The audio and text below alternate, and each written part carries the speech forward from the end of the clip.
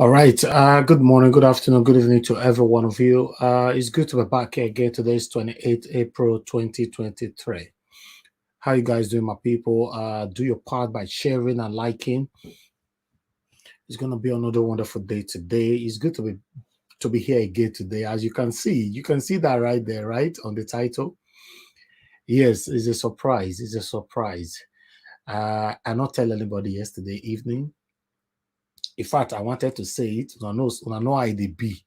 Whenever we announce in advance, the next thing we just is say people who they carry the call, they don't appear for another channel because what did they happen? Okay, we could see the whole thing maneuver this one, but still we have the national chairman of Labour Party, Mr. Julius Abure, with us tonight. You know, can I hear somebody clapping? Oh, I forget say nobody they panel with me.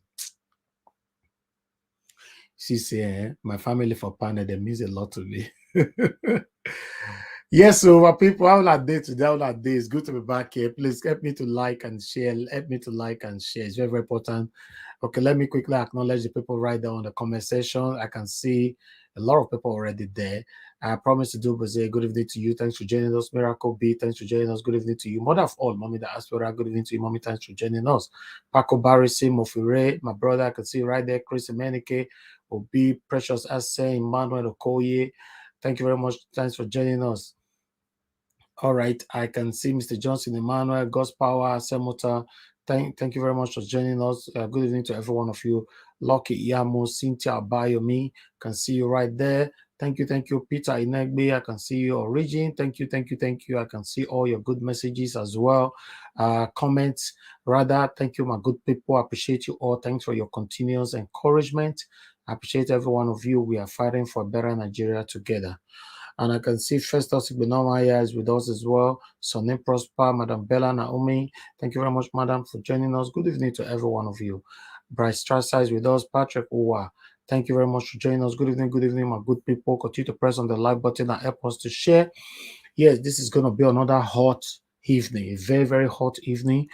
Yes, if you want to join, if you want to ask the National Labour Party National Chairman question, yeah, it is better for you to make your way in. Make I see you for screen right now. Just before I post link, enter the screen by yourself. I send the dog guy. I can see you right there. Thank you, my people. Moses cousin, I can see you. Thank you, Faith Andrew. I can see you as well. Good evening, Cyber Conrad. Thank you very much, sir. I appreciate every one of you right there. Sagi Fridays with us. Saga Daddy, Sonia, Alex, Patricia, Mother Patricia. I can see you, Oros, Hi. I can see you. Festus E-Mornings. Thank you, my good people. Rosie Ayosh, I can see you as well. Kingsley Obona, Blessing Okafor, Sydney Audia. God bless you all, my good people. Good evening, good morning, good afternoon, depending on your own region. And see Christopher Ejemofo is with us as well. Jerry Sin, Oba Soha, good evening to you. Thank you very much for joining us. Wisdom Lucky is with us as well. Abu Azi, God bless you all, my good people. How are you guys doing? All right, Wadia Honors, thanks for joining us. Good evening to you. Zillow, I can see you. Thank you. Origin, thank you once again. Black Voices TV, I can see you right there. Katie Benevo, I can see you. God bless every one of you right there on the comment section. And those of you watching us, I appreciate every one of you. I can see more people right there. Awa Carlo, Peace Robert, Helen Chukura. Thank you, my good people. Press the button. This needs to go far. All the questions you'll be asking me that I could not answer, this is the opportunity for you to pass the question directly to the national chairman of Labour Party. You know, when they ask me for here, Nigeria what you sure say. Nigeria what you don't hear say. Most cases I they say I know. Sometimes I say I don't know. But person way know, now they with us. So I can call ask a question. Health talk supplement. Thank you very much, Sam C. Amoriye. Love of God is my strength. God bless every one of you. Isha Oluwa, Angola, Emmanuel Shooks. Thank you. June Baseki. Thank you, madam, for joining us. I appreciate you all. Agnes A. Thank you very much for joining us. Good evening to you all. Isaiah Adon, Gosen Sent, Pepper Them with love. I can see you all right there. Oyendika, Emmanuel Bala. Thank you very much for joining us. At Those Sky. Thanks for joining us. God bless you all. Press the like button, my good people. I can see Smart Aware. and many more. Okay, I can say I don't like watch. Thank you so much. I don't like watch already for the super chat. God bless you all, my people. Please make use of the super chat. Click on it. Encourage us, on what we do here. It's not an easy job. Some of you might think it's easy. Yeah, it's not easy. Bringing all these prominent, important names here for you to ask them questions is not easy. So encourage us to do more for you. Thank you very much, my people. I appreciate every one of you. Charles B20, I can see you right there. Larry Depot, I can see you. Doc P, Smart Owia once again. Thank you. Kate Igbenevo once again. Thank you. Shiwendu, I can see you right there. Moses Victor, thank you, my good people. Thank you, thank you. Frank Emmanuel, Lady G. It looks like I'm measuring some names together, double times, but that's fine. DG Cassie, I can see you as well. Amy, Frankly, I can see you. Solomon Onligbe, thank you very much. Good evening to every one of you. Ebony Gold, I can see you. Christiana Passion, thank you, my good people. Make sure I continue to press on the like button because I'm going to check on it shortly. Lady G, thank you very much. I thank you. Thank you, thank you, thank you, my good people. I see you now right there, and I can see more people right there. Okay, I have another super chat from Isaiah Adun. God bless you. I really do appreciate this. Thank you for your support. God bless every one of you that super chatting us and sharing and liking our videos. God bless you all. Roy Novel, thanks for joining us. God bless you all. Continue to press on the like button. Okashi Okazi, thank you very much. Rose Novel, God bless you. Mark Rabo, I see every one of you right there, my people. Now, God bless you now. Continue to share, continue to share, continue to share. I have Michael Maro. Thank you very much for joining us. I got Juden in the comment section as well. Thank you very much. Continue to press on it. Dr. Aruna Guru in the building. Good evening to you, sir. It's good to have you right there. Yes, we are having the national chairman here today, and I'm happy to have you there as well, watching us. You are a great father. Thank you very much for everything, sir. We appreciate you always. Yes, we have Williams winner, Amazing Grace USA, Evaze Bere. Thank you very much. Ivy Jack, thank you. Thank you, my people. Continue to press on the like button, my people. The comment section not going to finish again. Make una calm down first. I not play it through. I be quickly come here. My train not delay. Eh? Marisi Manswen, thank you very much. Solomon Alangbe, more people are coming in. Love Murphy, thank you, thank you, thank you. Didi Anthony, Harry Thomas, thank you, my good people. The people plenty for you. Is there one go? Thank you very much for joining us. Appreciate every one of you. Efako, Jubilante, Elvis Aiguier, I can see you, Lady Eugenia. Thank you very much. Sasere Ogbewi, Henry Gabriel. Good evening to every one of you, my people. Asa Bossa, thank you. Larry Depot, once again. Olufemi Akiniyi, thank you. Yes, thank God I pronounced that name properly. Osaime Remode, J.O. in the building. Good evening to you, madam. Thanks very much, BTV Nigeria. I can see you all. Princess Marcos, Glory, David Offa, Emilia, can see you. Thank you, thank you, thank you. Thank you, Innocent Oka, Napoleon, Vine Maxwell. Thank you very much, sir. Olo Imade. Thank you, thank you, thank you, thank you, thank you, my people. I shall say I don't mention names. Finish. Amazing Grace USA, and many, many, many more. So in case I don't mention your name, it looks a bit zigzagged here. It's not intentional, okay? It's not intentional, trust me. Okay, I greet everybody. I greet everybody sincerely from my heart. I greet everybody on the comment section equally. God bless you all. Let us move on quickly. Yes, now opportunity for us to go for a proper break. But let me look at let me look at the lights. What did they happen? I mean, not the same well. Okay, man, look at this light properly because that's it. Not clear, not clear, not clear. I see. Okay, don't declare. I don't declare. We have 147 people likes. This particular moment, 150 now, and we already have about 400 watching us. Please, can you press more of this like, because I really want this video to go far. You know, to have the national chairman here, you know what that means. So everybody must hear what they have to say today. Everybody must hear what you have to your questions to him and how he will answer it. So please continue to press on the like button. And God bless every one of you. I really do appreciate you all. Continue to press on it. Help us to share. The sharing is 42. We can have more than that. We've not started. Okay. Now, opportunity for sharing now and liking. Trust me, this is the opportunity for sharing and liking. I'm going for a proper break now. Please press on the like button and help us to share. I can see Efrata Catfish from Nigeria just joining us right now. Margaret Bass, thanks for joining us. Roy Novel, once more. John Ikem Stanley, God bless every one of you right there. I appreciate you all, my people. Thank you, thank you, thank you, thank you. You know, so let's do this together. Let's do this together. I appreciate you all. Okay, Miss Africa, God bless you. Martina Ogbewi, Eva Line, all Val, thank you. Imo Sokri, thank you, thank you, thank you, my good people. Let's go for a quick break. When I come back, then I'll post out a link. You know, yeah. In fact, I need to go get myself some coffee. When I never buy me coffee, you know, I not say coffee, you know, it's very, very important. When can I buy me coffee, my people? Might go get myself some coffee. Might forget the energy to handle this broadcast.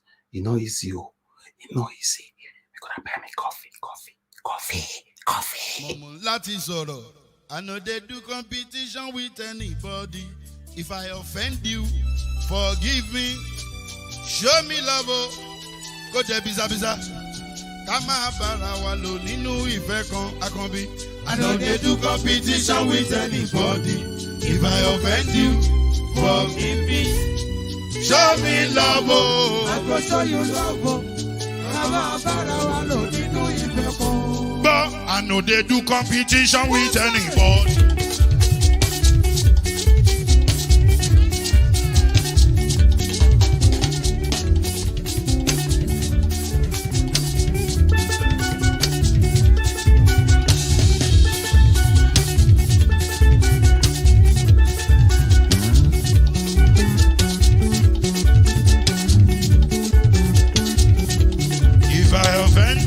Forgive me, show me love, oh, I go show you love, eh.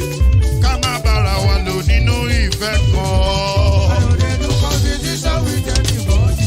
If I offend you, forgive me, show me love, oh, I go show you love, oh. Kama bara wa lo ninu ife kan.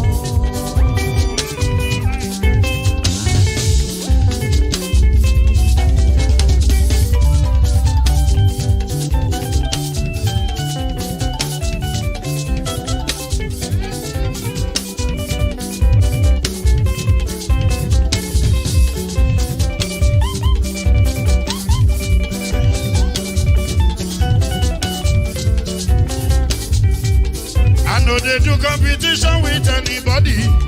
If I offend you, forgive me.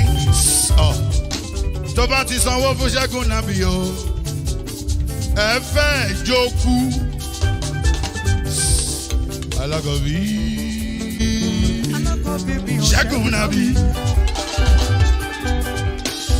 Alákọ̀bí sábà mẹ́la. Anybody? Any bobo. Anybody? Mo ló ń fọlú, ó gbà mí bó ṣe rí mi láti kíníṣí. Délé mo ló ń fọlú, ẹ jẹ́ ń sọ̀rọ̀. Délé o.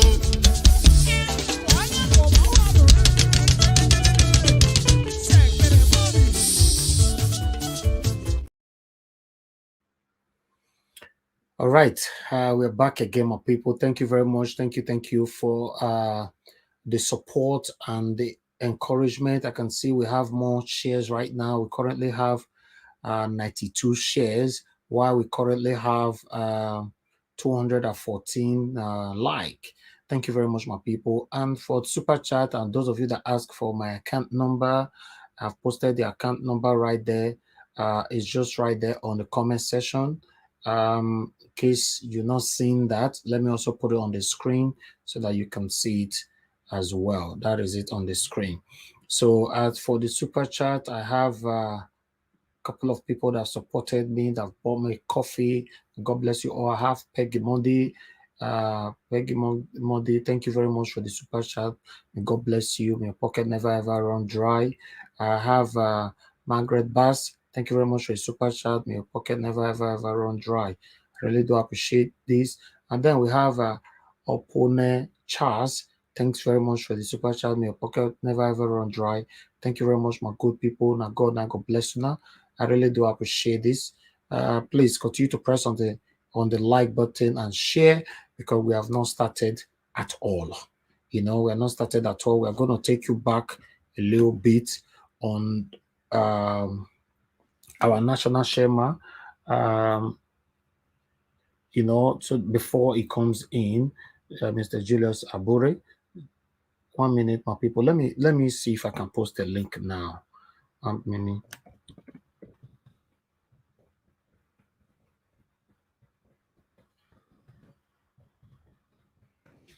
Okay, on the link, before I will post it, I want to let you guys know. Let me remove this from the screen. 1 minute. Okay, on the link, because we have a guest today, whoever that comes last, you will be removed when my guest is ready to come in. It's a normal thing here. I guess everybody understands what that means. So I'll remove you temporarily. You know, you might be lucky. Someone else's internet might fail, like as usual.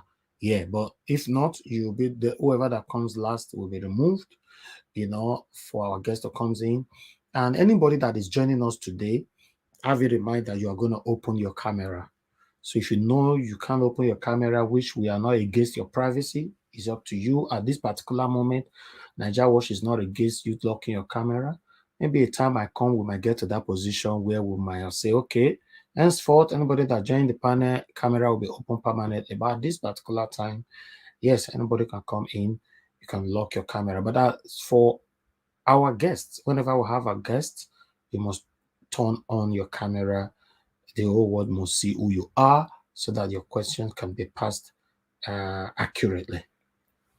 So I wanted to quickly pass that one on for you all. So I would like, okay, I shouldn't post a link now. I think I should.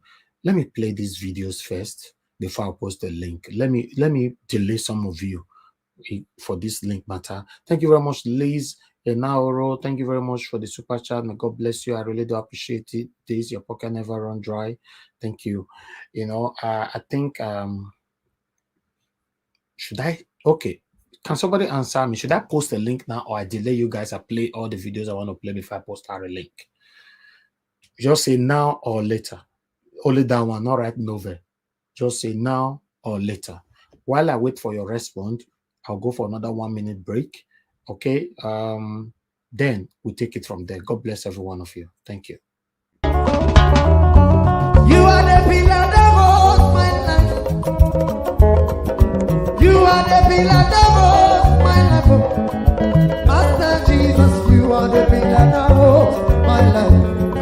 Lily of the body, you are the pillar that holds my life. You are the pillar that holds my life. You are the pillar that holds my life. Lion of the night, you are the pillar. Chica, you are the pillar. Daddy, you are the pillar that holds my life.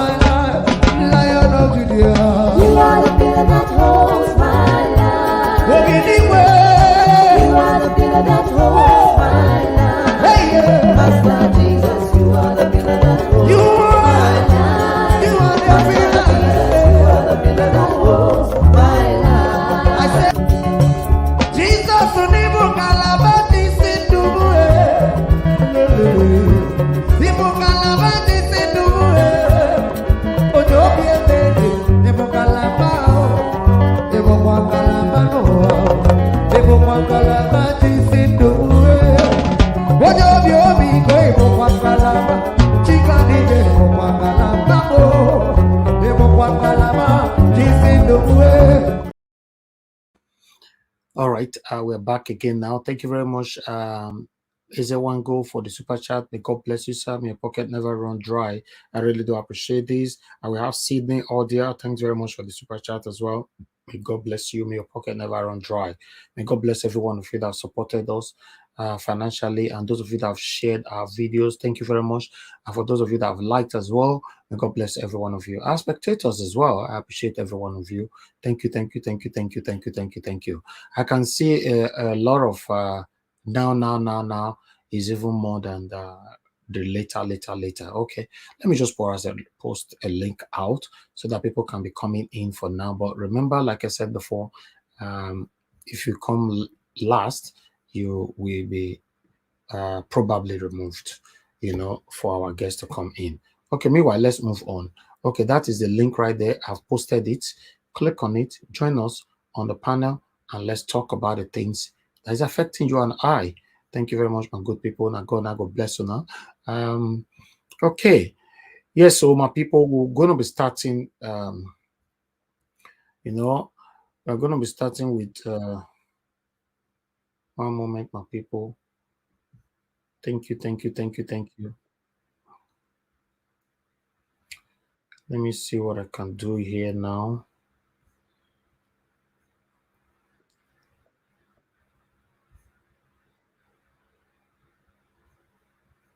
Thank you. All right, my people, I appreciate every one of you. Okay, I can see there are more people right there on the comment section already. Okay, let me start accepting people in. I can see that almost everybody is still, your camera is still kind of off right now. Don't worry. Once our guest is coming in, remember, we will remove you if you are not going to on your camera. I appreciate every one of you right there. Okay, let me quickly acknowledge those of you. Mr. Ray, thank you very much, my brother.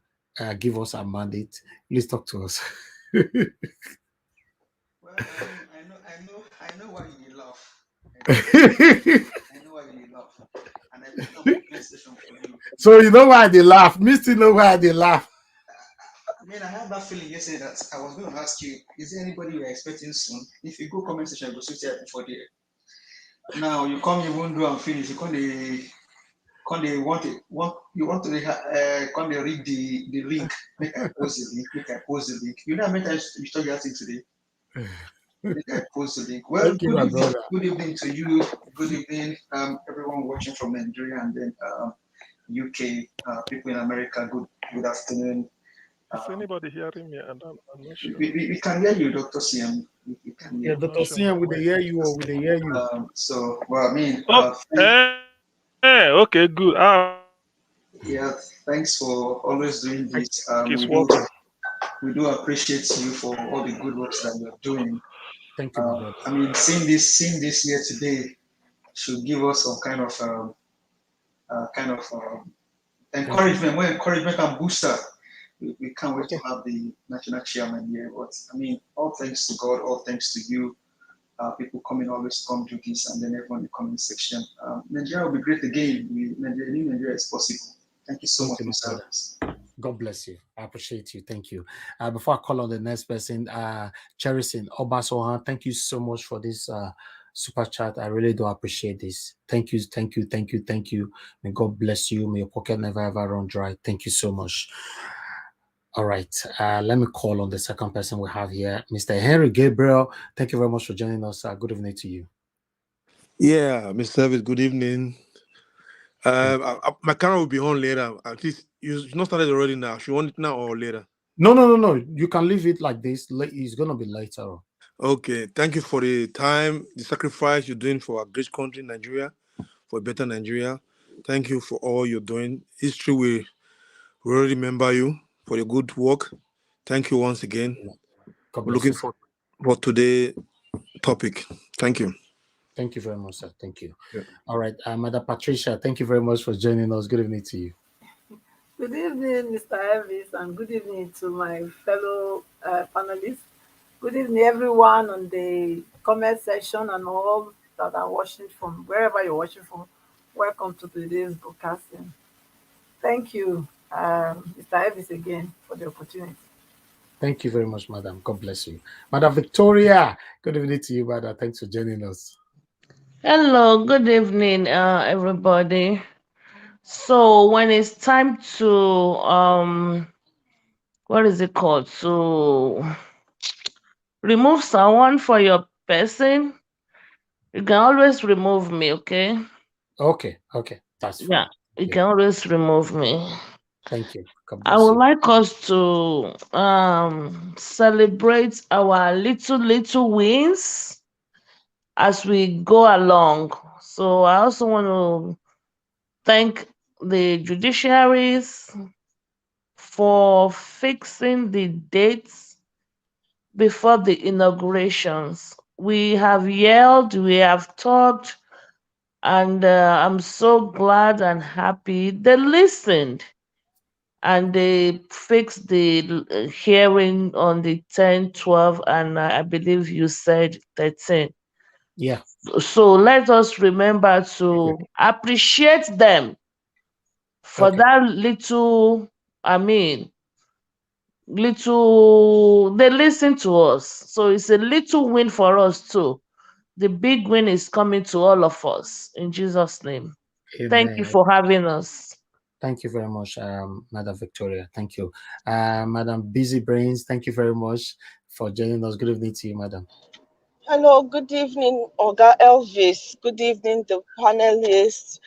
Good evening. Oh, whatever the time may be at your own end, those in the comment section, those watching us wherever you are, whatever the time is, I salute you.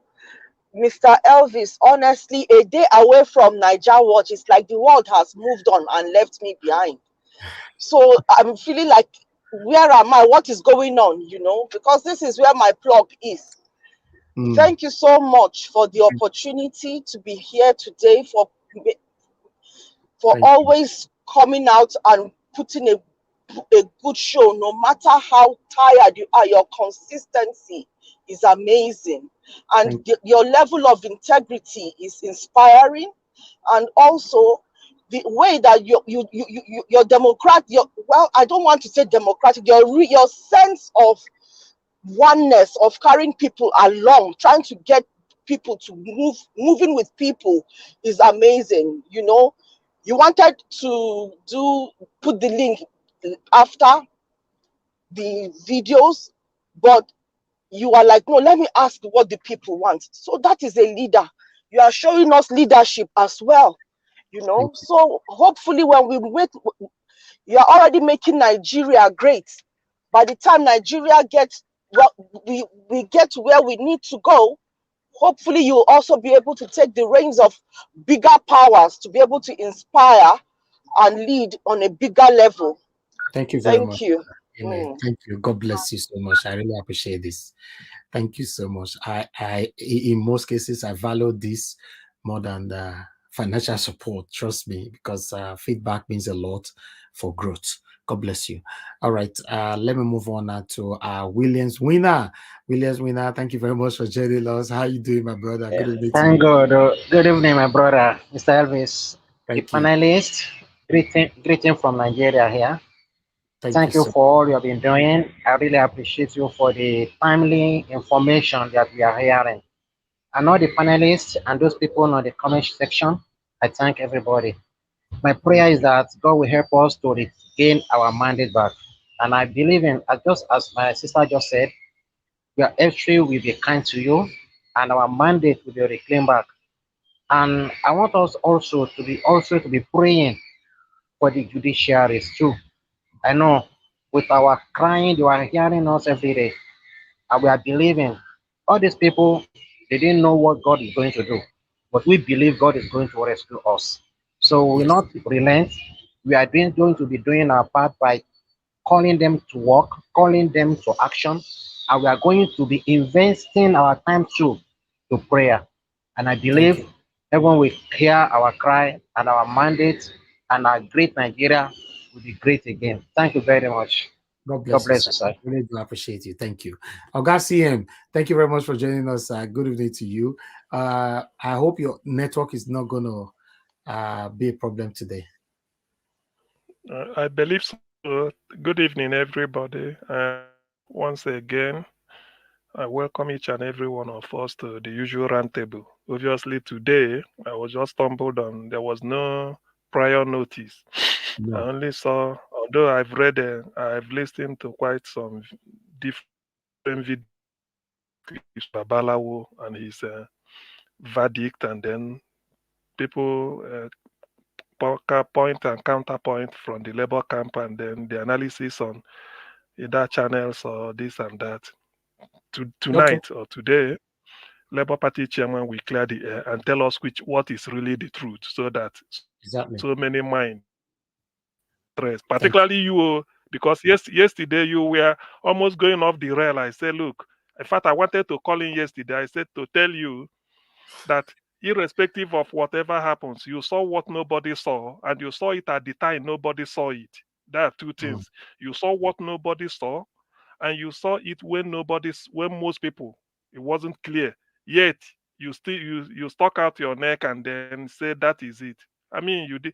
History we remember you after that prayer. Alex Alex prayed on the 24th, being Friday, 24th February, so that the next day there will be voting.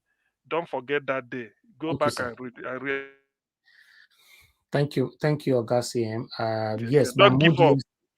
Thank Yes, you. I won't. My mood yesterday is what generated what is going to happen today, because I look at everything. To be honest, I told you guys I'm a human being, so I needed a bit of hope, or rather a very strong hope again because of the way things is going. So I decided, okay, let's bring the national chairman here and see how we can go from there. So I think all our hope will be restored again, having him here today. God bless you, sir. Mr. Alex, my brother, good evening to you, sir. Thanks for joining us. Yes, I told you I was going to open the door for you today. I came to open the door and I will soon leave, but for now I will be here until the guest arrives. First of all, I want to say Yasa Sefkaristo to everybody around the world, according to the time of your country. That's greetings to everybody. Thank you, Mr. Najawash, for your resilience and for your never give up spirit. One of Poland presidents at the time, he said Poland cannot afford to go into war because during the Second World War, Warsaw saw war. So the Nigerian political leaders or elite, the wicked ones, they saw political war with the PVC activism that we did. They didn't believe their eyes. They were beaten in their own backyard, in their own states. The states they claimed that they built, they were beaten. That's the most shameful thing that can happen to a man, to lose your own house. So a man's enemy is of his own house. If you lose your house, you are gone. So for me, they are just acting drama because they know they've lost. So thank you everybody for the fight, for the work, for the resistance. They thought we were going to come out and protest so that they can kill us again, but we use the pain. The power in the people is more than the people in power this time. So guys, I will be behind the scenes, but for now I will still be here. Thank you for bringing on one of our kamakazes. We'll be here for the colloquy. Thank you. Thank you. You see, I know carry my dictionary come because I know say our national chairman not the blow baby grammar. You know say you go change this table today, Alice. Now God know why I made open my camera for now. national chairman for say Nigeria, I need a break. I'll come back. No wahala. Go that academy. Hey, this logo Maki Abasha, So nevertheless, thank you very much. Mr. Shooks Obibweze, thank you very much, sir, for joining us. Good evening to you. Mr. Shooks Obibweze, are you there? Are they here? No pass me. Thank you, sir. Yeah, good evening, everybody. Good evening, Mr. Elvis. Thank God yesterday because when I called in, I saw that you are not your usual self. You're a motivator, being motivated. So that's why we are together. When somebody is feeling low, we can give them our own shoulder for them to lean on. So there's nothing bad from somebody. Sometimes you feel weird. That makes me human being, man. Come on. Each and every one of us, we experience it. If I tell you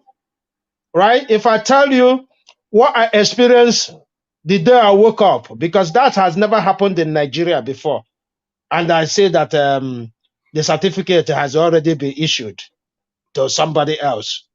You know, if everybody could recollect that day I called, I was just being, the way I have never been for a very long time.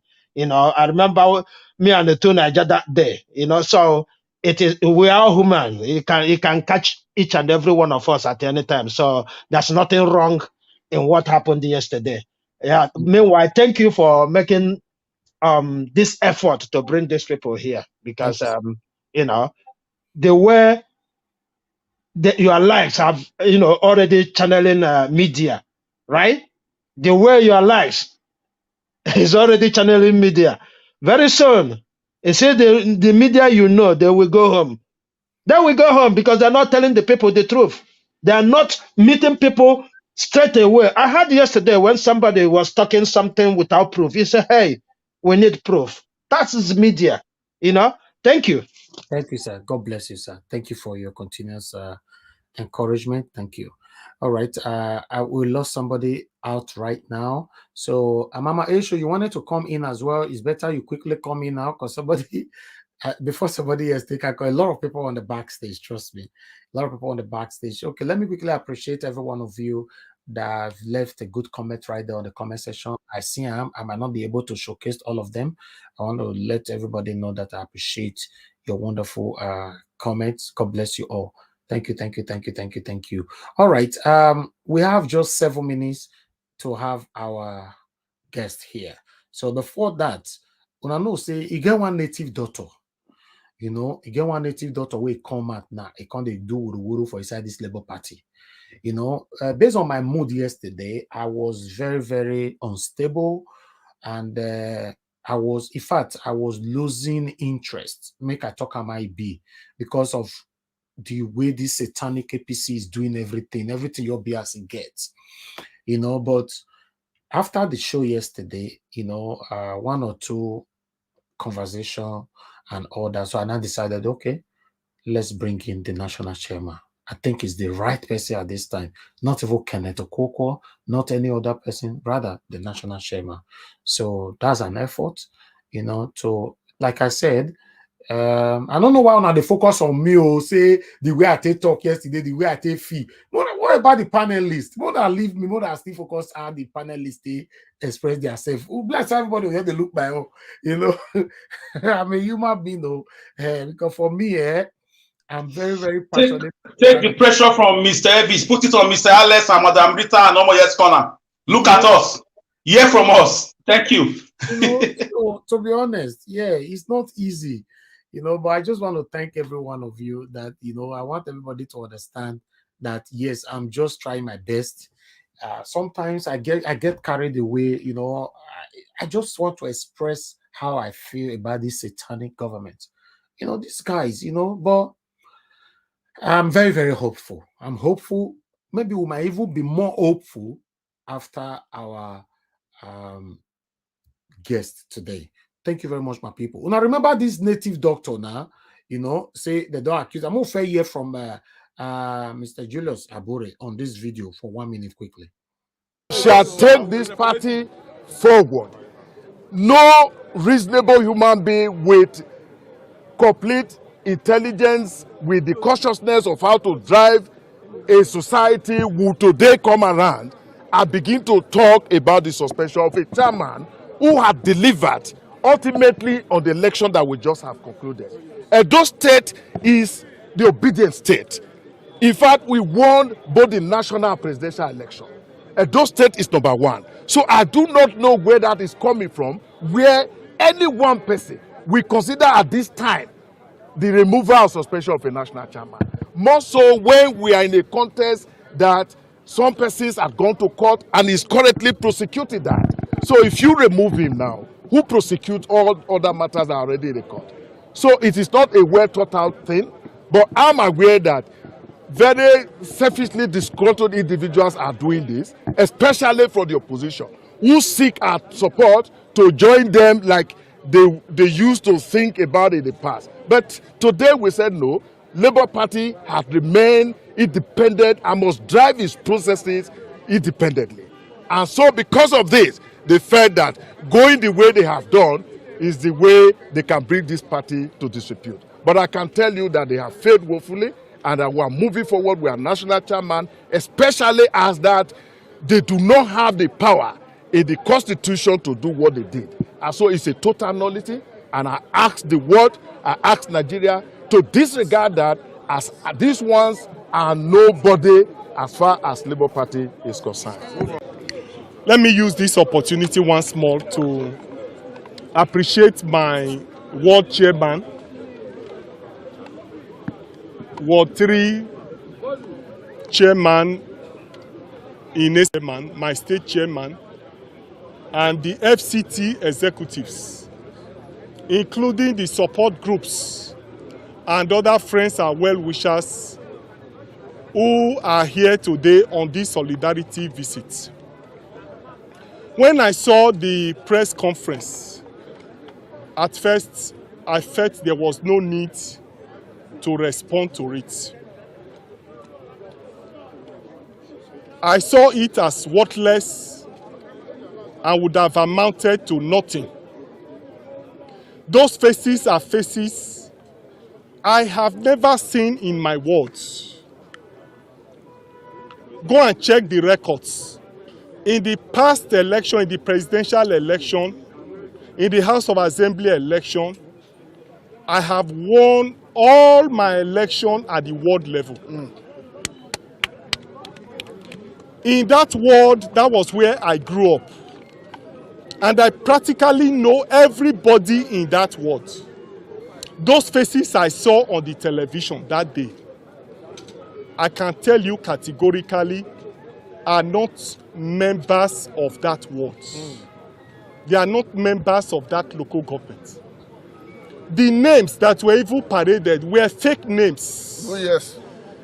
And you know the obedient movement is a powerful movement. Our people, members have since put the true names of those people to their faces. We already know them. We already know their faces. We already have their phone numbers. And we have petitioned them to the Commissioner of Police. And I'm sure that the Commissioner of Police will act accordingly and bring them to book. Those people are unknown to us. And I foresee that they are being sent and sponsored by opposition political parties. And I don't want to mention the names of those parties here, who are afraid of the fortune, of the strength of the Labour Party. The Labour Party have become a very big movement and one family that it will be difficult for any person to infiltrate. And I want to use this as an opportunity to tell them that they should have thought of a more decent way of doing it.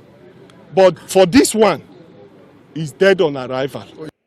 Yes, it's dead on arrival. But meanwhile, make we hear from native doctor. Make we hear what native doctor want talk for here.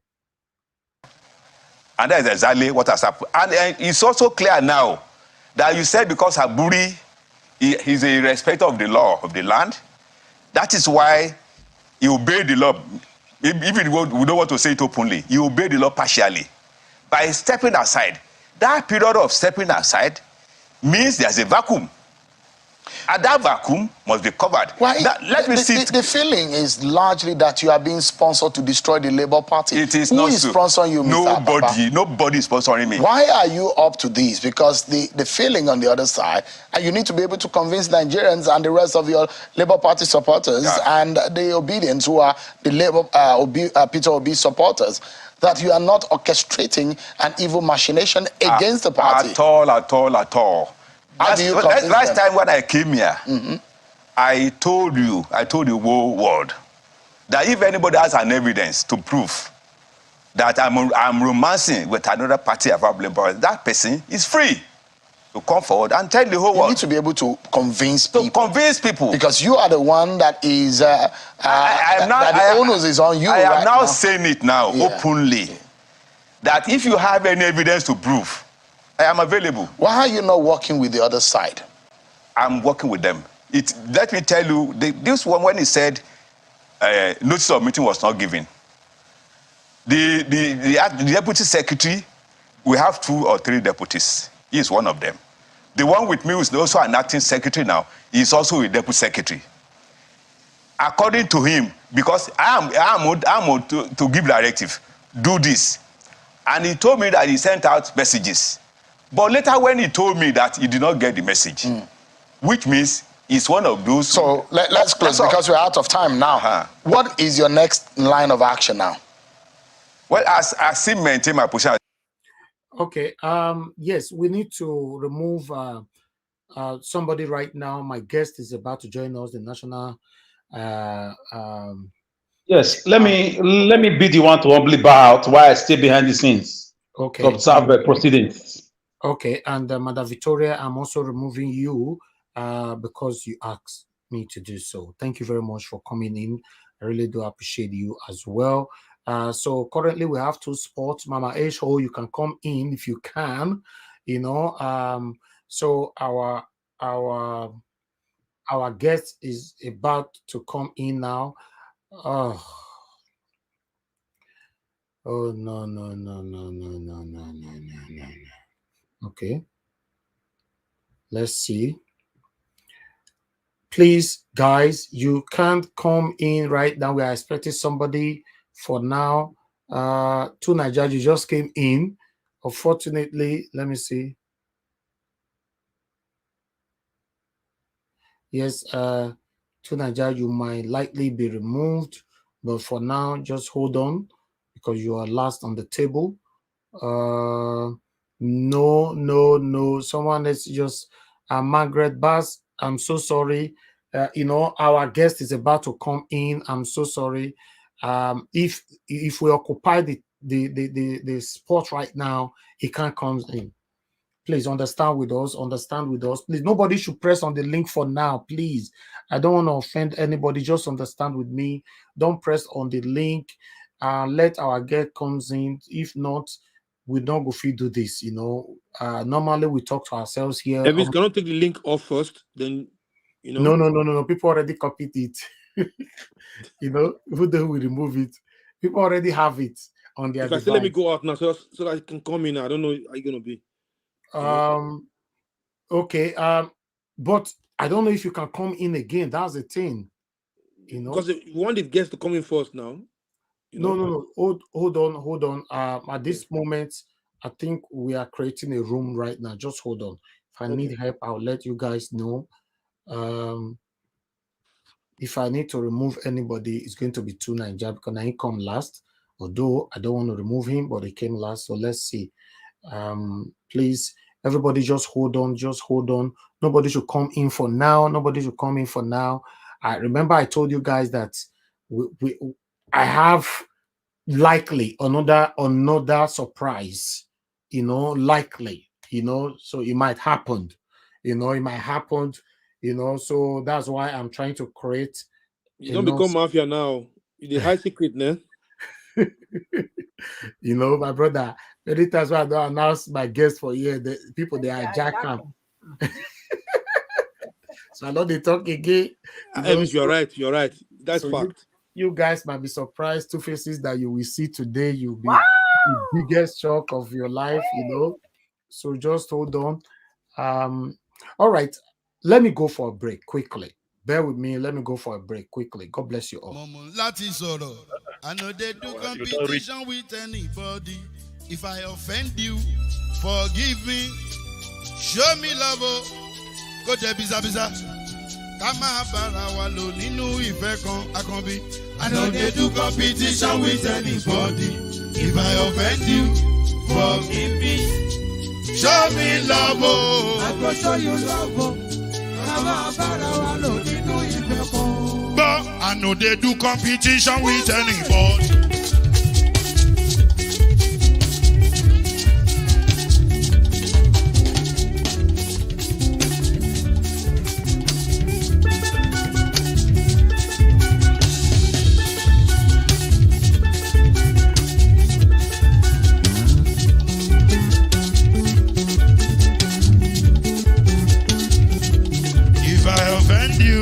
forgive me. Show me love, oh, I go show you love. Kama bara wa lo nínú ìfẹ́ kan. I know they do competition with anybody. If I offend you, forgive me. Show me love, oh, I go show you love. Kama bara wa lo nínú ìfẹ́ kan.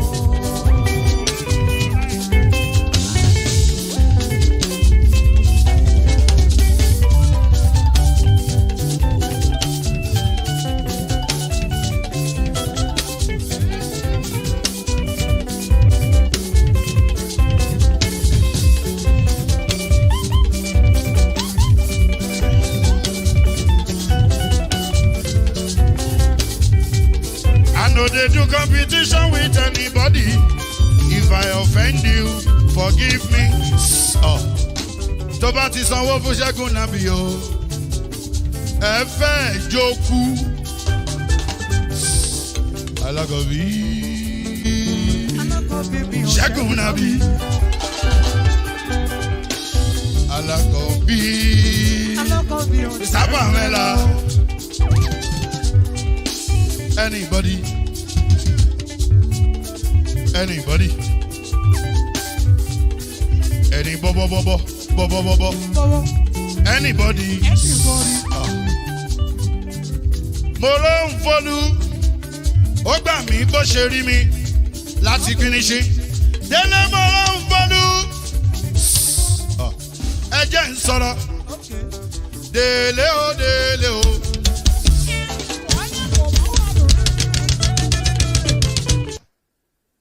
I am not a careless, reckless speaker.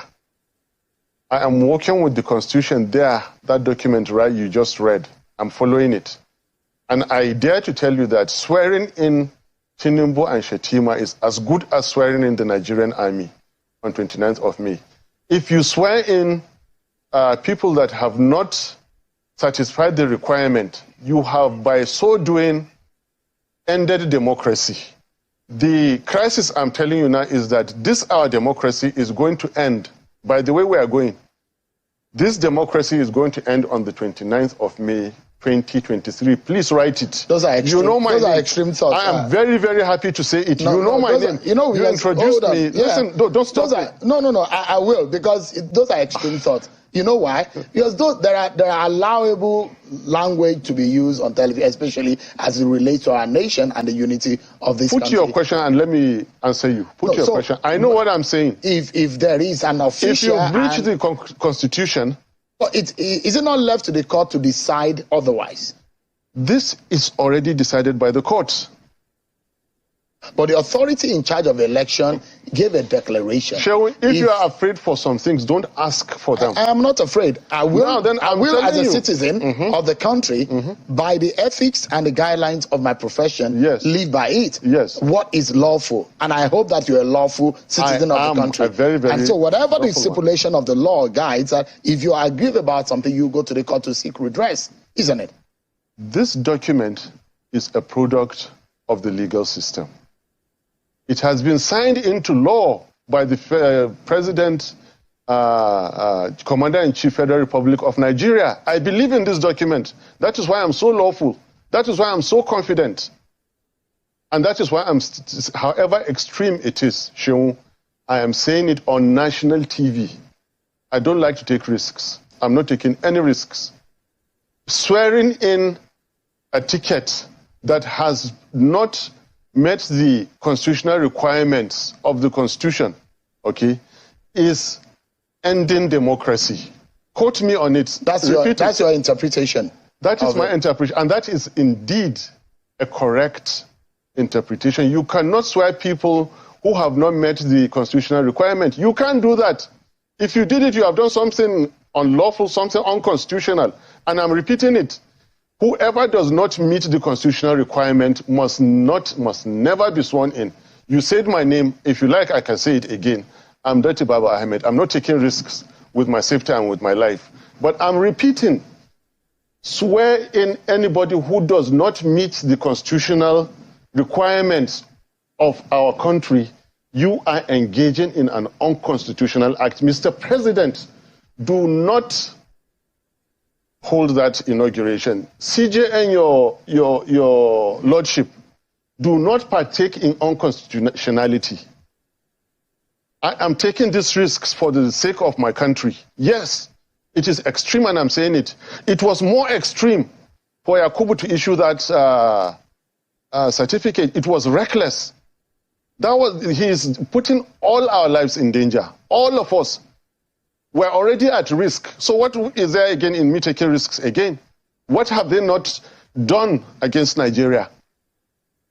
What have they not abused in Nigeria? Now they will take the constitution where it is clear, it says, and get 24.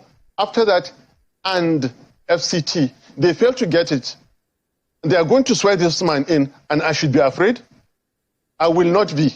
I am telling you that on the 29th of May, 2023, swear in Tinubu as this result is, you have ended democracy, whoever you are. All right. What is happening right now? Our guests have tried. During the time they tried, the space were occupied. I will have to Nigeria, I have to remove you temporarily now. Please just make room for now. Please understand with me. I would really like you to be here, but I have to remove you. They have tried, and that's one thing that we must understand. I just want the please. I see a couple of people will still try to come in. For now, nobody should try to come in at all. Please understand with us. Don't try to come in. Please, people, listen to simple instruction. Don't come in now, please. I know the whole they doing for you now. We are not selective, but when we have a guest, just pave a way and understand with us. Thank you very much, everybody. I really do appreciate you all. Let me remove this link like somebody suggested earlier, or maybe that might also help a bit. I removed the link already, but in case you already have it on your phone, don't click on it for now. All right, before we try again, I would like us to take on this. Only of Ife, I guess, what they have to say here over the victory, the selected victory of INEC. Let's listen to him because this video is currently going viral. Let's hear what you have to say here. I don't know if he was actually listening to his own self when he was talking here, but let's listen to this quickly. Result, a very humbling result, a very, very humbling result. And what do I mean? The people that did not vote for him, the electorate, were actually more than the people that voted for APC and Ashwaju Bola Ahmed Tinubu. So what does that mean? The people that did not vote for him were actually more than people that voted for him. So how is that possible? All right, my people, we already have our guest now. So, but this video, we will come back to this video already. We will come back to this.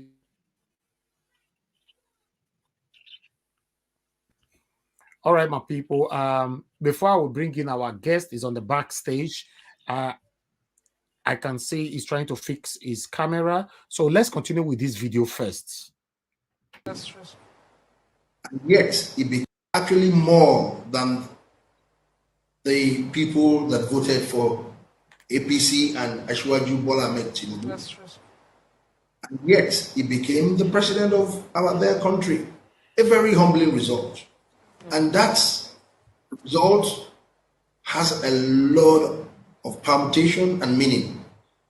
It takes the deep to understand how can you go into a competition and the people that voted against you combined together were more than the people that voted you to become the president of the country. He stated that twice. So I'm surprised. Okay, let me welcome in our guest right now. Ladies and gentlemen, thank you very much. Yes, ladies and gentlemen, we have our national chairman, Mr. Julius Abure, in the building with us. Good evening to you, sir. Can you hear me? Yes, I can hear you clearly. Good evening. Yeah, good evening to you. All right, it's good to have you here on Niger Watch Media. Thank you very much. Before that, please, everybody turn on your camera. If you want to be on the show, turn on your camera, please. William Winner, your camera is not on. Please, can you do that? You only have 1 second to do that. Okay, it looks like you don't have light, so you might likely be removed because your camera, we need to see you. This is our national chairman here. So, you see, Nigeria don't happen to you, eh? Nigeria don't happen to you, not get light. Since 2 days ago. All right. Okay, that's fine. No problem. National Abadie, now we go greet you. Okay, thank you. Thank you so much. Okay, let me welcome in our guest again. Thank you very much, sir, for honoring our invitation. It's good to have you here on the Niger Watch Media. I would like to do a very, very brief introduction about this media, because the Niger Watch Media is a media that have been in existence for the past 6 years. But particularly, we've been on this race for Mr. Peter Obi since April last year, 2022, till date. Every blessed day I've been here working consistently, passionately for Mr. Peter Obi to emerge as the next president of the Federal Republic of Nigeria.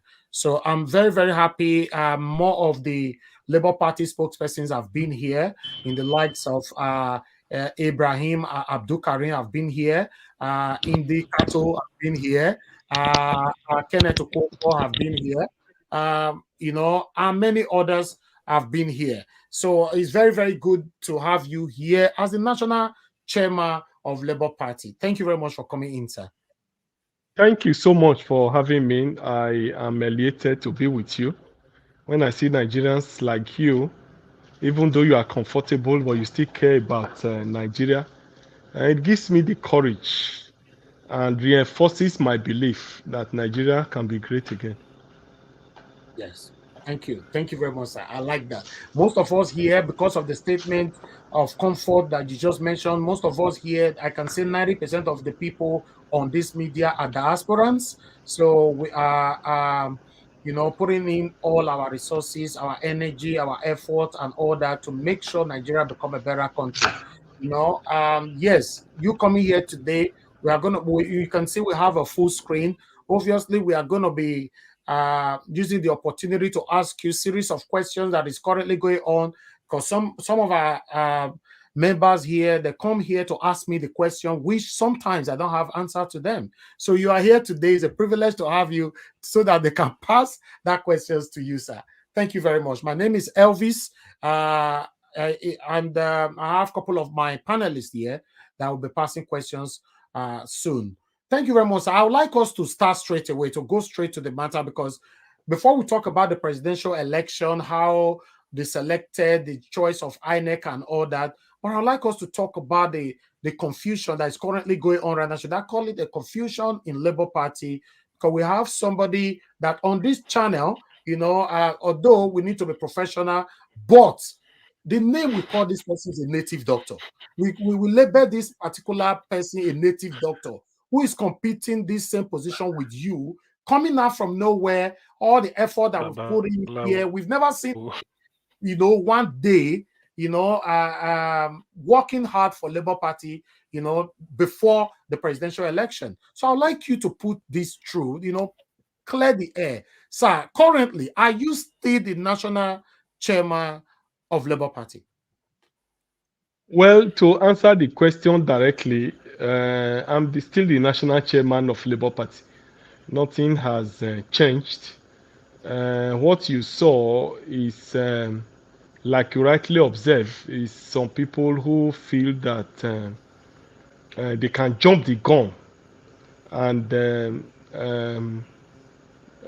come and become the national chairman of the party. Obviously, you have seen that they have actually shot themselves on the leg.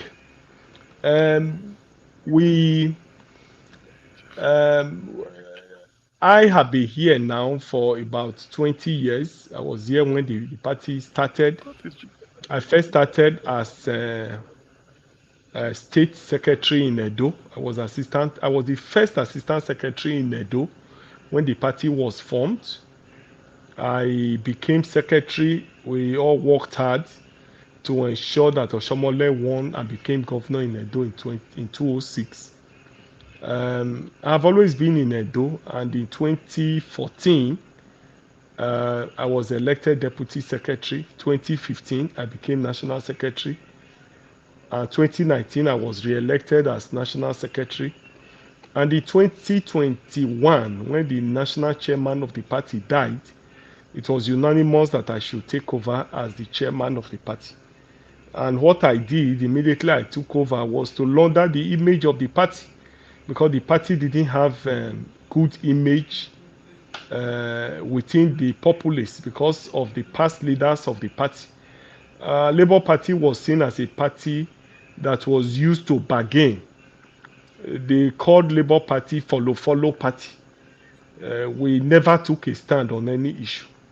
But so immediately I took over, I decided to launder the image of the party, clean it up, reposition it in such a way that it will look like what we have in Brazil, in Australia, in UK, and other countries. And so I actually did that, and in fact, that was what attracted quality people like Peter Obi to join the party. And we have been here making all the sacrifices. Like you rightly noted, we were the only political party that went everywhere to campaign. I was with Peter Obi in all the campaigns. There's no state that we didn't go. In most cases, we even went to 3-4 locations in a state.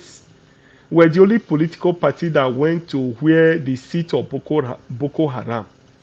We did not just campaign in Medjugorje. We went to Mubi, we went to Biu, we went everywhere. And you agree with me that we won the presidential election, if not that it was stolen. And then from nowhere, some people said they have gone to my ward to get people to suspend me. Unfortunately, those people were not from my ward. Those people were procured. They were bought from Abuja here, who purportedly said they have suspended me from my ward. My ward chairman, my ward secretaries, all the leaders in the ward have come out openly to say that those people were not known. But I want to tell you that trust the obedient family. The obedient family, immediately they saw that thing on television, fish out those people, got their true names. It will shock you to note that those people who claim to have removed me from my ward use fake names. They use fake names to do that channel's interview on that day. And trust obedient family. The obedient who know them, pick their names, send their names to us and their phone numbers to us. As we speak, we now know their identity. The police is currently trailing those people who made that announcement.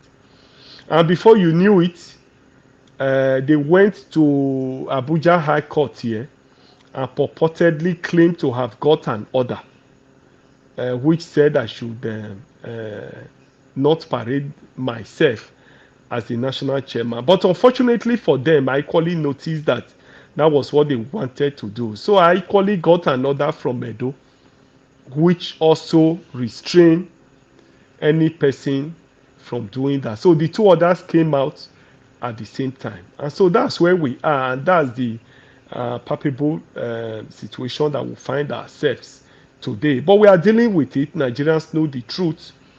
And we are here. We have remained here. As I speak with you now, I'm speaking to you from the national headquarters of the party. I'm speaking to you from the office of the chairman of Labour Party. So we are here. Okay. We are dealing with the court issues.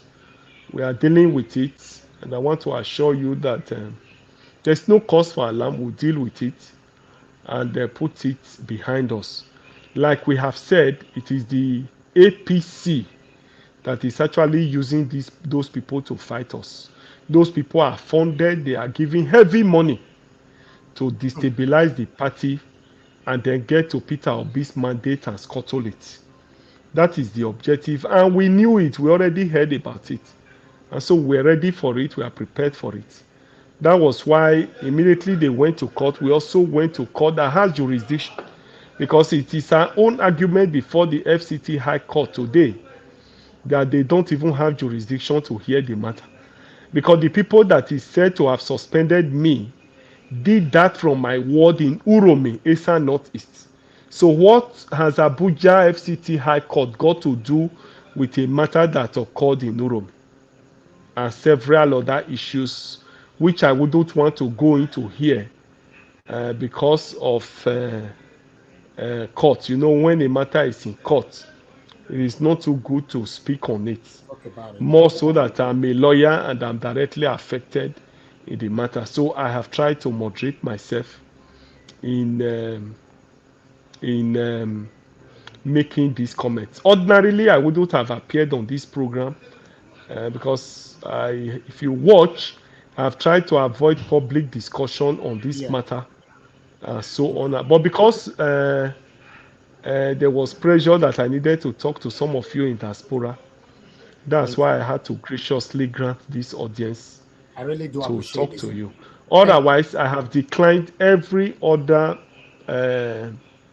interviews, media outreach, and other public engagements. This is the first time I'll be talking to the people. So, but I would need you to moderate it so that we don't unnecessarily also pontificate on what is before the courts. No, yes, we'll certainly do that. Thank you very much, sir. We appreciate your time with us. So we would like not to also keep you, we're not going to keep you here for so long as well. I'm going to bring in back all my guests now. Everybody stay mute, as I bring you in. Please, everybody should go straight to their questions. Be careful with the kind. Okay, we have one more space left now. To Nigeria, if you're still there watching, if you want to come in quickly, if you okay, nobody have the link anymore. Let me repost the link. You know, anybody that want to quickly come in, you can't use that to come in. Somebody lost the spot. You know, I'm not sure who. I hope it's not CN. Okay. Thank you very much, my people. Continue to press on the like button and help us to share. Let me ask the first person on the panel. You know, give us a mandate. Thank you. I want everybody, all my panelists, we should focus more on the matter in court. And you have every right to pass any questions. Remember when Barrister Ozekome was here the other day, some questions were passed to him and he could not answer them. When Barrister Igini came in, the same thing. So you also have the right, to pass any question politely. That's not a problem. I appreciate every one of you. Thank you. All right, let's move on. Give us a mandate. Please, you have a question. If you don't have a question, just let me know you don't have a question. Well, I have a question. That's why I have my camera open, and that's why you have me here. Thank you. Please tell us where you are joining us from and go ahead with your question. Good evening, National Chairman, Labour Party, Barrister Julius Abure. Thank you for all your good works. My name is Oluwatosin is my name. Give us our mandate is my media name here because we have a mandate we are fighting for. So we are going to get the mandate back. I'm calling from Texas. Thank you very much for your time. So now with everything happening and all of the situation going in courts, different things going on from left and right, we saw the Babalawo from my region. He's a Southwest man. I'm a Southwest person. For my region, shamefully, disgracefully. What encouragement or what word do you have for the Labour Party and then the obedient are already losing hope based on what is going on right now in Nigeria? Okay, thank you. All right. Okay, I guess our chairman is currently sorting things out there. Okay. Yes. Did you get the question right, sir? Yes, I got the question correctly. I think he said, what word of encouragement do we have? That a lot of people are losing hope. Exactly. I think I got it correctly. Well, the truth of the matter is that we don't need to lose hope. The struggle has to continue. We didn't expect that we will not do this fight without getting a challenge. We are in court. The tribunal case is on, which is the proper thing to do. We believe that with what we have put before the tribunal, we are most likely going to have our mandate recovered. I urge you not to lose hope. The struggle to liberate a country usually is not an easy one, but I can assure you that within our powers, we are working so hard to see that this mandate is recovered. We'll continue to do what we need to do as a party, and I can assure you that the presidential candidate, too, Peter Obi, is also working very hard to see that this mandate is recovered. I want to assure you that the tempo we have, that we'll continue to maintain that tempo. Obviously, I don't want anybody to be discouraged with what is happening in the party. The system must fight back. The system, the people, the political class that do not want change, that do not want a new Nigeria, obviously will fight back. And this is the fight that you are seeing within the party. I can assure you that we definitely overcome these challenges. We're already dealing with it like you saw, like you are seeing. We'll definitely overcome it. It's a challenge that has come to us, and we'll deal with it, and I can assure you that we put it behind us. Obviously, we had expected this, but I'm happy that it's even coming at this time. That it didn't come at the time where when we were still campaigning. I'm happy that it is coming when the campaigns are over. It's coming when we're already at the tribunal. And I can assure you that we'll deal with it and put it behind us. The greatest strength you can have in a democracy is for you to have the people with you. Right. I'm glad today that the people of Nigeria is with us. And that is the greatest asset that you can have in a democracy. In as much as we have the people on our side, we believe very strongly that victory is definitely sure. So don't be discouraged. Continue to play your part. We'll play our part. We will not rest on our oars until we recover this mandate. We already have a lot of programs that we want to churn out in order to sustain this tempo till the mandate is recovered. Yes, sir. If not for this little distraction here and there, by now we would have commenced with a lot of those programs that will keep the tempo, that will keep the pace, that will keep us energized, and that will keep us very close to the realization of the mandate. So never be discouraged. There is definitely light after the tunnel. You know, when you are moving closer to the to daybreak, that's when the night is usually darker. And that is the most difficult part of life. So I believe that we are moving towards daybreak, and obviously it becomes tougher. It becomes more difficult. The challenges become more.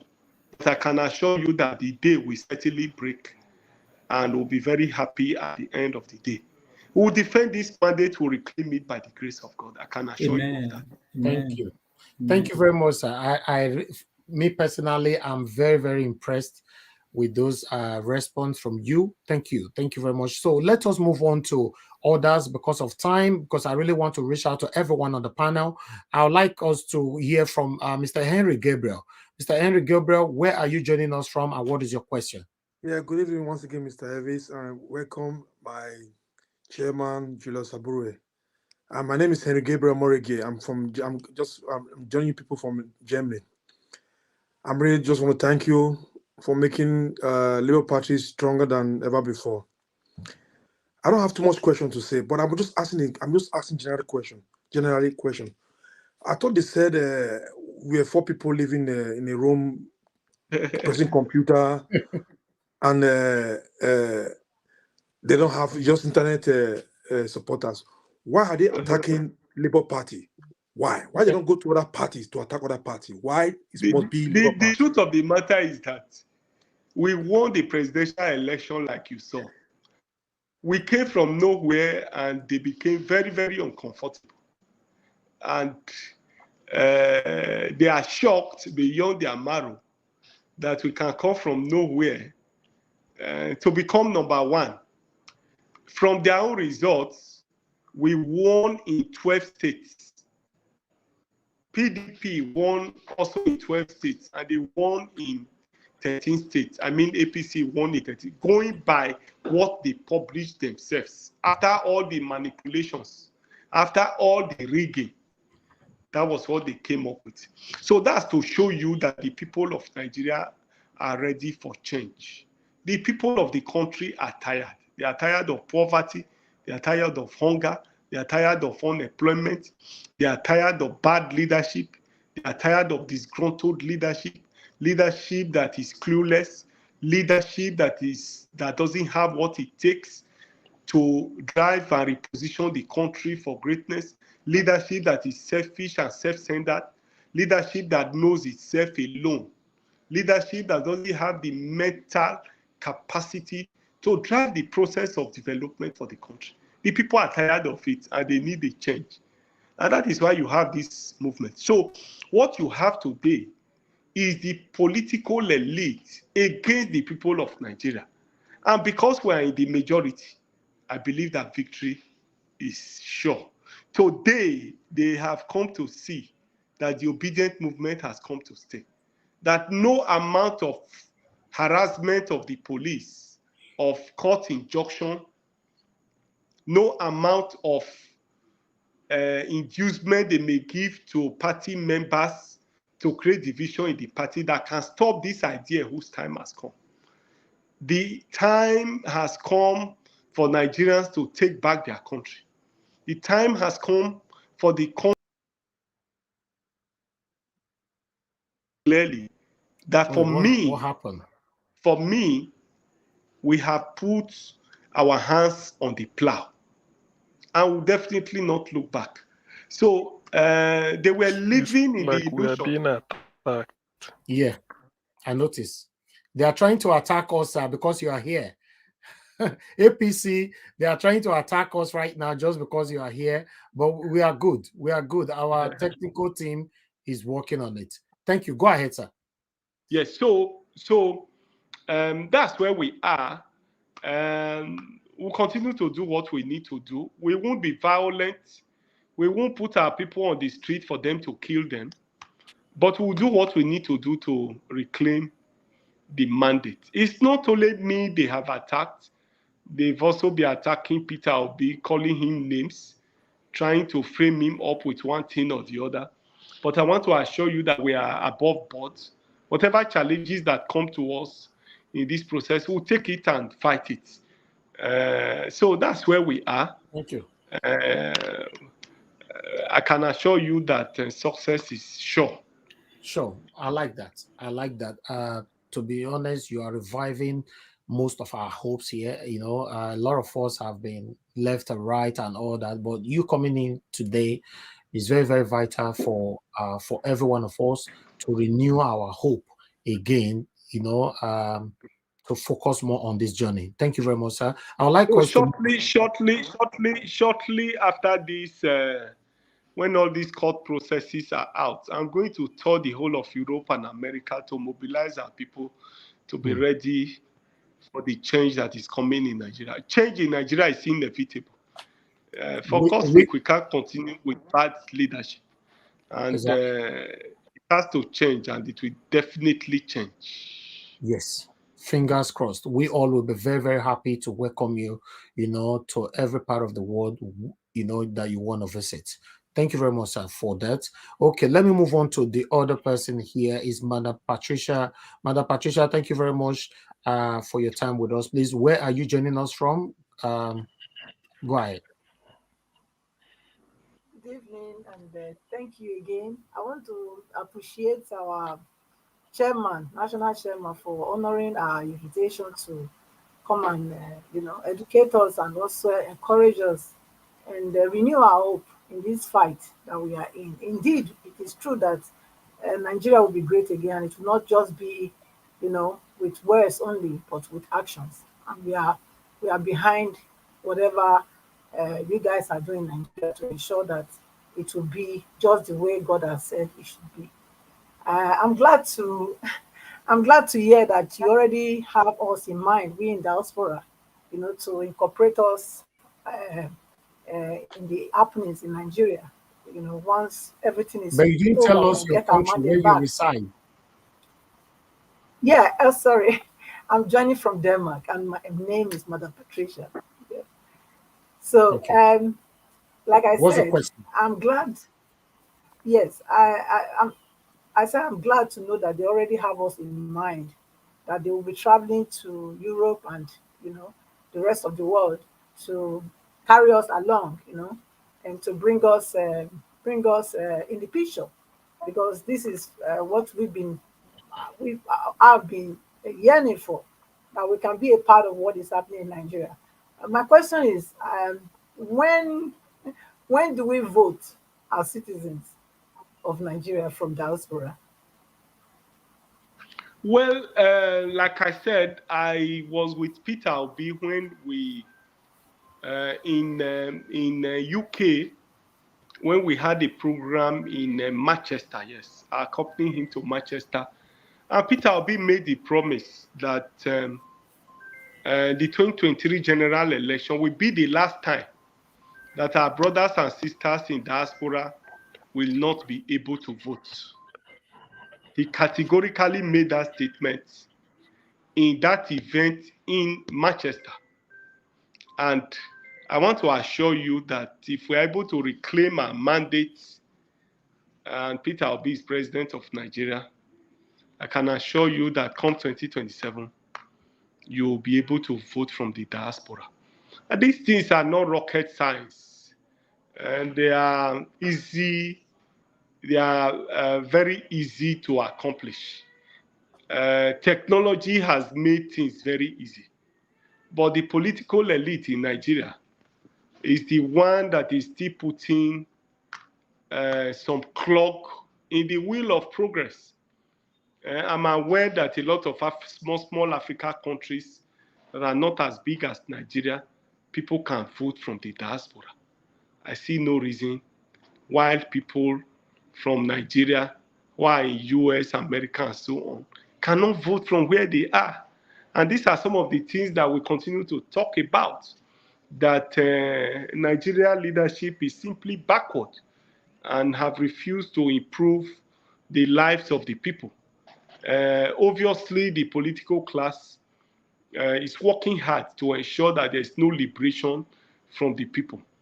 They are stuck in trade, but by the grace of God, a Labour Party government will change all of that. That narrative will change.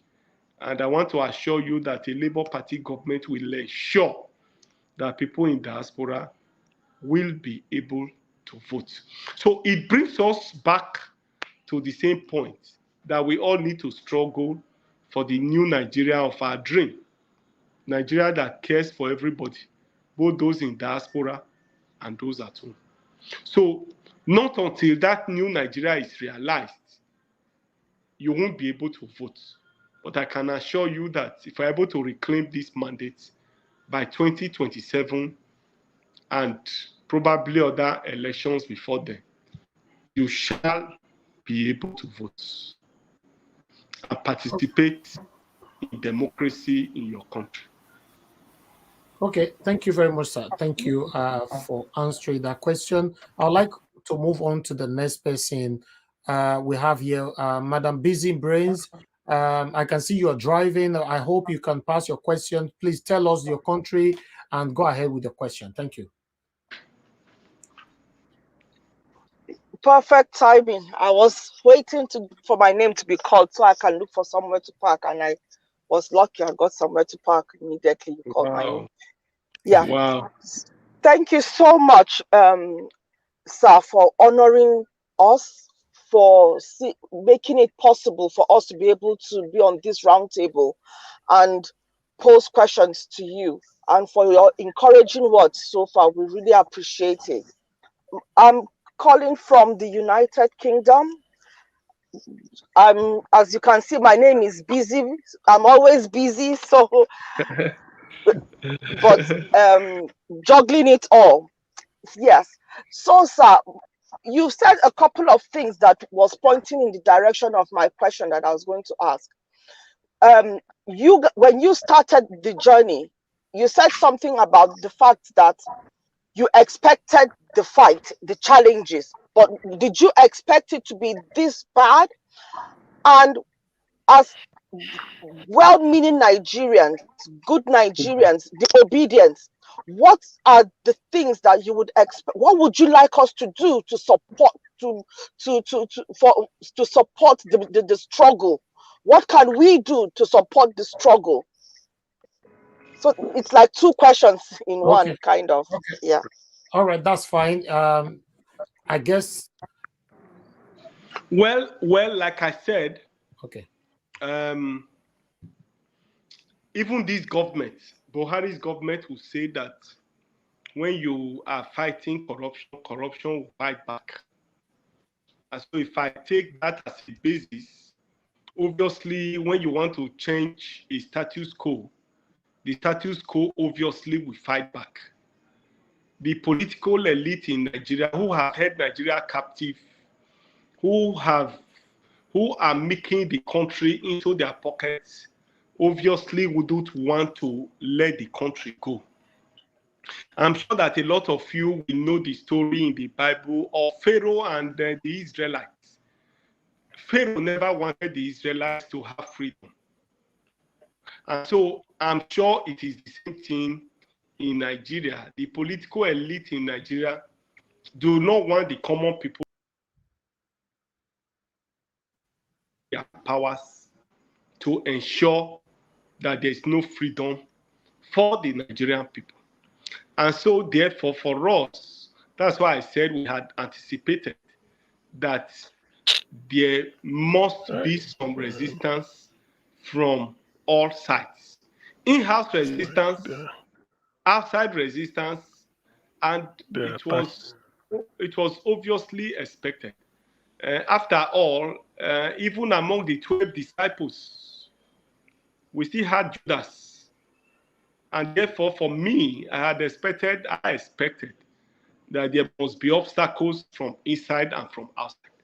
And that's what has exactly played out. And that's why we are not discouraged. And that's why I have remained myself. I've remained committed to this struggle.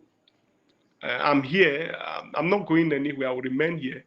I will join Peter Obi, unite with him, join the Nigerian people to fight this cause to the end. Nothing will stop me from doing it. I put everything I have in it to ensure that there's a new Nigeria and the people of Nigeria will heave a sigh of relief that indeed a new Nigeria has indeed begun. So that's where we are, and that's why I said we expected it to be so. Even the fight to remove the military from office and throw democracy in Nigeria didn't equally come easy. People had to struggle. People like Ganifa Weyemi, Bekora Somkuti, Chima Obandi, the labor movement, name it, we're all involved in that struggle to ensure that we have this democracy that we have today. No struggle is easy. In South Africa, the fight to bring in a popular government, the fight against apartheid was not easy. Even in America, the fight against white dominance didn't come easy. So no struggle is easy. And therefore for us, we are ready. We had anticipated that it can take any form. And that's why we are not discouraged with what we are saying. You can see us smiling, and you see Peter Obi also smiling. And we move freely. We are ready. We are prepared for the cause. Wow. And I'm sure that that's why the people are worried. They said they have won, but they are worried about us who is not fighting. We have not carried arms to fight. We have not confronted anybody. But they are worried. They are not celebrating, and yet they have won. So, but we are here, and I can assure you that we are never discouraged. We are more encouraged more than ever before, and we are determined to pursue this cause to the end. Thank you. Thank you. There was the second part of the question. I was saying, what yes, the support yeah, that you can give. You see, in my usual way, it's difficult for me to ask for support. If you notice, all through the campaign, I didn't ask for support from anybody openly. So whatever you feel that you can contribute to the struggle, I wouldn't want to really bore you with that. But if you feel that there is any way you can contribute, well, we will appreciate it. But for me, I wouldn't want to really be asking for support at this time. We are here. We are ready to make all the sacrifices. We put all we have on the line, and we get people, whatever you can support with. But I really don't want to put it on the front burner. It's not in my character to be asking for support. Whatever you feel you can do, quietly, even if it's not through us directly, through other people, whatever you feel that you can do will be highly appreciated. But I won't want to be in the forefront and be asking for support. Thank you. Thank you very much, sir. Thank you. I would like us to thank you. Thank you, Busy Brains. God bless you, madam. Okay, Chukso Bibweze, thank you very much, sir, for your patience. Please tell us where you join us from and go ahead with your question. Yeah, thank you once again, Mr. Elvis, for this opportunity. My name is Chooks Obibweze. I'm calling from United Kingdom. Thank you, Mr. Abure. It's wonderful to be on the same panel with you, and may God continue to bless and protect you guys, because the fight we are fighting is not an ordinary one. Yeah, my question is, knowing what we have at hand now, in the Labour Party, is there any plan, for Mr. Peter Obi to wade in into this crisis and try to bring everybody together, so that because there's nothing that can progress without peace. I know these people are planted there, but still there are some people that are around that camp that doesn't know what is going on there. Is there any way our principal can wade in here and as a man of peace and make peace? Thank you. Well, I think he's in a best position to be able to answer that. Okay. I think Peter will be himself be in the best position to be able to answer that question. All right, that's fine. Yes. Thank you, sir. Thank you very much. I would like us to move on to CM. Oga CM, are you available to pass in your question now? Please unmute yourself. I hope your network is fine. Tell us where you're joining us from and go ahead with your question. I can choose this one. Help me with tissue. CM, we're not hearing you. You hear me? Yeah, platform. I'm joining from. They hear me. Hello. Okay, go ahead. Go ahead. I'm joining from the United Kingdom. Okay. Okay, what's your question? Go ahead. I'm joining from the United Kingdom. So, what I want to, yeah, okay, yeah. What I want to put. Wow, question. We lost you, APC CM. are rigging him seriously. The CM, we can't hear you at all. We can't hear you. Very sad. I know CM will not like this because you've waited for this. We can't hear you. Sort out your network, CM. Let me come back to you at this particular moment now. Let me move on to Mama H.O. Mama H.O., thank you very much for joining us. Good evening to you. Please tell us where you join us from and go ahead with your question. Thank you. My name is Mama H.O. I am the mother of the younger generation that their destiny has been stolen. Wow. And my question is this. Because of all the things that has been done to the younger generation. Mama H.O., your location, please. Oh, sorry. I'm talking to you from Aurora, Colorado, in US. Go ahead. Go ahead with your question. Thank you. So my question is this. The younger generation, their mindset as a result of what has been done to them in this year that has passed, they make them to become hopeless, that their mindset is becoming more criminal than anything. What will you say to them? Because I know their principal is coming in as a president. So what are you going to say to them to make the job easy for him? Considering that their mindset is more criminal right now, and the things they do are criminal, like the Yahoo business, the Olosho business, the kidnapping, the Boko Haram, and all this. My children are not exempted out of it. And I'm not, in as much I don't support what they are doing, it is their stolen destiny and poverty and lack that was given to them that turned them to this. And for the principal to do this job well, all these things they have become needs to be addressed. So what will you say to them to make the job easy for their principal when he became the president and in power? Thank you, sir.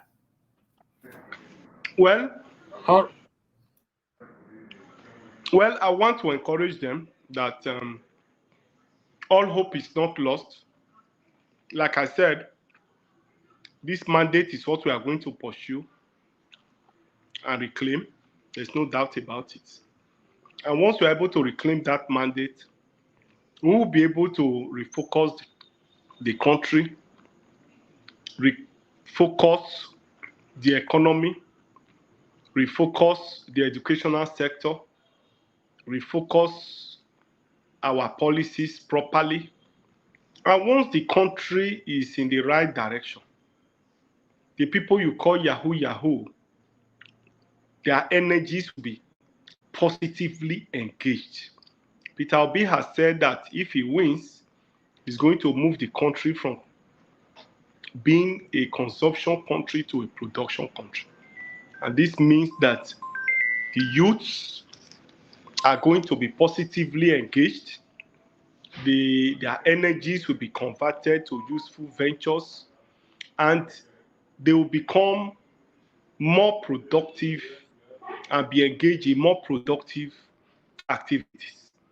I want to say that the youth that we have said are involved in criminal activity is because they have no jobs. It's because nothing has been provided for them. Their young age is being wasted. There's no jobs for the youth, and therefore they find a way to engage themselves. So I can assure you that if the country is on the right path, there are right policies, if the country is positioned properly for effective service delivery to its people, it will definitely take care of all the concerns that you have raised. Like I said, it's not rocket science to change the narratives that we find ourselves. All we need is to have right persons in government positions, is for us to have right thinking people in offices, It's for us to bring people who are experts, who have the expertise, who have the passion, who are patriotic enough to redirect the fortune of the country. The country is quite large, it's rich in terms of natural resources, it's rich in terms of human resources. The country has what it takes to be a great country. The country has what it takes to provide welfare, to provide benefits to its own people. There is no reason whatsoever why we should be where we are, except for the simple reason that we have bad leadership, selfish leadership over the years that have superintended over our affairs. So once we have the right people in office, I can assure you that the direction we are currently facing will definitely change. So I want to appeal to the youths that they should remain focused, they should not be discouraged. I assure them that a new Nigeria is possible, that we can indeed have a country that we can call our own. You know, so And in line with that, sir, majority of my children are being locked up in the prisons for just laptop or maybe 5,000 naira. So this wait, please, sorry, sir. In line with this, what would be your role to ensure that when Mr. President enter into office, this population are being looked into and rehabilitation and empowerment is being done for them?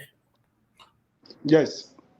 Well, I think I partially dealt with that when I said by the time we have right policies, the country is refocused, the energies of the youth are redirected to productive ventures, then of course, the population that you think are of no use now or that have these vices, those energies will be tailored and channeled towards, and therefore that scenario will change. Because I will reach out to you to mention my children. Excuse me, Mama Esho. No, it's okay. I know. I'm just reminding him so that we'll work together. Okay. All right. Thank you. Thank you, Mama Esho, for your questions. I would like us to move on to Mark Okunsaye. Thank you very much. Please unmute yourself. Where you joining us from? And go ahead with your question. Hello, sir. Thank you, Elvis. I'm joining from United Kingdom. I'm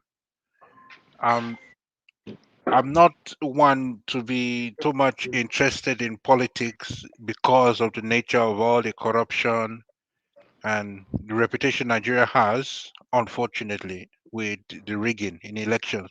But this time around, when I saw the candidates for the presidency and I saw one that has a transparent reputation and character, I was encouraged. So that's what made me an Obi supporter. So I started supporting Obi, and then I've been following everything, morning, afternoon, and night throughout the whole election. I've seen the rigging, the fighting, the court case.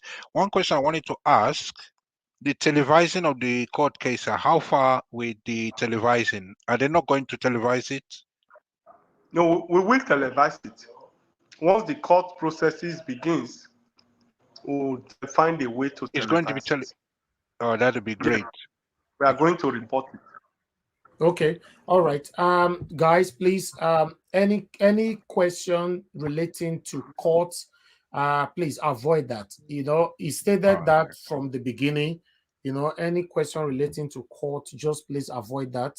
And we are not going to pass it on here as well. Okay, let me quickly, I guess everybody on the panel have passed all their messages here, but I would like to quickly ask this from myself, you know, because this have never happened before. Barrister Julius Abure, you know, unseating a city president. But at the moment, we were kind of worried yesterday, couple of us here on this panel, that currently the APC presidential candidate is already, you know, moved with his vice to the defense house. Please, do you want to talk on that? I don't know. You can pass it. We really want to understand what that means. Well, they are preparing for swearing in. Okay. Yes, they are preparing for the swearing in ceremony. They claim that they won the election, so they are getting prepared for swearing in. So let's see how it goes. We are all here. We are determined to follow the court case from beginning to the end. So we'll rely on that, and let's see what we can make out of it.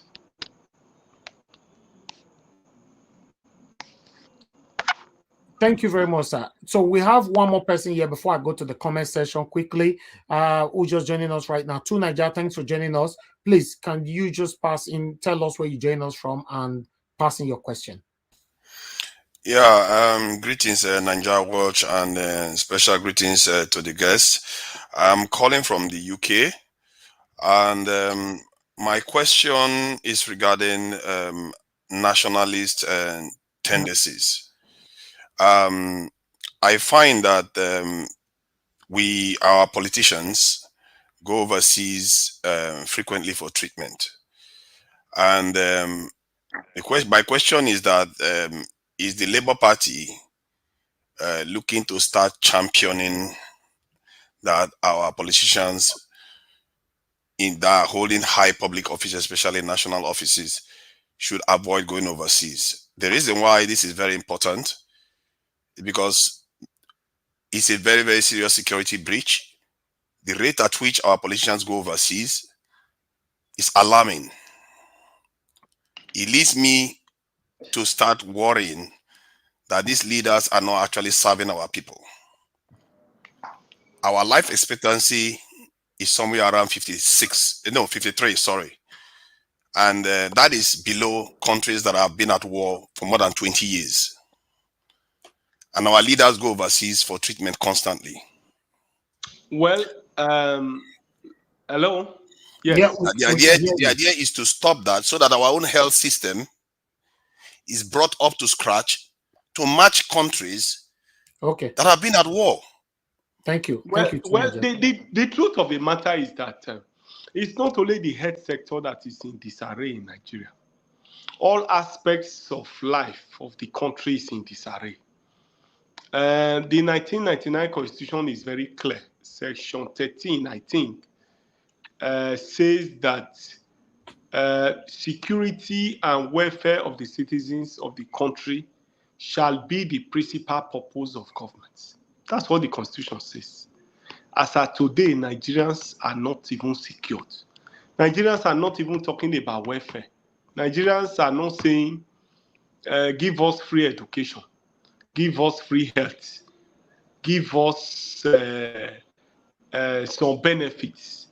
Nigerians are saying, secure our lives, let us be alive, and we do other things for ourselves. Even that is missing. That is to tell you how poorly managed and how bad the country is. So, generally, as it stands now, the approach is a holistic approach that we need, to revive all sectors of the country, including the health sector.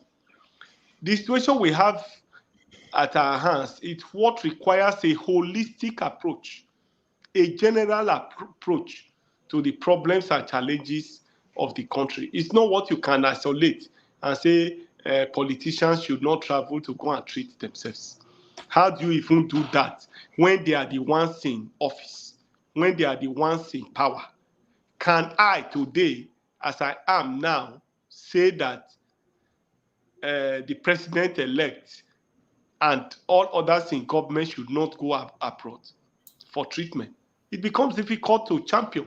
So it brings us to the same point that a Labour Party government, a Peter Obi presidency, will be able to have answers and solutions to the numerous challenges that the country is having, including what is it called now, including the challenges that we have in the health sector. Sorry, Okay. sorry. Let me just add this, Nigeria Watch, please. I believe because all sections of this nation are against this practice. If NLC that is associated with Labour Party can threaten strikes due to subsidies and get their way, how is it that our leaders cannot champion a cause? Yeah, I think it's a very beneficial cause for Labour to champion and appear nationalist, to say, you know what, put our nation first, stop patronizing foreign medical practices, put our healthcare system first, stop patronizing foreign health practices. This can filter into other sectors too. All right, Tunaja, thank you. Thank you. Well, let me say this. It's not only health sector that we patronize outside the country. Even a country that has crude oil, we import petroleum products. We import rice to the country. We import food stuff to the country. A country that has over 230 million people, a country that has vast land across the country, we still import food items. So that tells you that something generally is wrong with the country. And like I said, it is going to be a holistic approach to all the challenges that we have. It's not limited to health alone. It's a holistic approach that we need to generally champion and change the course of the country. Okay. Thank you very much, sir. There's a question from the comment section. Somebody asking me. I'll just put this on the screen while I read. You know, say, please, Elvis, ask him how the obedient outside Nigeria can register to become member of Labour Party. Okay. Yes. Well, we have a website where you can register for now, as at now, but we are working on an app now that will take you to your unit, and you'll be able to register, and we'll have all those records at the unit level. We are working on it. In a very short while, that app will be out and will commence the process of revalidation of membership, where both old and new members can re-register and become strong members of the party. But as of today, you can register online. You can also go to your ward if you are in Nigeria. You can also go to your ward, go to your local government to register as a member. If you want to register online, you can also do so online. But there's an app we are developing that will generally, very soon, take care of everything that has to do with registration of members. Okay. Thank you. Thank you very much, Mr. Julius Abure, for taking your time to answer all the questions. I would like to take 4 calls, just 4 calls quickly. Hello, yeah, good evening to you. Your name and where you're calling us from? Turn down your device. Turn down your device, please. Yes, I've done that. Okay, Mr. Alex, please go ahead with your question. Thank you. Yes, thank you, Mr. Bure, National Chairman of the Labour Party. Thank you for the work, for the tedious and the audacious work you've been doing for the past 1 year to restore this country from the hands of political gladiators. I want to encourage you. Yes, history will not forget people like you that Mr. Peter Obi and the Labour Ahmed Dati movement generally that took the Nigeria political cinematography by storm.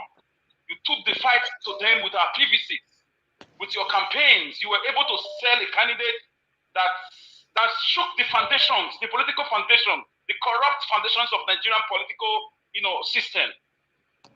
We saw the fight. We know we won. We know we won. We know Peter Obi won it. Okay, what's your question? You beat them in Lagos. My question is this, sir. If you have a vibrant and intelligent and articulate or qualified, educated Nigerians, home and abroad, who wants to aspire for political positions under Labour Party. Usually it's all about godfatherism in other parties. It's all about secret society. It's all about blood drinking and so on and so forth. In Labour Party, can ordinary person become a Labour Party member and aspire to be a House of Assembly member, to be a local government chairman, or to be a House of Rep aspirant? Is it possible? And how long does it take? And what are the modus operandi and the modus vivendi? Thank you. Thank you. Okay, listen. Well, it's very, very possible. In the just concluded general election, it will interest you to note that we so far have close to 38 or 39 members in the House of Representatives as we speak, and others are going to come from the courts. As of today, we have 10 senators elect under the platform of the party. These people didn't have godfathers in the party. And it will shock you that a bus driver won from Kaduna State to the House of Rep. A fish maker from Delta State won to the House of Rep. We can go on and on and on. And that's the narrative. That is the new beginning that we'll talk about. All the people that won under the platform of Labour Party today, whether as governor, whether as senators, or those in the House of Rep, didn't have godfathers. I didn't even know them. But I gave them tickets, looking at their pedigree, looking at their capacity, looking at their educational qualification, and we gave them the ticket. And today, majority of them are in the Senate and in the House of Rep. They are not those sponsored by godfathers. And those are the... Okay. The network... You don't need billions of naira in a country that works well with a good political system. You don't need billions of naira to be able to run for an elective office. You don't need to be a corrupt man who has stolen money in order to be able to run for any office in Nigeria. So, of course, this is the narrative that we want to change. And we have given that example clearly with what we have done with the 2023 general election. Go and find out. All those that won, I repeat, all those that won under the platform of the party today have no godfather. Some were not even having money. A lot of them didn't have money to campaign. People campaigned for them. People printed billboards for them. People made posters for them. And today, they are in the Senate, they are in the House of Reps. Go and find out. All those that won today under the platform of the party are common people like you, common people like me. And that is what the Labour Party provides. That is why we said Labour Party is an alternative to others, where the son of a carpenter, a son of a mechanic, a son or a child who even have no father nor mother can aspire to any office in the country. That is our vision, that is our dream, and that is what we have put on the table. Thank you. Thank you very much, sir. Let me take another call. I'm only going to take 4. This is the second one. Mr. Aigbe, thanks for calling in. Please go ahead with your question. Good evening. Thank you. Yes, Nigerians, thank you very much. Good evening, Barrister Abure, our LP Shema. God bless you, sir. God bless your effort. And I want to go straight to my question. I'm calling from Rome. My name is Aigbe. I want to go straight to the question. Please, my question is this. As we all know, Peter Obi is a flag of a new Nigeria. And the obedient movement, we are advocating for a new Nigeria. A Nigeria where the son of nobody will become somebody.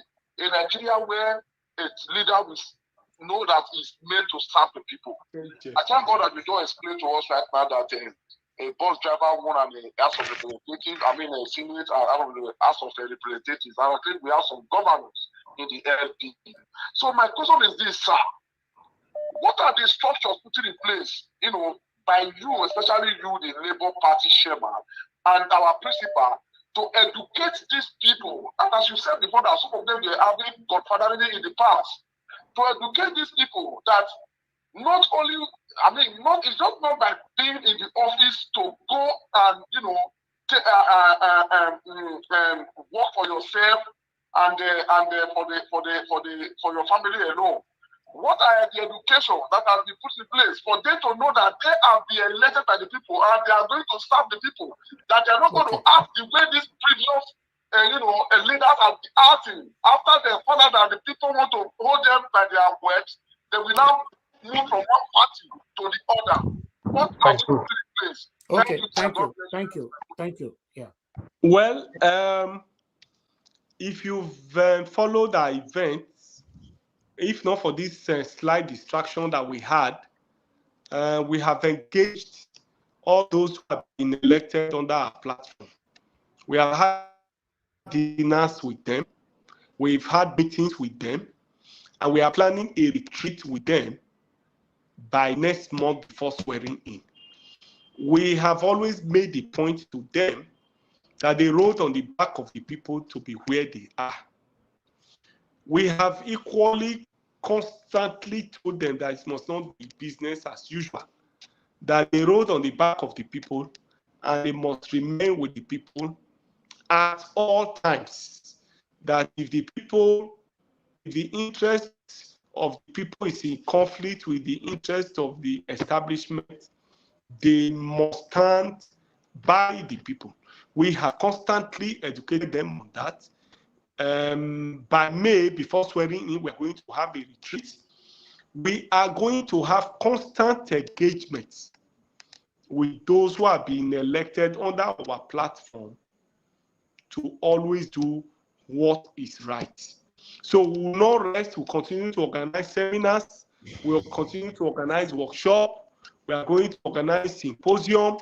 We are going to positively engage them on all matters in order to ensure that they remain focused within the ideology of the party, within the program of the party, and ensure that the people of Nigeria will have value for this struggle they have put themselves. Thank you, sir.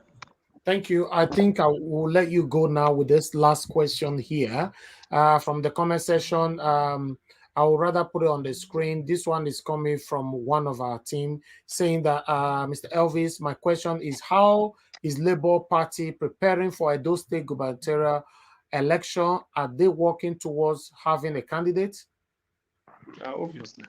Well, as at now, we are focused on Imo, Bayelsa, and Kogi, which is holding this year. We've just concluded our primaries, and we have all our candidates already in those three states.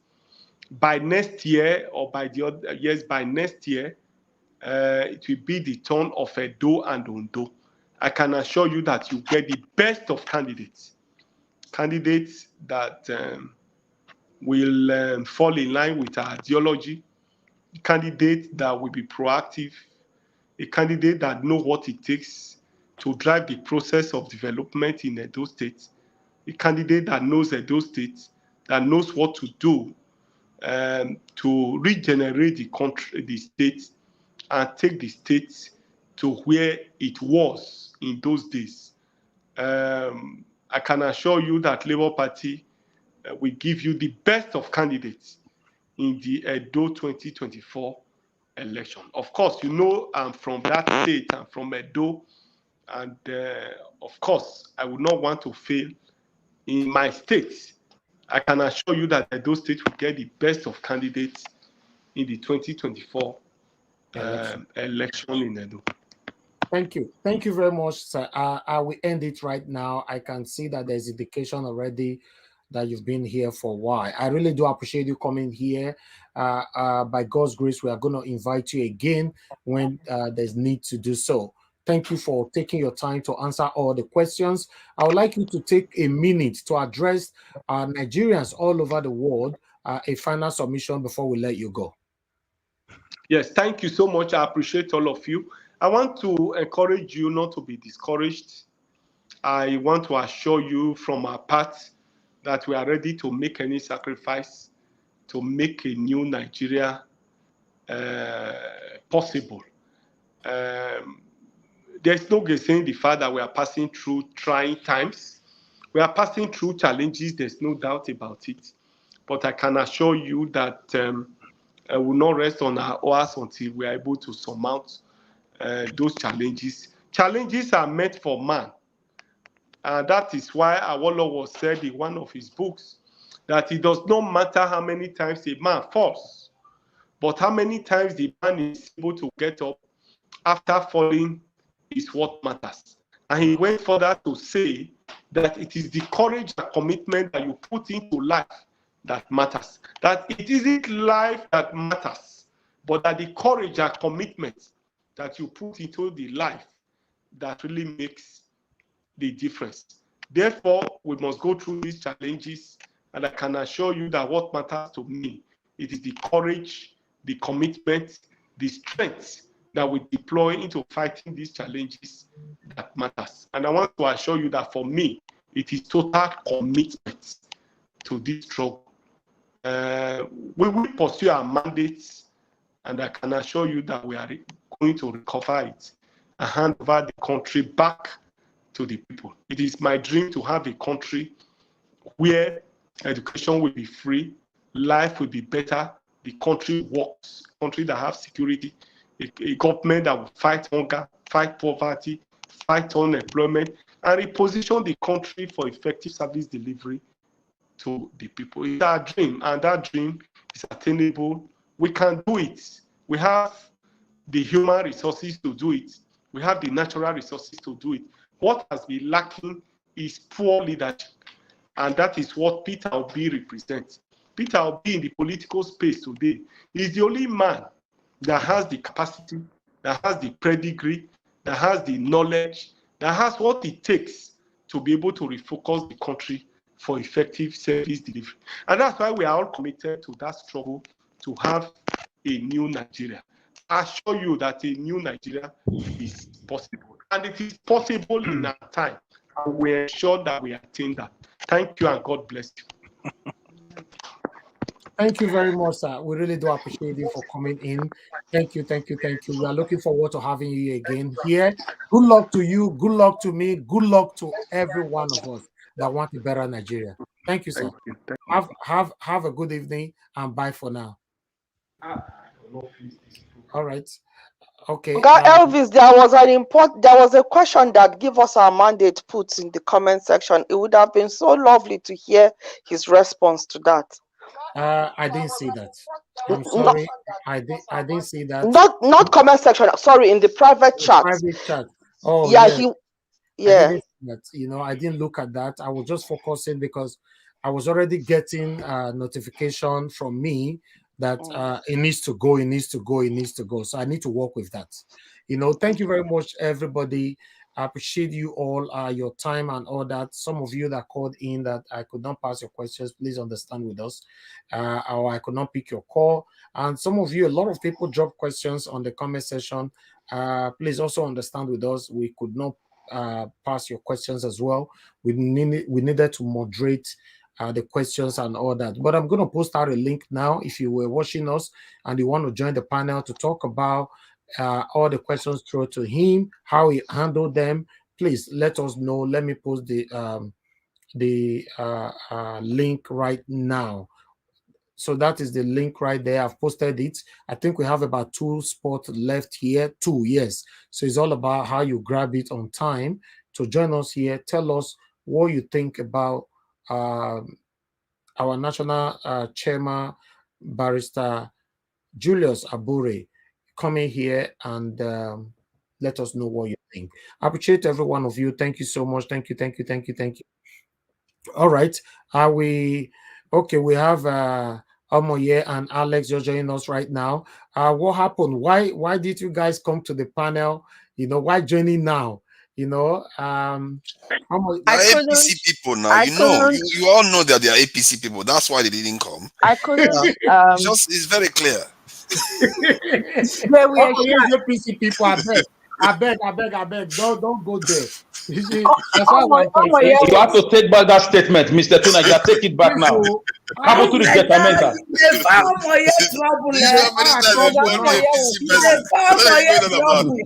If she talks, Tunaja is fighting back. Now my trouble in the I was fight, expecting so her to be here though, but I don't know what happened. Hello, She was shy. I've been, my schedule is really busy. So when I was asking those questions, I was in a meeting, so I couldn't join. And I just wanted to quickly, I had a quick break and I wanted to just ask the question. It wasn't really like I know that you had put out a statement saying that you can't ask law questions. That question cannot be passed at all. No, because no. The reason it's not the question is not what's the for lack of better words, it's not provocative or it's not leading anything. It's about the judges, right? I read it. Yeah, it's about. I just wanted to have an idea. Like, are they 5? He could have just said, okay, 5 judges from different regions or something. Wanted to answer any question coming from the court, the judges or anything. He never wanted that. So, and I couldn't pass that kind of question.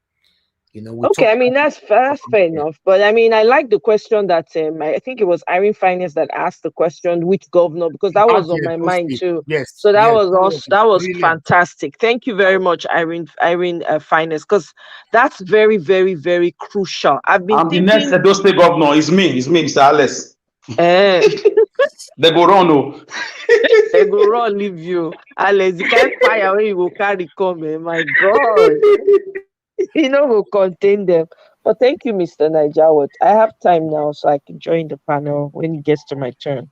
Okay, thank you so much. Thanks for calling in. Mr. Alex, please give me time to come to you as well. I think I need to quickly speak to the chairman privately quickly. So, Alex, please look after the panel for me for now. Okay, please.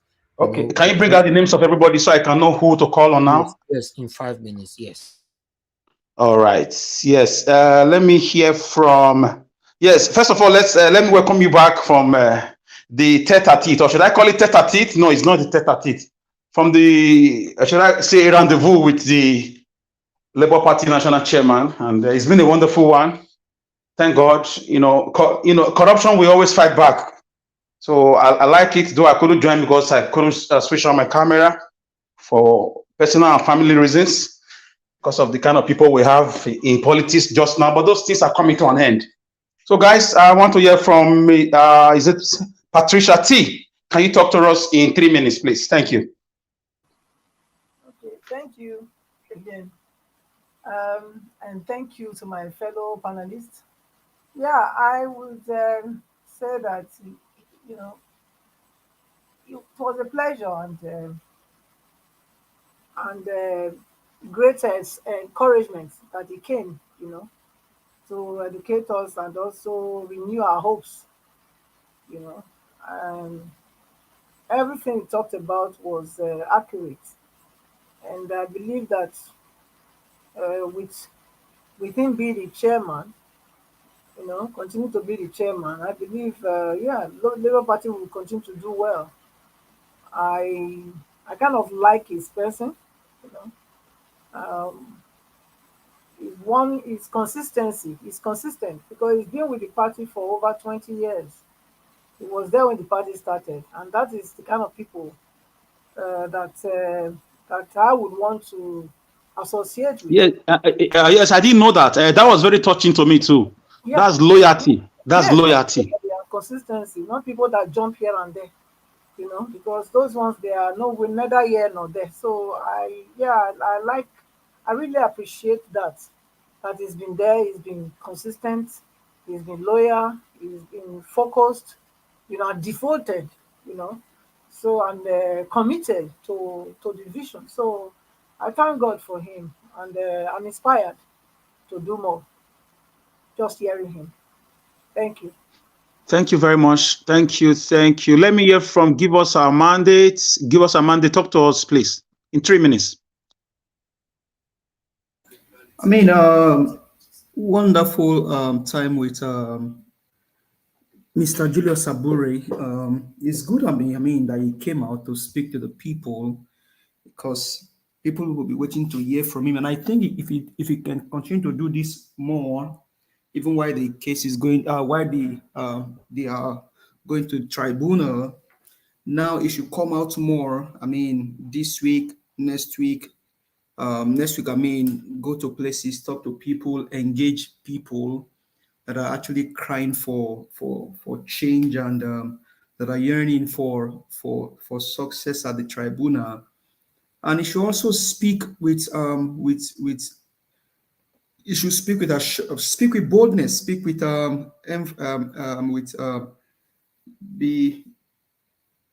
be straight on point. I mean, speak with all courage and boldness, because even though the outing today was nice, all of those are word of Eve when all of this, I mean, maybe that's the way he wants to put his own statement, but I think it was a nice interview with him. We'll just continue to trust that the judiciary will do the right thing. I think even seeing that the NLC, May Day is always a day that the labor celebrates in Nigeria. So unfortunate to see that they are trying to withdraw their permission given to them to use Eagle Square, or because they are preparing to swear in president-elect, which is by God's grace not going to happen. It just shows you how crazy the system is and how corrupt people can be, meting wickedness on people regardless of their legitimacy and their rights. Hopefully, this whole thing plays out. Let me just talk to the judges. One thing is, if you're on that, if you're part of the judges that'll be sitting on the panel, you need to think twice, because if Nigeria gets better, your children will enjoy it. If it gets better on the other side, your children and your family also will. You yourself, that is a judge, you will enjoy it. I mean, we've had the story of judges being kidnapped by X-men and Fulani killers. So if you want it to continue, do what you feel is better. But if you want it to stop and then look for a better Nigeria, then give a better judgment, because Peter Obi won the election. I mean, even the blind can see, can feel it. The lame, the deaf.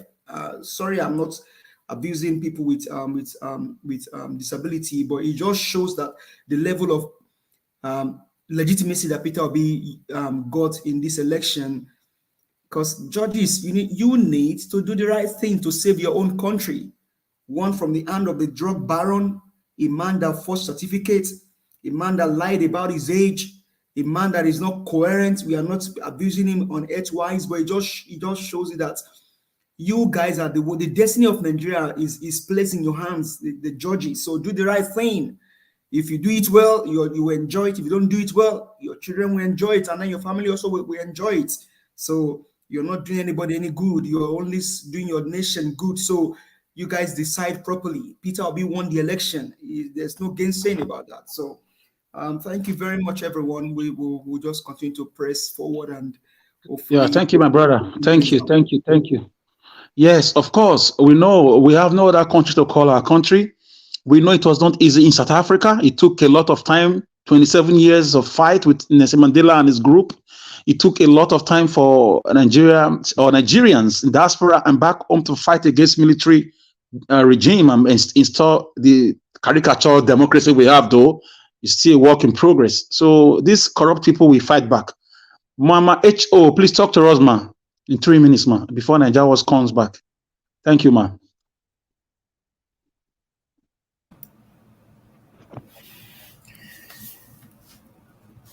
I want to sincerely say thank you to the legal system. At least when they do wrong, we go lash them. When they do good too, we go thank them for giving us days for the hearing before 29th of May. All right, I'm back. Which is a good news. So we thank them. For now. Okay, Najawash. Okay, take over. Yeah, thank you. Thank you very much, Mr. Alex. God bless you. Mama Esho, please just hold on. I'll come back to you.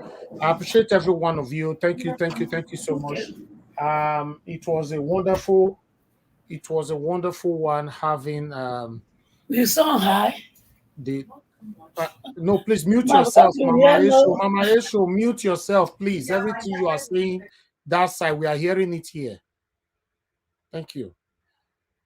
Thank you very much, my people. I appreciate you all. Thanks for your understanding. I wanted to quickly do that. Thank you very much once again, my brother, Mr. Alex, for that few minutes. I appreciate that. Yes, yeah. After yesterday, I decided to say, okay, the only thing that we can do to stabilize our hope, especially, I don't know if others were in the same shoes with me yesterday, but for me, I was a bit down. So I decided to say, okay, let me see. Despite of trying to bring in the national chairman, he almost said that he's not coming at all because they are trying to avoid any platform. You heard him when he said it. They are trying to avoid every single platforms at this particular time. And I was also concerned that we should try not to ask any question relating to the court at all. Not just because he's the national chairman or all that, but even other lawyers that have been to Arise or channels, when they're asking them questions, you remember they always say that because the case is already before court, they cannot really speak about some certain questions. So for me, I was trying to avoid all those areas. But him coming here to give us a massive hope that, of course, we are going to get our mandate back. I like that. I like that the hope is be renewed, the belief and all that. I can see a couple of people right down in the comment section were very, very happy hearing that from him. And I want to thank every one of you that joined us as well.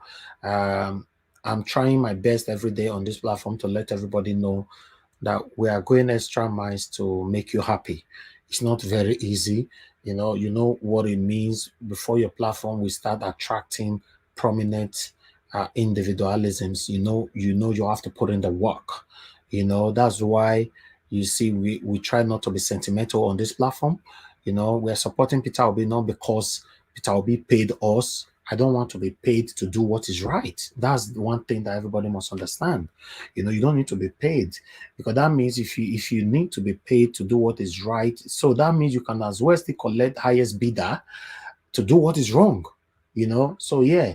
And in the other way around, okay, let's also assume that from the beginning, since April we started this journey, let's assume that we've negotiated payment for all this. Maybe that's okay, we'll give you 50 million naira, 30 million or whatever, and we've collected that money. Okay, but what will happen? Look at all the names that have been to this platform. If you think that is a normal thing, invite them to your platform. If you think it's normal, say no, not talk like that. No, it's not normal. So that means it's not everything money can buy. How you portray yourself matters so much in life. Yeah, that's what people look at. They have PAs, they have workers that will look into your platform to see if it's the kind of platform they can come. All right. So once they look all these, they now say, oh, yes, it's the kind of platform you can go, sir. When Senator Uzamere came to my platform about 2 years ago, that was what happened. When Don Pedro Obaseki also came to my platform, he said that on air. He said, Najawash, I have to do my own research to see where I'm going. So to cut all this short, let's stand for what is right. We are following the footsteps of Mr. Peter Obi. To be honest, the way me will shout again now, when I'm not so I get headache, because the bill I say they don't charge my what I want call a power bank or waiting. For hearing my national chairman, I think they talk just now. I'm very, very energetic right now, and I have the hope to continue to pilot everybody here. Thank you very much, my people. Now God bless you. Now continue to encourage us to do the best for you. It's not easy. I did not promise you perfection. Yes, obviously I go offend you tomorrow, but you'll rest more. You'll rest. Say you come here, you're not trying to ride on us and all that. Tell us what to do. No, suggestion is allowed. Thank you. I appreciate you all. We're playing a video earlier on because I really want us to talk on this video. We could not analyze that video before our guest came in, Barrister Julius Abure. Meanwhile, let me quickly pass this on. We are expecting somebody else again, somebody else again that is bigger than the national chairman. So, as you all know, I didn't announce this, right? Yes. So I'm not also going to announce that. Sorry, because the two why I don't announce when I know it end. I announced that Barrister Ozekome is coming here. Then Arise carry him, right? China is carry him. The same deal. So when you come, they come here and they come see indoor tire. But because of the love they have for me, because that's the second time he's coming to my platform. He's been to my platform before. It was in my platform a year or 2 years ago, So, and it came. So when we announced that Barrister, Igini is also coming, Mike Igini, you see, Arise, quickly go rush him. See. So it's a good thing. I'm not opposing that, but I just want, if we want our guests, it is better we keep it away from the public and let us have it first. If they want to go take our national chairman, that will not be a problem. I guess you people understand what they talk. And apart from that, apart from our rise of channels, I want you to also understand that we have common enemies. Yes, we do. Some people might say, don't believe on enemy. Yes, everybody have enemies. That's why the word enemy exists. Yes, it is called common enemy. They are there.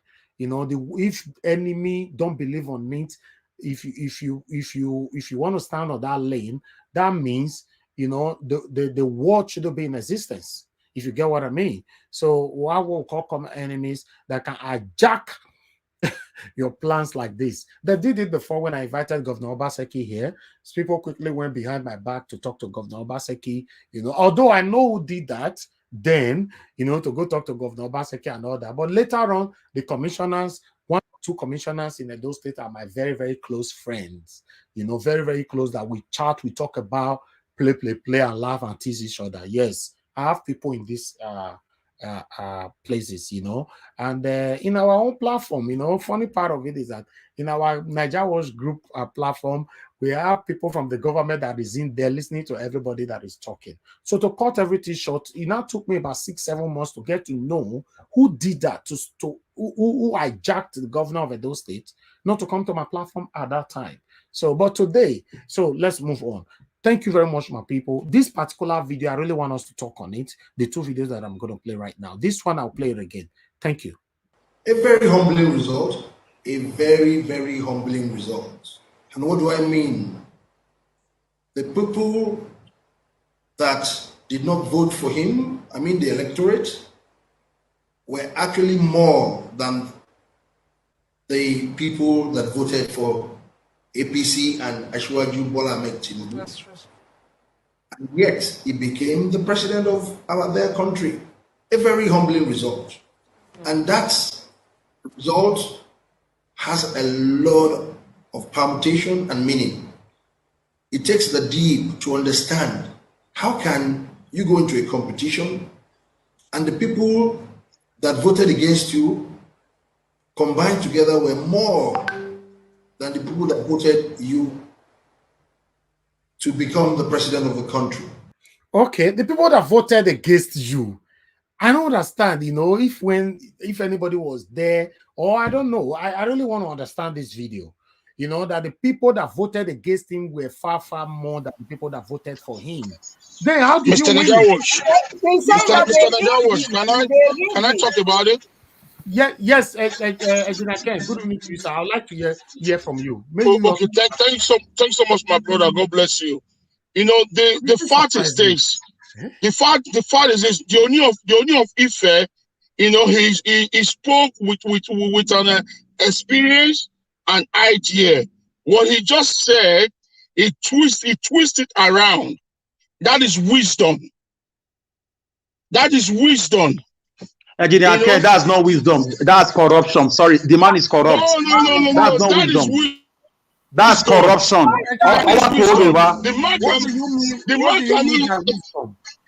The man that saw the killings in Lagos. He saw the killings in Lagos. He saw this tribal bigotry. Hold on, Alex. Let me hear from Ejinake. Let him finish. Ejinake, can you define the wisdom as how? What was he trying to achieve? Okay. Okay, you cannot expect a king to speak up and say that oh, they didn't vote for you and you were hand over the ticket to, you did well or you didn't do or you didn't do well. Or why would they give you a ticket? This is corruption, this is bad. If you say that openly, it's like he's fighting against the power that be. So that is why the man has to use his own knowledge to talk He about should that. have kept quiet like the Oba of Benin has kept quiet. No, hold on. I think I'm getting where Ejina Ken is going. Ejina Ken, are you trying to say that the king was actually in the side of the people? Yes. Indirectly, it was in the side of the people. Indirectly, he was teasing the APC and the Jagaban government. Because he continued to repeat it. Thank you. The people that didn't voted for him. Thank you. People that voted for him, and he won. Thank you. And he won. He done it about 3 times. Okay. About 3 times. So the man was using an indirectly attack, to him.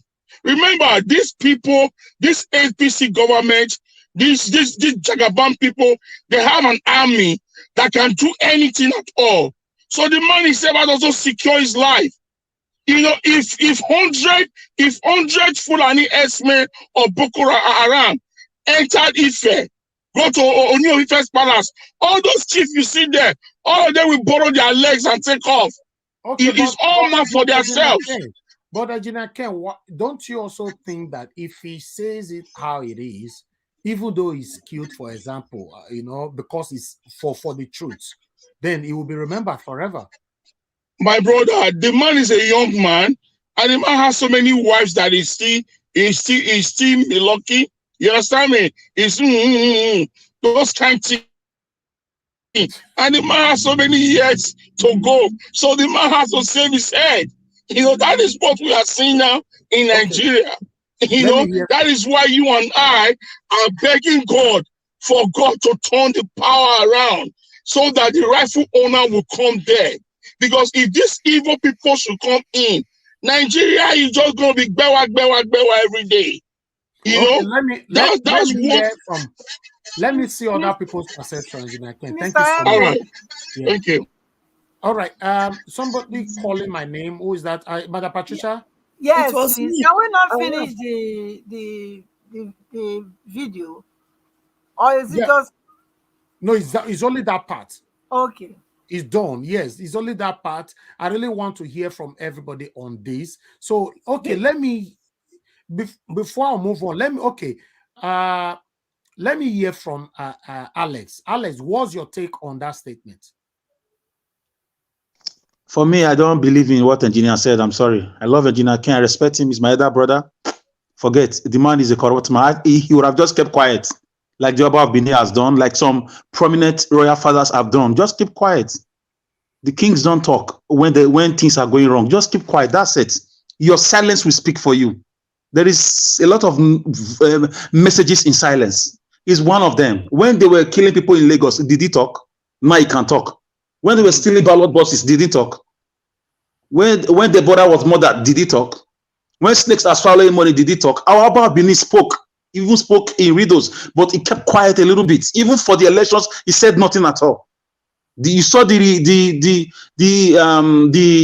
reception Oba Benin gave to Tinubu. It was a rejection. He didn't spend up to 1 hour with him. Just spoke a few words. He never addressed his political ambition. So that's how fathers behave. You don't support evil. You don't try to paint it. We are in a very desperate situation now. People are suffering. As we speak, people are still dying. They've resumed killings in Benue. They are killing in Kaduna. They are burning churches already again. They are kidnapping people. It's not time to play anki-paki double-decker political banana chips politics. No. Capital reject of that. The king should have kept quiet. I respect him. I have respect for royalty. But on that matter, he did not do well at all. So I just leave it there. Thank you. Thank you, Mr. Alex. That is your opinion. Ejinake have also expressed his own opinion. So let me hear from other persons' opinion. Busy Brains, please talk to us. What is your take on that short video? So basically, my understanding of it, he's saying that the people that voted for the thief are less than the people that did not vote for him.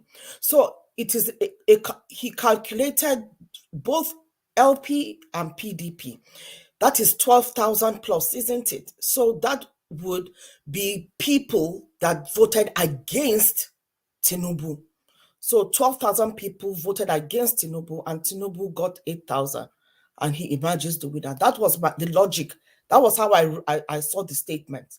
So, and as far as I'm concerned, I don't think I agree with Alex on this, where he should not be making political comments. That is something that we take and we see why the Queen of England does not engage. You don't even know what her opinion are on the price of bread in the market. You don't hear anything like that, and that is the best way to retain the sovereignty and the what's the other word of the spiritual, to preserve the spiritual throne that he's sitting on. He should not meddle into the affairs of mere men. Hello? I just think that anyway, before Did you guys hear me? Pardon? Did you guys hear me? Yes, but you stopped. Yes, of course. Of course. Oh, okay. Yes, Yeah. You are done, right? Yeah, I'm done on the question that you asked me, but I have a lot to say. Yeah, no. We'll come back to that lot. We'll come back to that lot. This one is just a short one for this. But you don't think that is what he was trying to convey? For me, I don't want to apply mine now until I hear from everyone. So let me quickly hear from Mother Victoria. Mother Victoria, before I go to Mama H.O., please talk to us. Good evening to you once again. What is your take on that short video? You know, we are not taking time to talk on everything yet. We are all quickly going to pass our own take on this particular video. I didn't see the video. I'm sorry. All right. Okay. All right. I'll play the video again, but I'll come back to you shortly. 1 minute. Okay, Mama Esho, please. What is your understanding on that particular video? When you expect them to speak, they don't. Oh, thank you, Mama. Thank you. You are a mother. The atrocity caused by Enso Luomo. What did they say about it? The king traveled.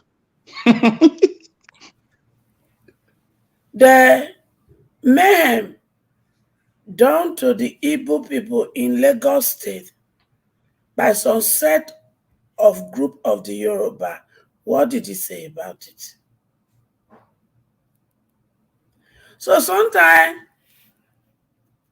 when I look at some of these our monarch and see how they have turned themselves to be men, it baffles me. Because as kings in the olden days, they sit on the throne for fairness and justice. But majority of the one we have this day, they sit for Ghana must go. And it's so sad. The sacred throne has turned to men throne. It has turned to fashion parades. And it's sad. Okay. All right. We wanted to make that short. I'm coming back to give everybody enough time to talk, but I wanted everybody to contribute to this particular one. Okay. Let me hear from Give Us Her Mandate. Give Us Her Mandate. What is your take on this short video? Thank you very much. Say that your king go. Hey, please. So please, I tell you that I mean, okay, let me not say anything that will be an abuse of the king, but no, we don't insult king for you. That's what I'm saying. I'm not going to insult any king, so please don't put me on the spot. So, it's just coincident that you brought this up. Honestly, I think yesterday was when I was thinking about King of Benin. that imagine if Oba of Benin had given a Tunumbu honest audience when he came to the palace. What do you think will happen? That man behaved himself, portrayed himself, that is for the people and not for the few wicked men. And up until now, that man maintains his integrity. There are some thrones that APC and PDP have infuriated. In what is said and what Engineer Ken is saying, that's a logic on the essence of the fact that you guys said more people voted for this person. How come he won? He knows what he's doing. But one thing is, if Nigeria gets better, everybody go enjoy them. If you don't get better, then go enjoy them. So one thing is, if you're standing for the truth, continue to.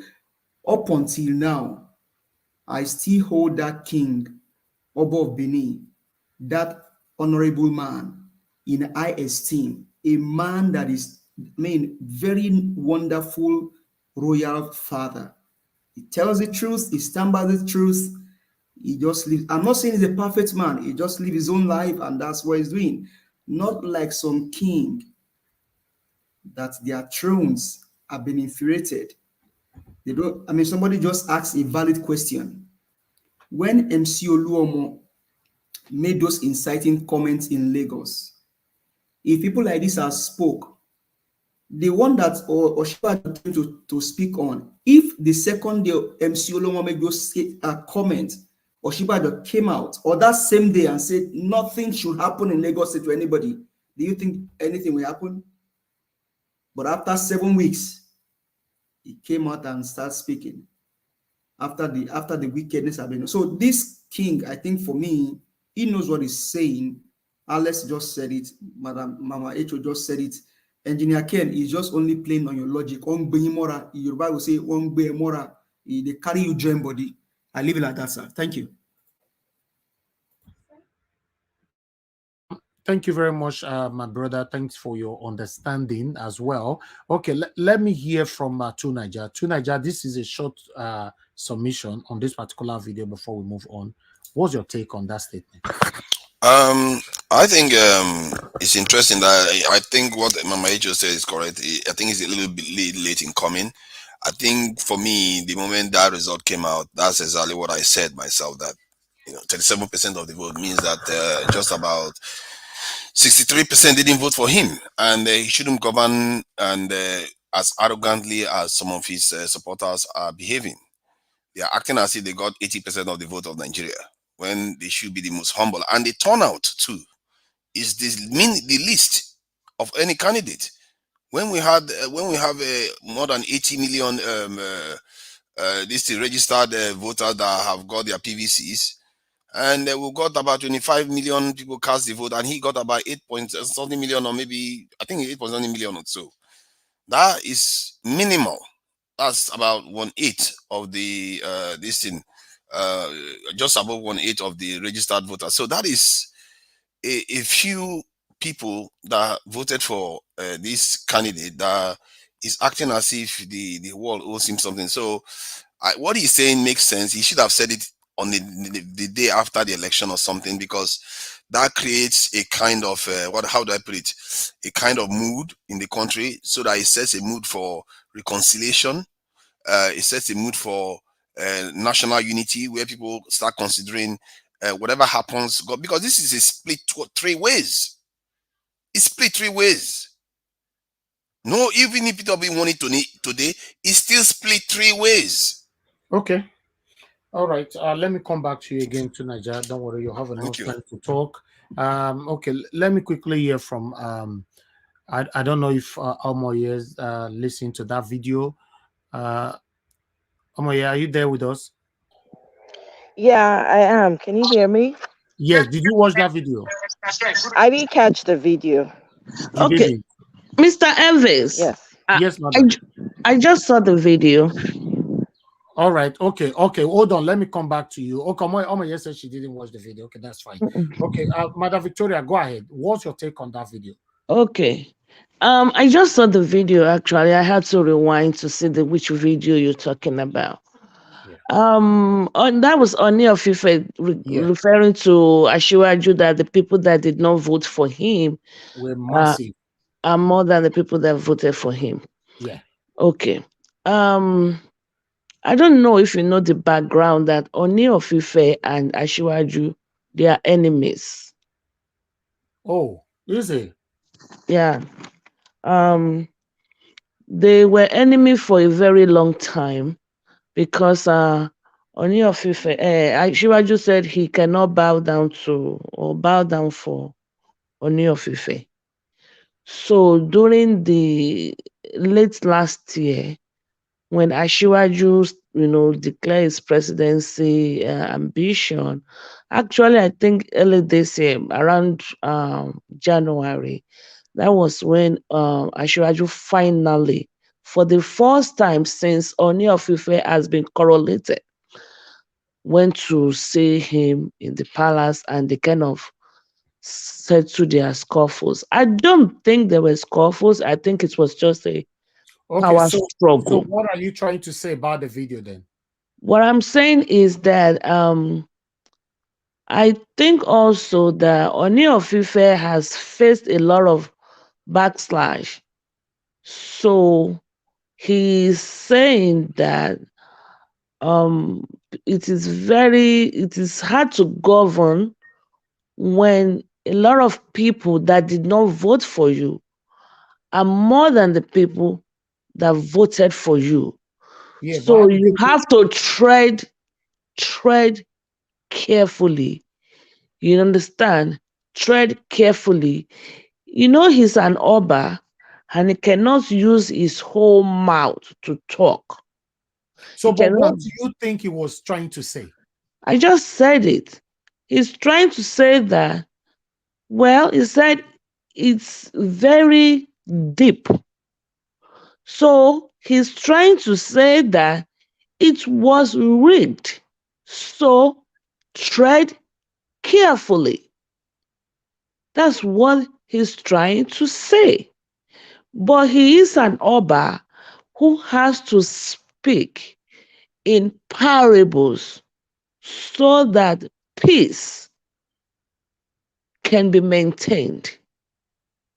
He cannot just say, you read the election. No. Okay, now, Mother Victoria, it looks like I'm getting where you're going. It's like you and Engineer Ken is sounding almost the same thing. Are you trying to say that Oni of Ife was indirectly mocking APC? Yes. I won't use the word mock, but he's indirectly saying that they are widely rejected. Okay. And coming to power, it's very coming. If you are widely rejected, how did you amount to the power? How did you arrive where you are? So it's just like what every one of us said when they first declare Tinubu, when we say, you guys don't win, so tread carefully. Don't jubilate because you did not win. So he's indirectly talking, like I said, that's why I gave you the background. I believe if they were pally prior to this, he probably would have, jokingly says, but he's an Oba. Two, they were not friends, they were not pally.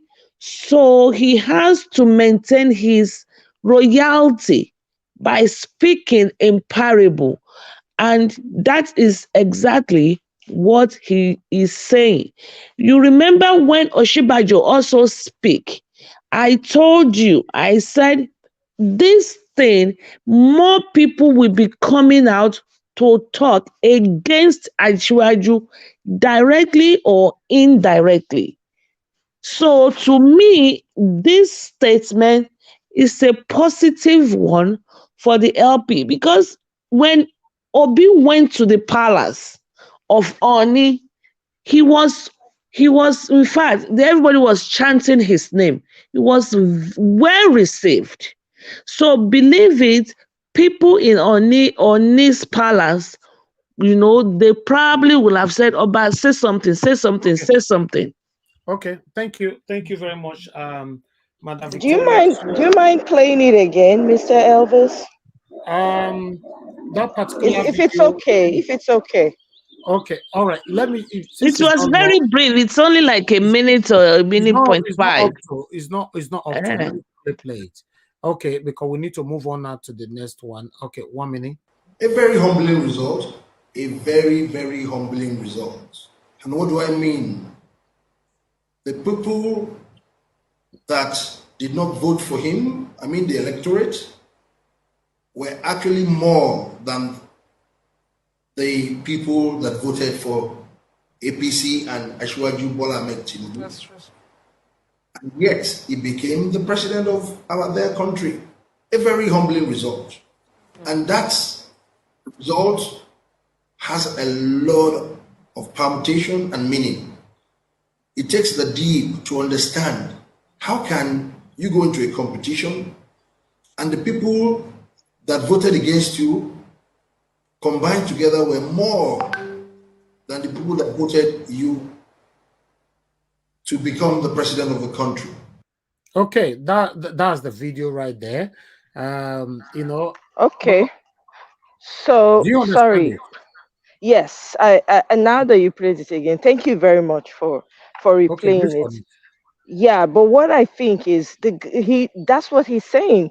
The people that voted for against Agbado are more than the people that voted for him. It's clear. The man is not Exactly. coming out as an Oni of Ife. And again, what I want to quickly say is, please, can we just stop this comparison with Obas in Nigeria? We respect our Oba in Benin, we do, and it's very important because I see happening a lot where we shouldn't do that. Please, I beg, we want to preserve the life of our Oba as much as possible. So we're thankful for the wisdom that he has and the integrity that he has. But please, let's not compare, please. So let's just deal with them as individual basis with respect, as we respect our own Oba. So what he's saying here, he's speaking in hyperbole or whatever they say in English or whatever, right? He's trying to say he's not going to come out boldly. Not everybody can talk the way some of us talk, where we say it exactly bagam as it is. No, not everybody does that. Some people, right, will go around, but if you're paying attention, you will understand that this person is saying that this person rigged the election. That's the Okay, summation of what That's he what I said. just said. That's what I Yeah. was waiting for you to say. That's all. Yeah, that's That's what it your. means. Sorry. Yes, that's my take from it. Yes. Yeah. But he will Oba and nobody in the corridor of power will come out and say bagam, like my sister Omoyeme said, bagam, Tinubu rigged it. They will merry-go-round around it, and you have to decode it. I mean, Okay. he's an Oba, he can't just Thank you. talk like that. But he Thank you. said it clearly. Thank you, Madam Victoria. Okay, let's move on now. I appreciate every one of you that joined us today. I see, I say some of you they appreciate I not remember to ask for like or share since I bet make gonna press the like button now. Make gonna share. We currently have 1,292 watching us. So please press on the like button and share. We currently have the likes, because we'll not talk about that, it's still on 572. Thank you for those of that 572 people, but we're supposed to hit 1,000 because the time our national chairman was here, we were having 1,800 watching us across. On Nigeria Watch alone was about 1.5 or 1.4.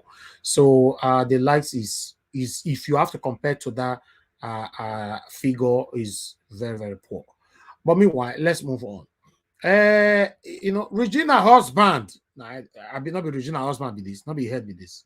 Now, Regina husband don't come out now for one corner now can't talk say, now here we talk that Peter Obi's petition against Tinubu is an effort in futility. Ned, now I talk this one so I would like make we quickly go on. Let me bring the total statement here. 1 minute so that we can take this together. God bless every one of you. Please help us to like and share God bless every one of you. Okay. Please mute yourself. What you are saying, we are hearing. Please. Thank you. All right. Let's move on, my people. Appreciate every one of you. Okay. Right here, Ned said, Obi's petition against Tinubu effort in futility, Ned Nwoko. So the Delta North Senator-elect Ned Nwoko has said it is impossible to stop the 4-year term of the president-elect Asiwaju Bola Tinubu after the May 29 inauguration. Nwoko explained that once the president-elect was sworn in, the petition filed against him at the Presidential Election Petitions Tribunal in Abuja might not see the light of the day. Obi had filed a petition to challenge Tinubu's victory in the February 25th presidential election.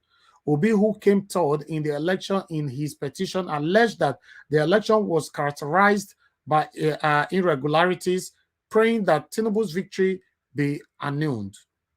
Nwoko, however, stated that the Labour Party's poor assessment of the situation and unrealistic expectations led to its defeat. Nwoko, who spoke with journalists in Abuja on Thursday, said had the opposition parties teamed up, they would have trounced the ruling APC in the election, given the poor performance of the current APC regime led by the President Major General Muhammadu Buhari, retired. Nwoko reiterated that an alliance government would have been the perfect opportunity for Obi to save Nigeria's economy, as he avowed in his campaign. He stated that it was now near impossible to stop Tinubu from becoming president despite the petitions signed against him once inaugurated. Remember, so now this one I stand on yesterday, though, saying that whatever that we need to do, I'm happy that the date have been set now before 29th of May. So it's better they settle everything before swearing him in. But nevertheless, let's move on. Nwoko said, unquote, once Tinubu is inaugurated as president, he takes charge of everything. He becomes the commander-in-chief of the armed forces. He orders them and uses them as he wishes.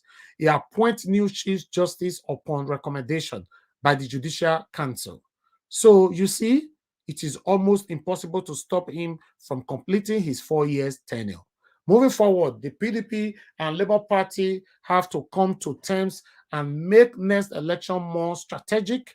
Natural alliance between both parties is the only way to save Nigeria from this inauspicious government.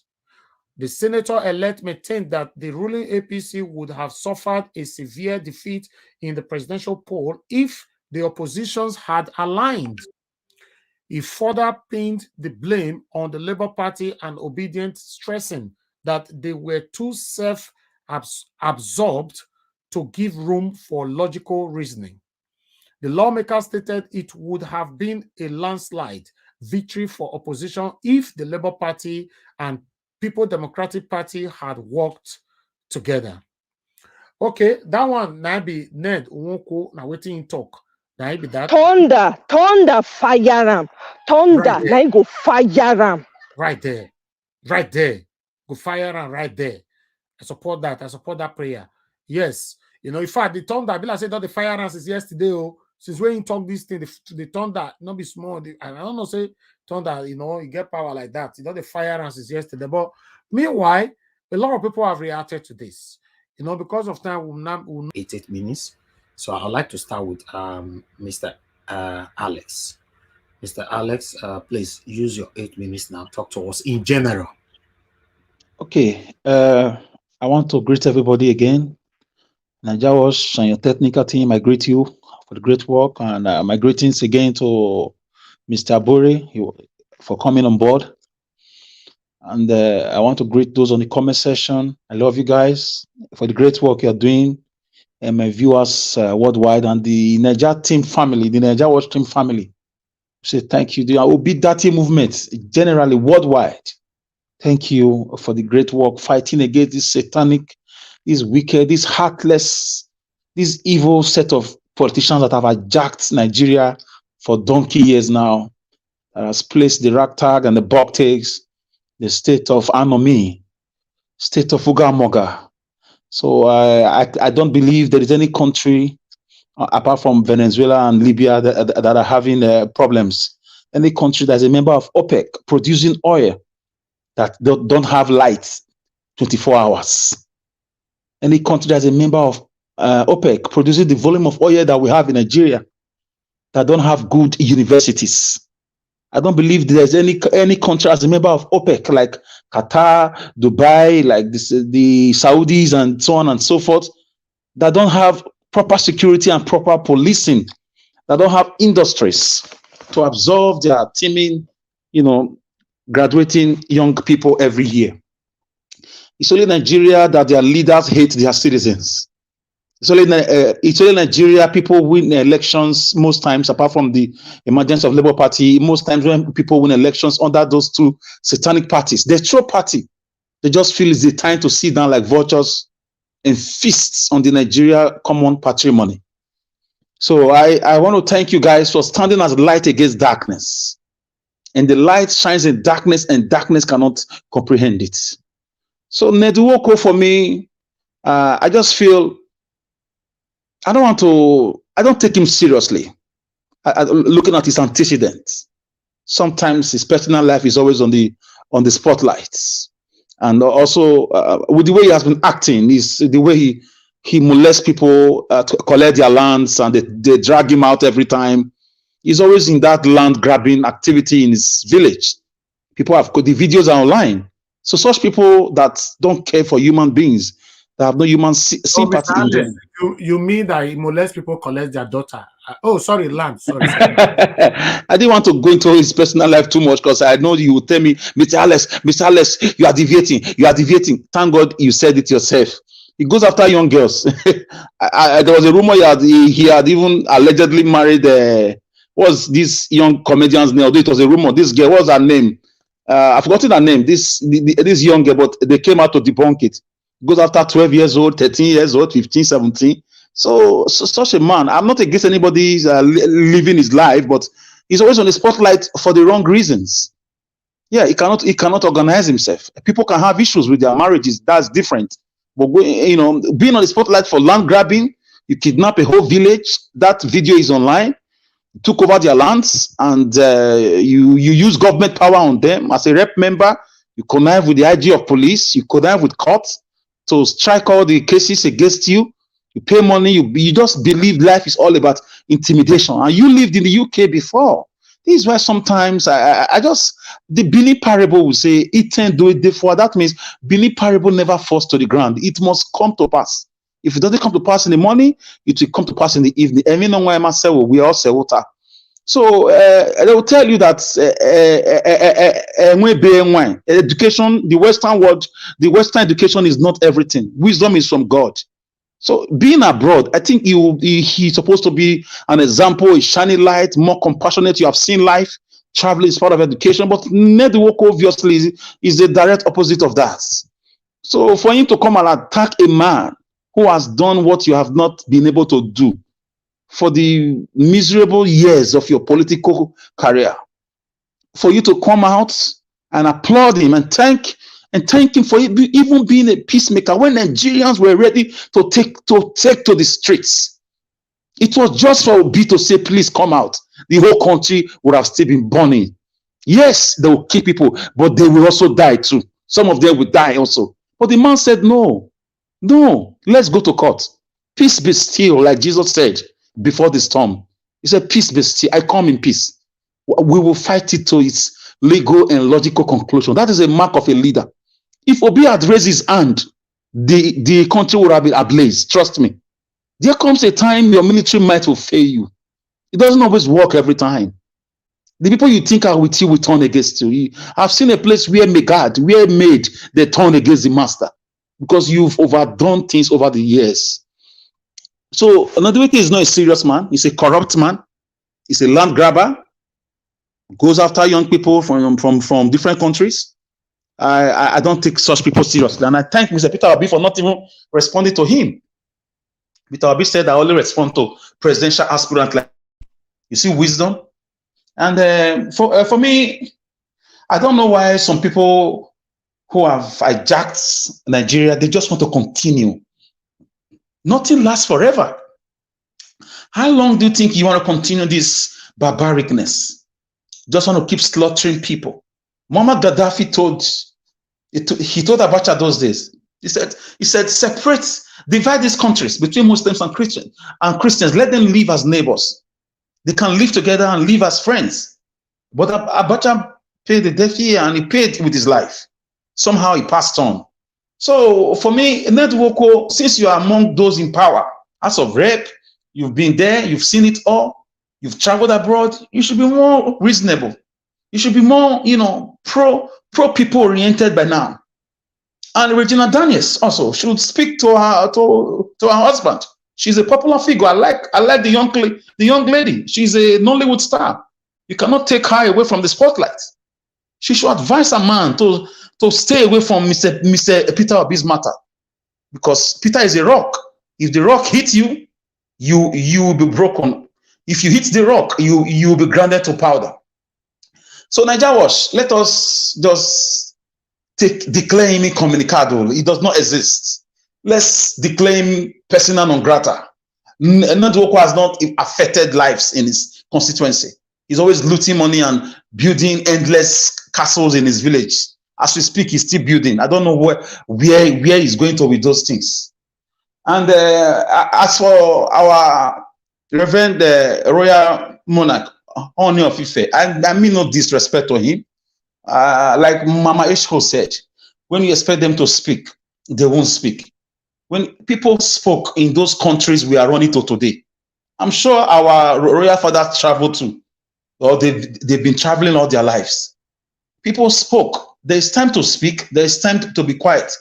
When Deborah was killed, I didn't hear from any of them, all the royal fathers. When MC Oluomo was threatening heaven and earth, fire and brimstone, I didn't hear from any of them, whether in Lagos or outside Lagos. When they were killing people, when they were profiling Igbos, that's the role of a father to come out to condemn it. They didn't condemn it. They pretended. Some said they traveled. I don't understand. Whether he was speaking in parables, the only person I spoke in parable is Jesus. So I don't know if the only of Ife is not Jesus. It's not the one to speak in parables. So for me, I'm not so comfortable with his comments. I would have preferred his silence. I respect him. I have no issues with him. So, and if he has issues with Asiwaju Bola Tinubu, his political career is almost gone. The royal family is forever. So I still take them higher than the political life. And Mr. Naija Wash, let me tell you something. Like somebody said, is it Mr. Abure that said it? How are you going to rule this country? How do you intend to rule the country as a man that was not voted for? If you squeeze yourself into power, how are you going to rule? How are you going to do it? How are you going to face the Igbos you've killed their family members? How are you going to face them? People you've told they are not important, they are not citizens. How are you going to face them? How are you going to coordinate things? I mean, it's a sorry state. It's a sorry state. There's no way back. The country has been destroyed. They've borrowed our destiny. They've borrowed our future. 10 generations unborn, they've borrowed 77 trillion. That's the one we know. A lot of borrowing are still going on, even in the last minute as we speak. As we hear, my $800 million was brought by World Bank for them to share. You understand? For Nigeria to share, they said they are not, for subsidy, fuel subsidy removal, but they didn't remove subsidy, and the money is on Nigeria's neck again. You will hear tomorrow that they will count it as a loan. It's supposed to be a palliative. A lot of monies they borrowed from the Islamic Bank. Nigeria joined Islamic country without public opinion, as if the North only belong. The country is a northern country. I don't understand. So how do you face us in Benin that voted for Peter Obi? Outrightly, we know we won election. How do you face us to come and tell us you want to rule us? We that our head is always hot. How do you face us? We are very educated in Benin. We are very, very erudite. How do you face us? When we know that you stole it. We know you are a thief. You call yourself a president. We know you are a drug baron. How do you do it? I don't understand. Where's your shamelessness? Aproko King, he has been doing a lot. I've subscribed to him. As you said it, just now I subscribe on my 2 platforms. And the guy has been doing, he has been consistent. He's a guy that wants the best. I see him as a comic character, but the guy is always saying the truth. He's on the side of justice. Yeah, as you said, and I join you to say that guy has done a lot for the Obidati movement. He's using his platform. Yeah, he's using the platform just like you, just like you are far bigger, but the guy is consistent. He's consistent. So let's support him in any way we can. And finally, as I round up, guys, to live in Nigeria now is even better you live in Afghanistan, because to survive is difficult. People are living on diaspora support or family heritage, generational heritage. It's difficult. People are living as we speak. They are leaving the country. There's hunger everywhere. Fulanis have come back. Even in Edo State, they've come back. I don't know what is going on. So the country will eventually go into a full-blown war if Obi do not get his mandate back, God forbid. I'm not a doomsday prophet. It's happening in Sudan. Sudan is not far from us. Khartoum is not far from here. It's happening in Sudan. Libya is very close to us. It's been happening there. Guess what is happening? Nigeria is next. You see the international community, they are all living. This is how they will live when it starts in Nigeria. They will not help you fight. They are living. You see them, Denmark, Sweden, England, Germany. Everybody is living. Even Nigerians, everybody is living. Nobody will help you. So we have no other country. When the chips are down, everybody will abandon you to your fate. And we will die with this lead. That's when the time comes. Unless they give up. Because they've had the time. PDP had 16 years. They've had all the 8 years now. Nothing has changed. Agriculture is zero. The border was murdered without justice. And our roads are not passable. 6 million killer Fulani herdsmen are everywhere with AK-47 armed to the teeth. So let me leave it here, Mr. Najawash. Thank you. My brother, I'll come back to you. Thank you so much for your submission. Okay, I would like to hear from okay, let me move on now to how do I go about this now? Okay, Mother Patricia. Mother Patricia, are you there with us? I'm here, Mr. Elvis. Okay, thank you very much for your patience. Please use your. I will pass. Okay, you pass. Okay, we'll come back to you then. Okay, good. All right, thank you. To Niger, please use your 8 minutes now, sir. Thank you, Elvis, and yeah. I thank the Labour chairman for coming in and appreciate the answers he gave. I actually appreciate the way he put across that. Yeah, by the way, Tunaja, I love your question. The question you asked him, in fact, I was dancing when I was listening to your question about the medical trip and everything. Thank you for that. It was brilliant. Thank you. Very, very on point. Yeah, I like the way he described that the struggle, just like we are struggling to make things better, like we struggle for democracy and we achieve that. That's how we are also going to struggle to sanitize the country, and like the way he linked it up together. However, I'm a little bit concerned the way they approach this medical tourism kind of stuff that they do, and clearly the masses don't have access to it. It's only elites that have access to these things, and I don't subscribe to anybody telling me in this world that they cannot do anything about it. They cannot even campaign for it. Something that the entire country supports. How, the entire country supports it. Even Alex, that is often not on my side, supports it.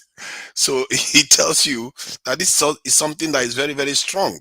And I said it even before the election, that even if they had done this, they will gain even more traction. Whatever vote they've got, they will get 10% on top of it, because people don't like this idea that they have to suffer in a country where life expectancy is 52, while their leaders just travel overseas. What kind of wickedness is that? They don't have any incentive to make the hospitals and the healthcare system in the country better. When they are all overseas, and the fact that they go overseas very often is very disturbing. I'm beginning to think that we will need a nationalist party to solve this problem. A party that is defined by nationalism. And it's funny, Nigeria never had that, really. It's really strange. we never have a party that says Nigeria first, whatever, no matter what. And Naja, do you know why? Sorry, Mr. Tunaja, do you know why? If I can interject a little bit for 5 seconds, the reason is because the northern oligarchy, they are always putting religion, even in the military era, democracy era. They come with their northern dichotomy syndrome. They always want to be every politics, every election.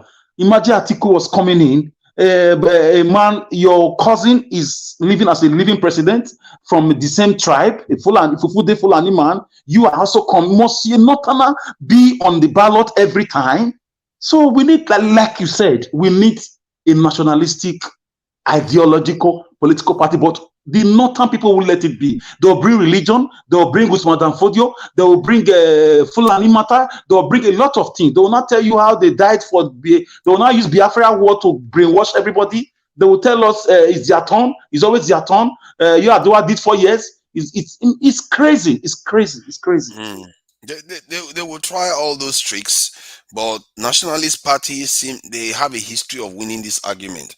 And the thing about nationalist parties is that they tend to have devotees that are beyond reproach in terms of corruption, because their whole approach is to fix the country. If you want to bribe them to fix the country, they will, but their whole approach is to fix the country, and they don't care. They don't even care about their neighbors. We have to have a collection of people that come together and say, and that's what I was trying to encourage him to do, because that's why I said make Labour Party a nationalist party that says no matter what, Nigeria comes first. And if you want to go and worry about healthcare, this thing, don't run for office. We will build the hospital. But you know that nationalist party are always formed from a military regime and Marxist orientation. They're always military oriented. Sometimes they don't make it democracy. I don't think that is a true reflection of what being a nationalist means.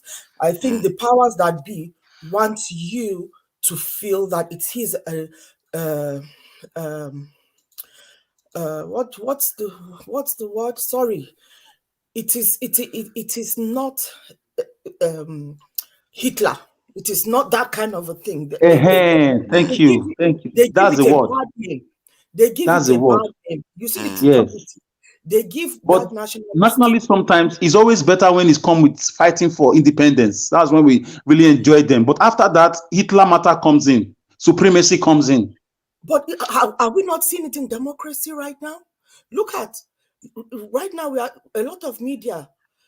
The government is using the media not just in Nigeria. Is it not the same democracy that we are now witnessing? It is going to be worse. Is it not what we are witnessing now in the Western world? Are you not seeing how they are shutting people up? When you tell the truth, they shut you up. When you expose certain things, they shut you up. So they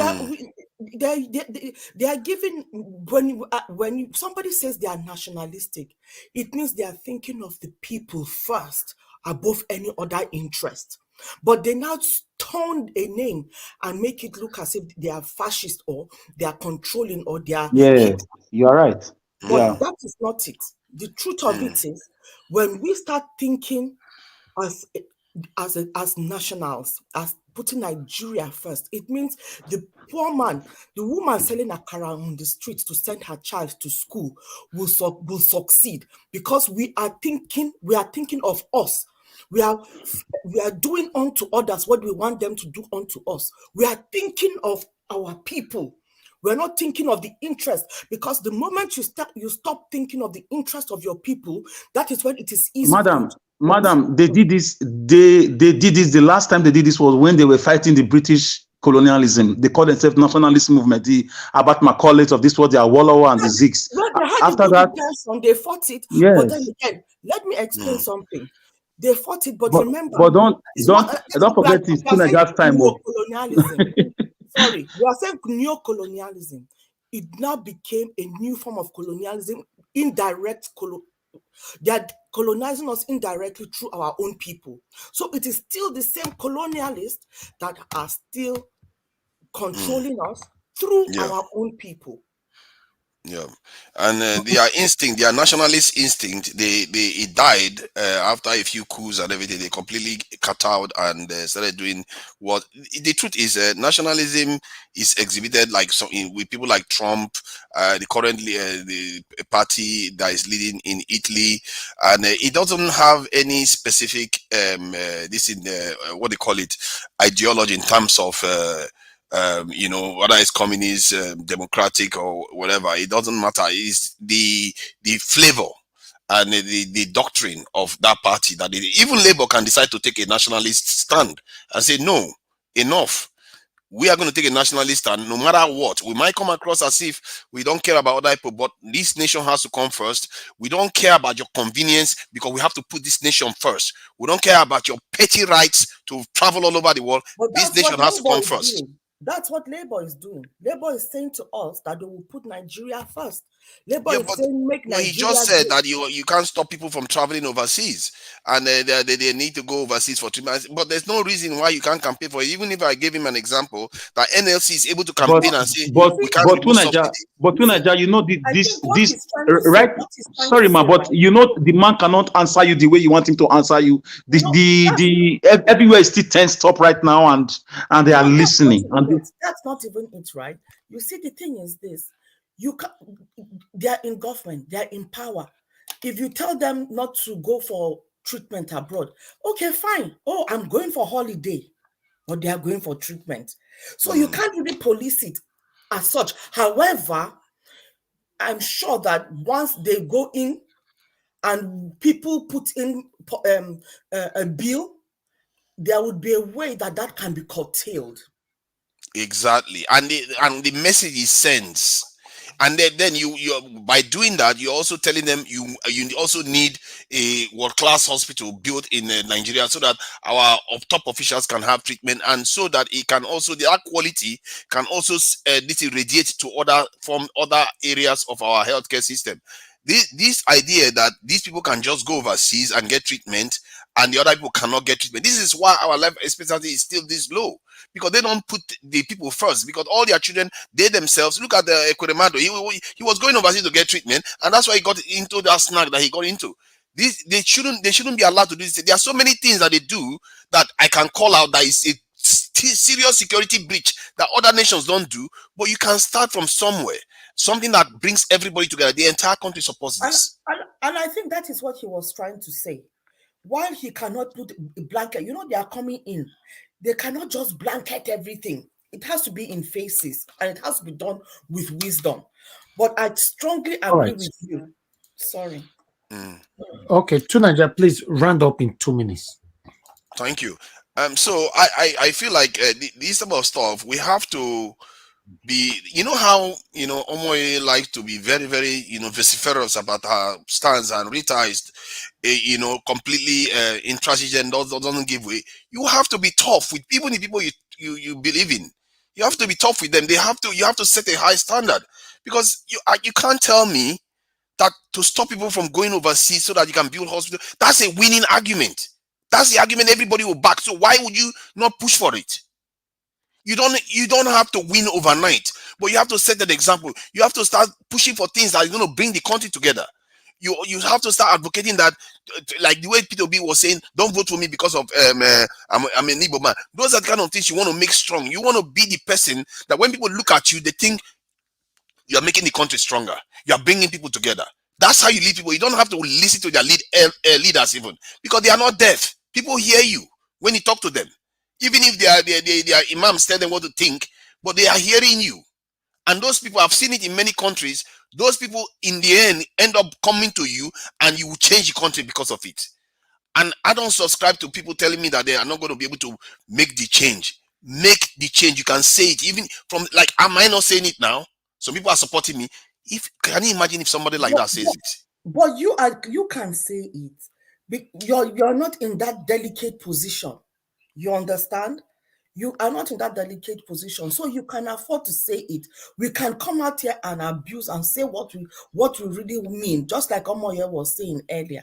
But remember the position that we are in. Look at what Mr. Dirty said. Dirty said the right thing, but look at how he was vilified for it. If not because of the pushback he would have been, it would have been a different matter. So they have to be very careful with their words. They are not in power yet. The apparatus of power is not on their side. So they have to tread in. If you want to fight this, they cannot fight it behind bars. So you are telling me to get into power, they have to pretend as if they are not going to embrace popular policies. No. They've not done anything like that so far. They've not done anything like that so far. What I'm telling you is, by saying your mouth, what you want to do, you don't say it. You don't say it. Don't say it. You are giving them power to plan. So that is not wisdom. For you to put your plans out there, it's not wisdom. But it's a plan that the people support. That's the plan that will force them to want to join you. Yes, but then right now, what Labour has done, they've not even said what they want to do, but the people are behind them already, because we know that the way they have spoken, we know that they abhor corruption, they abhor what is going on, they abhor the injustice that is Nigeria right now. So you can sense that, oh, these people are feeling my pain. That is enough. They don't have to come and tell me. I beg to differ. Any leader that doesn't tell you something openly, beware. See, you can't. This is democracy. You can't tell me. I've seen leaders say worse things that they want to do when they get into office. This is benign. This is something it should be easy. Everybody supports it. How is it that a policy that everybody supports is harder for you to say? Something that soldiers will support, police will support, everybody supports you. Everybody will support you, but that is what I'm saying. The apparatus of power is not on their side. So they need to work with wisdom.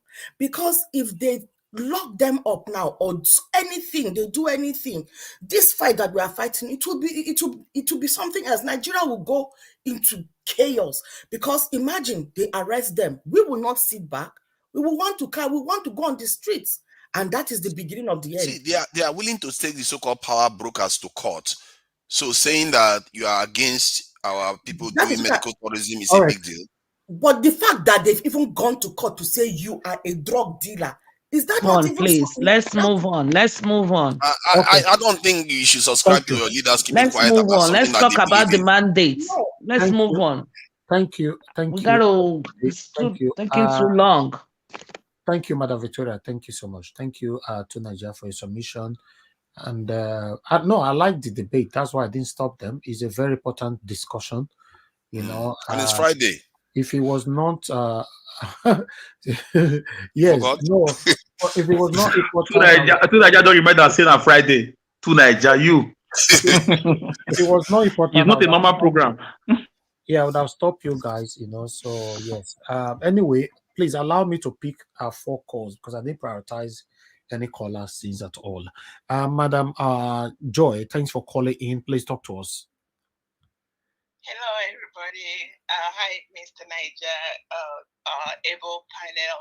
Thank you so much for what everyone do and my co-commenters. I just want to say something that is when you guys were talking about the different parties and the Nationalist Party, all that, please, I'm begging everybody, one more mention of a party, I'll be screaming in my house. We don't need another party. What we need, as we all have been here for all these months, all we are praying, and we keep praying every day, is that we get this mandate. The Bible says, when the righteous rule, that word says it all. It does not matter what you bring to the table now. They are going to kill it. These people are not even ready. And our problem started a long time ago. And I pray that when our mandate is restored and Mr. Peter Obi, who we believe and trust, I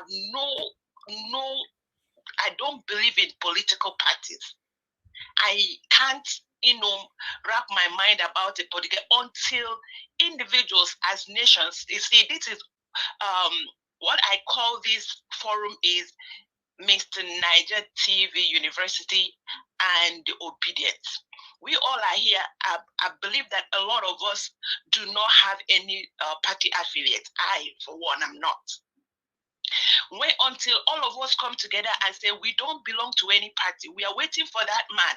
We are waiting for that woman in our village, in our state that is upright, and we are going to vote that person in. You see, the problem Nigeria is having today is that even some genuine people that have affiliated themselves to political parties and they have sworn and they have, done a few things, they can't get themselves and they are trapped. Enough of this political party thing. We want to untrap the people that are already trapped in political parties so that we will have a people, a nation that will vote the right person and not parties. So that's just what I want to add a little bit right now while you guys continue with, the beautiful discussion. And again, I say this is our therapy. We come here, we vent, and thank you, everybody. I'm glad I'm given this opportunity to talk. God bless you, madam. Thank you so much. Thank you. All right. Please, guys, somebody saying on the comment section, Jennifer Benedict, please, can you send us the link, or are you referring to us? Please be detailed, because we don't really get what you're trying to say. If you're trying to talk to us, please send us the link so that we can verify that, to know what is happening. Thank you very much. Okay, I'd like us to quickly hear from another caller right here quickly. But before that, let me appreciate those of you that super chatted us. MM Talk, thank you very much for the super chat. Health Talk Supplement, thanks for the super chat. Henry Gabriel, thank you. Hillary, thank you very much. Jaja, thank you very much. Appreciate you. And I can see Sydney Audia as well. Everyone go, Lisa Nauro, Margaret Bass, Charles, Peggy Modi, Zaya, Edo Light. Thank you very much, my good people. Jerison Obaswa. God bless every one of you, my good people. And I also receive a support on TikTok. Sorry, I said TikTok. On paper. I received a support on paper from Madam Blessing Chukwuka. Thank you very much for the £5. God bless you. I really do appreciate this. Thank you so much, my good people. All right. At this particular moment, we don't have any callers, so I will come back to the callers again. Let me quickly move on to the next person here. I would like to hear from Give Us a Mandate. Give Us a Mandate. Please talk to us in 8 minutes. Thank you very much, Mr. Elvis. Not much to actually say at this time. Okay, if you say many of una wey they talk say I don't have much to say. If I give una 8 minutes, una they complete that 8 minutes. If you know you don't have much to say, I'm telling you, your 8 minutes. I don't have much to say. Exactly, you don't have much to say, especially Madam Victoria. I don't really have I don't have much to say. 10 minutes that to correct. 5 minutes give her must complete. Nigeria is one. Okay. So give Like us me, I don't have much to say. No. Give us a minute. Talk for 1 minute. I beg. Thank you. Go ahead. Okay. I'm done. Thank you. Call on the next person. You don't run. No. Go ahead. Mo hear you. You say you give me 1 minute now, right? No, now 8 minutes you get. I say make you use 1 minute for inside your 8 minutes. You don't have much to say. Hey, I don't use the 1 minute now. No, we never start. Say New Nigeria they come, so we get to the rehearse. When Peter Obi go talk, you say sometimes I don't have much to say. So let's begin to live in that new Nigeria. So, but I mean, thank you for all of your efforts. We truly appreciate you. To that person that nerd attacking Peter Obi, well, I will not say he will soon learn his own lesson. At least Ekwe Koromado learn his own lesson. Nnamani his own is coming.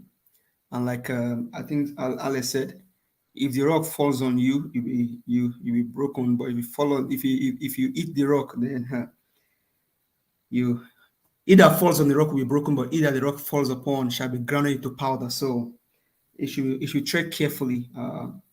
But the only sad thing is that it's just surprising that most of these things are coming from Peter Obi's Kingsmen. So discouraging and disheartening. I don't know what they are doing that for, but they know what they are doing. But who just put eyes on this mandate? Let me call on the judges again. Please, judges, do the right thing. If you do the right thing, Nigeria gets better, you and your family will enjoy it. If you do the wrong thing, Nigeria keep going the way it's going. I mean, we've been told about how herdsmen are entering back into Nigeria. People are being killed every day. No justice for the common man. So please, justices and judges, do the right thing and let this whole thing don't go down to bite against you guys in history. Do something that your nation will remember you for. Thank you very much for service. That's about it. How many minutes I spent? Finally, you see now, because I talk about this now, you are the first person now to follow it as it is. You don't have much to say, and you really, wait till you talk, make a lot of sense, but in a very short moment. Thank you. All right, let's move on now to the next person. Jennifer, thank you very much. I can see, that's also our channel. It's not a scammer. We are currently on live right now in 4 platforms. So I guess that's also our channel. If you look at what is happening, if it's the same people that is talking there and you're hearing my voice there, that's our channel. All right. Thank you very much for bringing that to our notice. It shows that you are one of our good supporters. Okay. I'd like to hear from Mother Victoria. Mother Victoria, please use your 8 minutes. Yes, hello everybody. Mother Victoria, you don't have much to say, sure? I have a lot to say. She don't feel knock up for your head now, Nigeria watch. So I need more than 8 minutes. No, Madam Victoria, be obedient. Madam Victoria, if they give you one food, it's not be enough. One food. Nigeria. Okay. Tonight, I don't have any comments. It's a distraction, and he needs to go and take care of all the wives and the women in his life. It's just seeking attention. I don't have anything to say about him. But I have a lot to say about our judiciary, and I wrote them a letter. I'm going to read it. So I said to our dear, first of all, when I spoke earlier, I kind of appreciated them for a job well done thus far, putting the hearing and the court proceedings, before the inauguration. Let's just thank them for doing that, because they could have scheduled it for after. So we spoke, they listened, and we appreciated them for that. So thanks to our judiciary system. So here we go. I said, just as the widow cried out to the unjust judge for justice against her enemy, so also Nigerians are crying out to the judiciary system for justice. Please, our honorable judiciary, do that which is lawful, just, and pleasing in the sight of God. To the Nigerian judiciary, allow justice to prevail. Leave legacy that's worth emulating by the future generation or generations. Remember the day you all will close your eyes to the cold hands of death, when money will fail you. Nigerian judiciaries, redeem Nigeria image from the shithole. The power now lies in your hands for the sake of posterity. Remember, we all will be accountable for our actions and inactions in the presence of God and Allah someday. I know someone who worked on Friday the 21st and told his colleagues, I will see you tomorrow, being Saturday the 22nd, but went to bed and never woke up. I bet we all know or have heard of such stories before. Obi won the election. Let good manners, integrity override bribery and corruption. Say no to corruptions. Wash your hands of innocent blood. Do not glorify evil in the land of Nigeria any longer. I said, it is unlawful to forge documents. It is unlawful to do drugs. It is not okay to lie. It is unlawful to steal ballot boxes or steal anything for that matter. The children who are the leaders of tomorrow are watching us. Please, I repeat, do the lawful and the just and redeem the image of Nigeria. Remember, the reward of the wicked is destruction. The world is watching you. Give us our mandates back. Return the certificates of return without any further delay. Thank you and God bless. So, that is what I have, and that is 3 minutes. So I don't have much to say. This Thank woman. you. Thank you, Madam Victoria. No, you actually use 6 minutes to talk on that. You know? No, you first of all use my 2 minutes to, to do paparazzi. Okay. Thank you, Madam Victoria. Thank you so much. I'll come back to you. Where were you reading that from? I wrote it down. I read it from my notebook. Oh, wow. I wrote it down. I always write things down, because I know you guys interject me a lot. And so I wrote this down myself. Okay, you don't want to forget, right? I'm old. I don't forget it.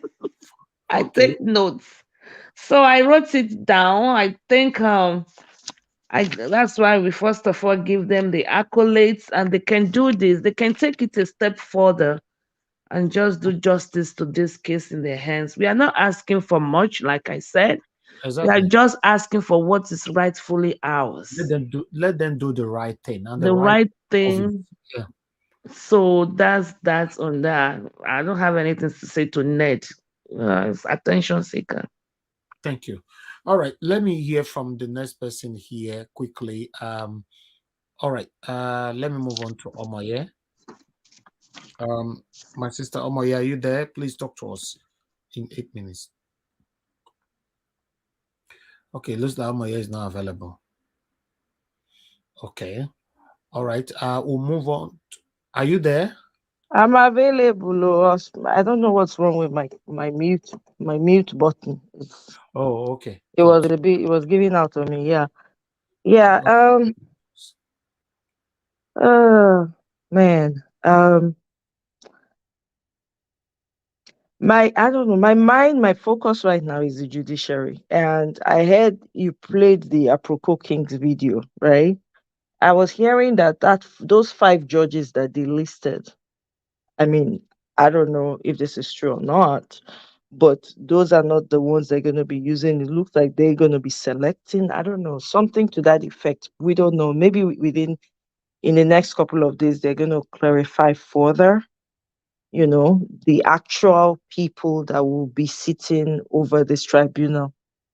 So in light of that, because I don't have that information, it's kind of frustrating for me because I really wanted to know them and their names and everything. But anyway, that's on the one hand. And I'm glad that they've set the date for the tribunal, which is May 10, 12, and 13. See, it in my head. I don't already cram them. so we can really get somewhere with this. And I'm just going to use the opportunity to speak directly to the judges, just by any chance. Maybe their clerk is listening, or maybe they themselves, they are listening. Judges are begging, I beg with the beguna. We have come humbly before you, please. Our justices, we appreciate the work, the ogbonge work one they do. We not take them for granted. You see this matter when they ground, so lives are dependent on it. And I know say that country where they live safe, no be say it's comfortable for now like that. It's not comfortable for everybody, including the so-called wealthy people, elite. And for me, there's no elite in that country. There's no wealthy person in that country. For me. So I know so una self no like within the ground. So I beg, make una judge the matter as it be. Make una talk true. Most of una get children, una get grandchildren. I beg. We need good examples for the future. There's just too much going on in Nigeria. Make una beg, do the right thing by the people. With regards to Ned, thunder will continue to fire him from here to eternity, as far as I'm concerned. And yes, I do agree with everybody that says he's always seeking for attention. What has the man done since he's been in the government? What has he done? House of Rep, what did he do? What did he contribute to his people, apart from steal all their land and write it in his own name? Please. Next, the man is a waste of time. It's just, he wants us to be talking about him so that he can trend, because he likes to trend. He likes to be in the limelight. He's somewhat like the rest of them, the for food coyotes and the Utobukeyamos them, So it's a waste of time. I don't have time for that. And then thank you very much, Mr. Najawad, for inviting Mr. Abure. I appreciated the fact that at least he came and he honored the invitation so that we can hear directly from people within the party to get an idea of what's going on, what's on ground. It's refreshing. I hope he honors another invitation, and I hope most of them within the Labour Party will continue to honor your invitation so that we can hear from them directly, because it looks like we in the diaspora were more affected by, I don't know, I don't want to say that, so let me take that back. I don't want to say that. I think we're all affected. The ones back home are directly affected. We are indirectly affected, because now then they will call, give me money for hospital, for this, for that, for the other. So thank you very much for having him here. I like the question, especially that Irene Finest asked, because I've been meaning to ask you, but it's been skipping my head. Like, do we have a candidate for Edo State? Because that's very crucial. Even though Mr. Alex said he's the one, he did say it seriously. So I will wait. I wait when he's very serious and he says it seriously. I was joking, Because I be not ready to the campaign for you, Alex. I be not they say, do you know who Alex is? Let me tell you who Alex is. Somewhere. Yes, sir. Yeah, Yes. sorry to cut you off. Based on that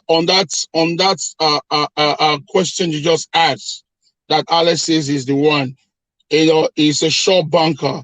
Alex is coming out for Edo State gubernatorial election on Labour Party. By grace of God, in 2024, we are going to shoot at Alex. It is a done deal. He has no choice. Alex has no choice than to take that ticket. Because we have to keep the record straight.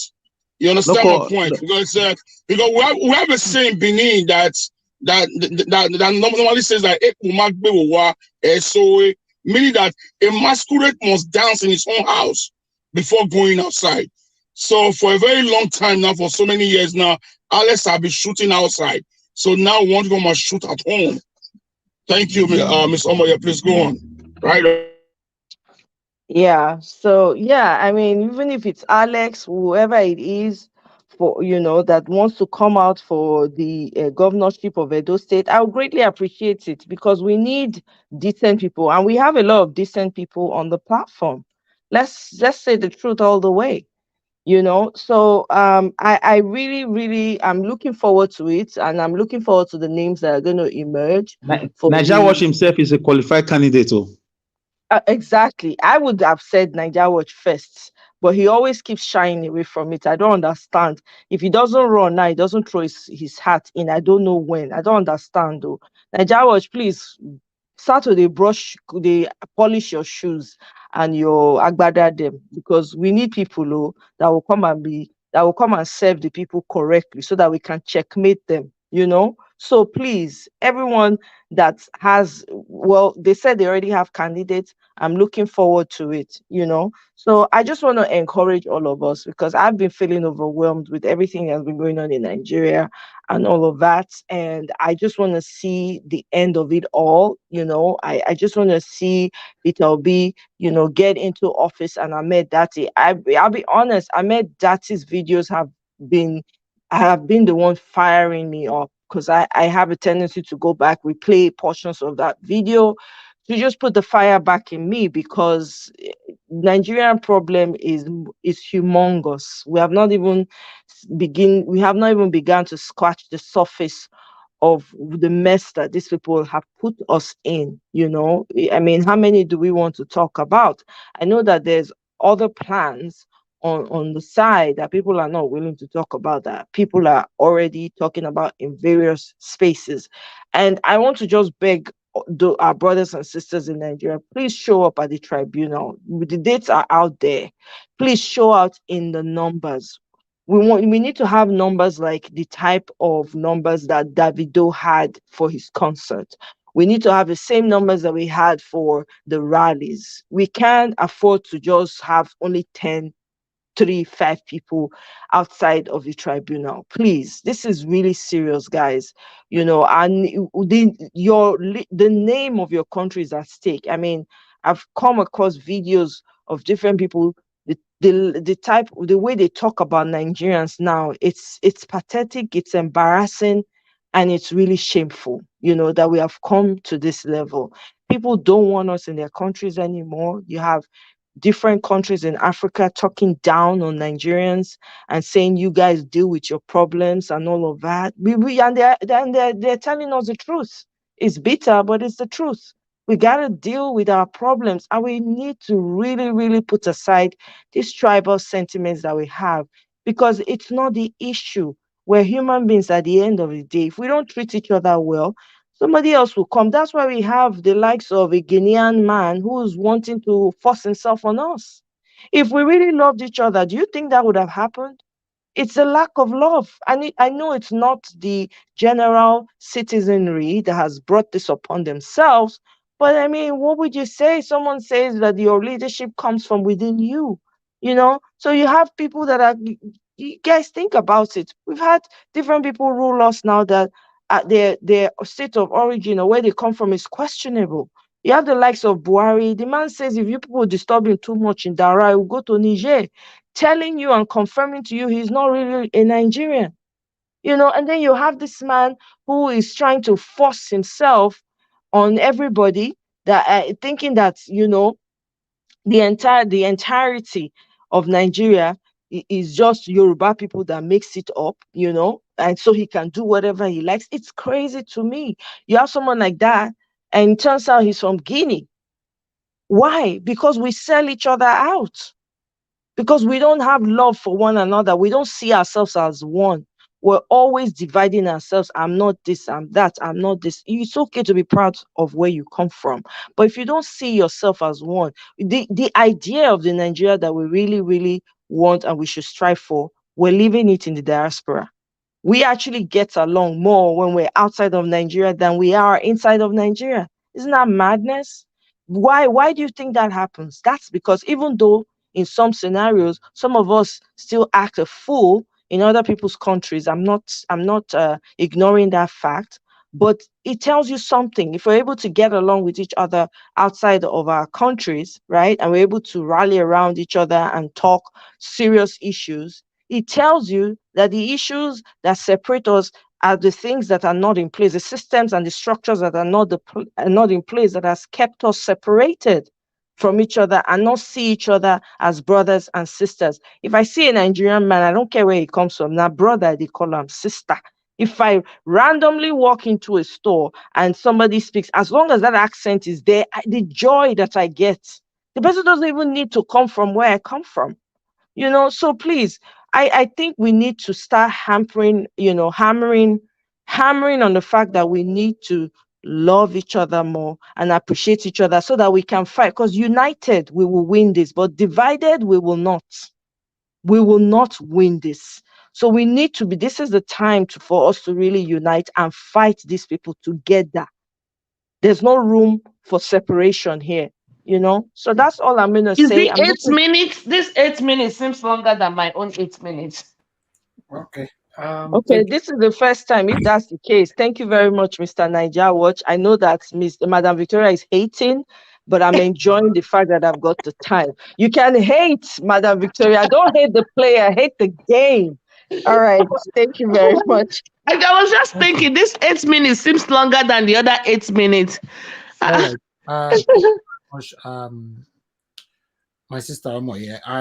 The reason why I have to leave her to finish that statement because it seems. Do we have Mahmoud Yakubu here?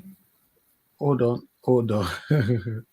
No. Listen, when there is a statement that needs to be rounded up, I don't really like to cut people off, even though your time has passed.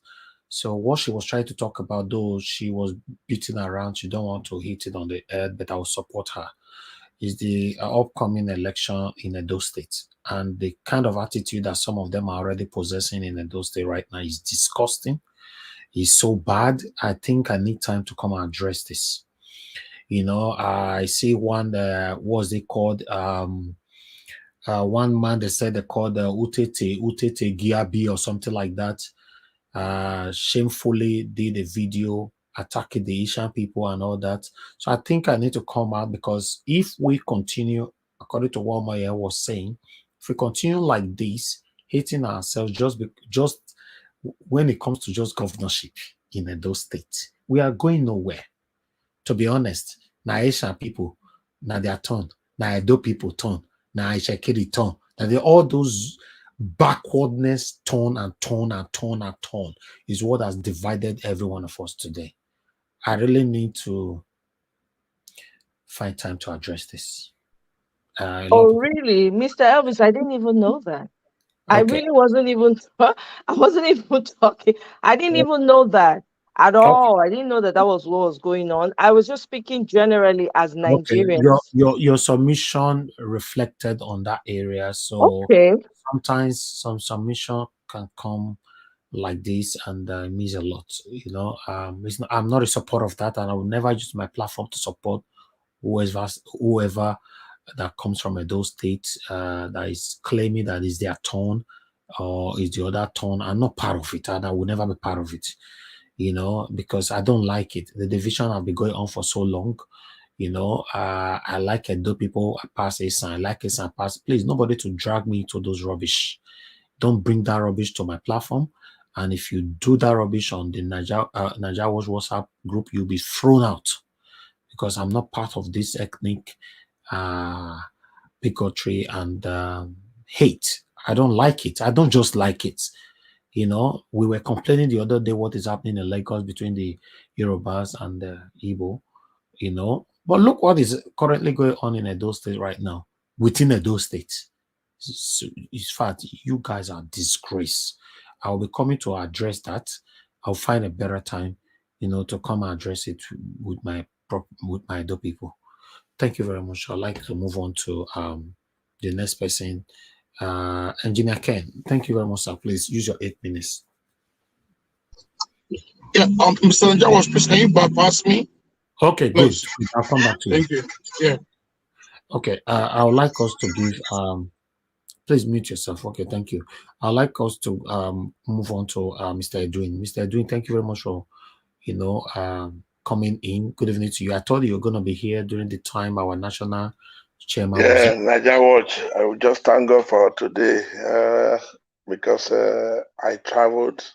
I was thinking I was going to be back to my city before 4 or 5 o'clock, and coincidentally, my train ran into a car because I used public transport. The train I was using ran into a car, and oh wow, it was terrible.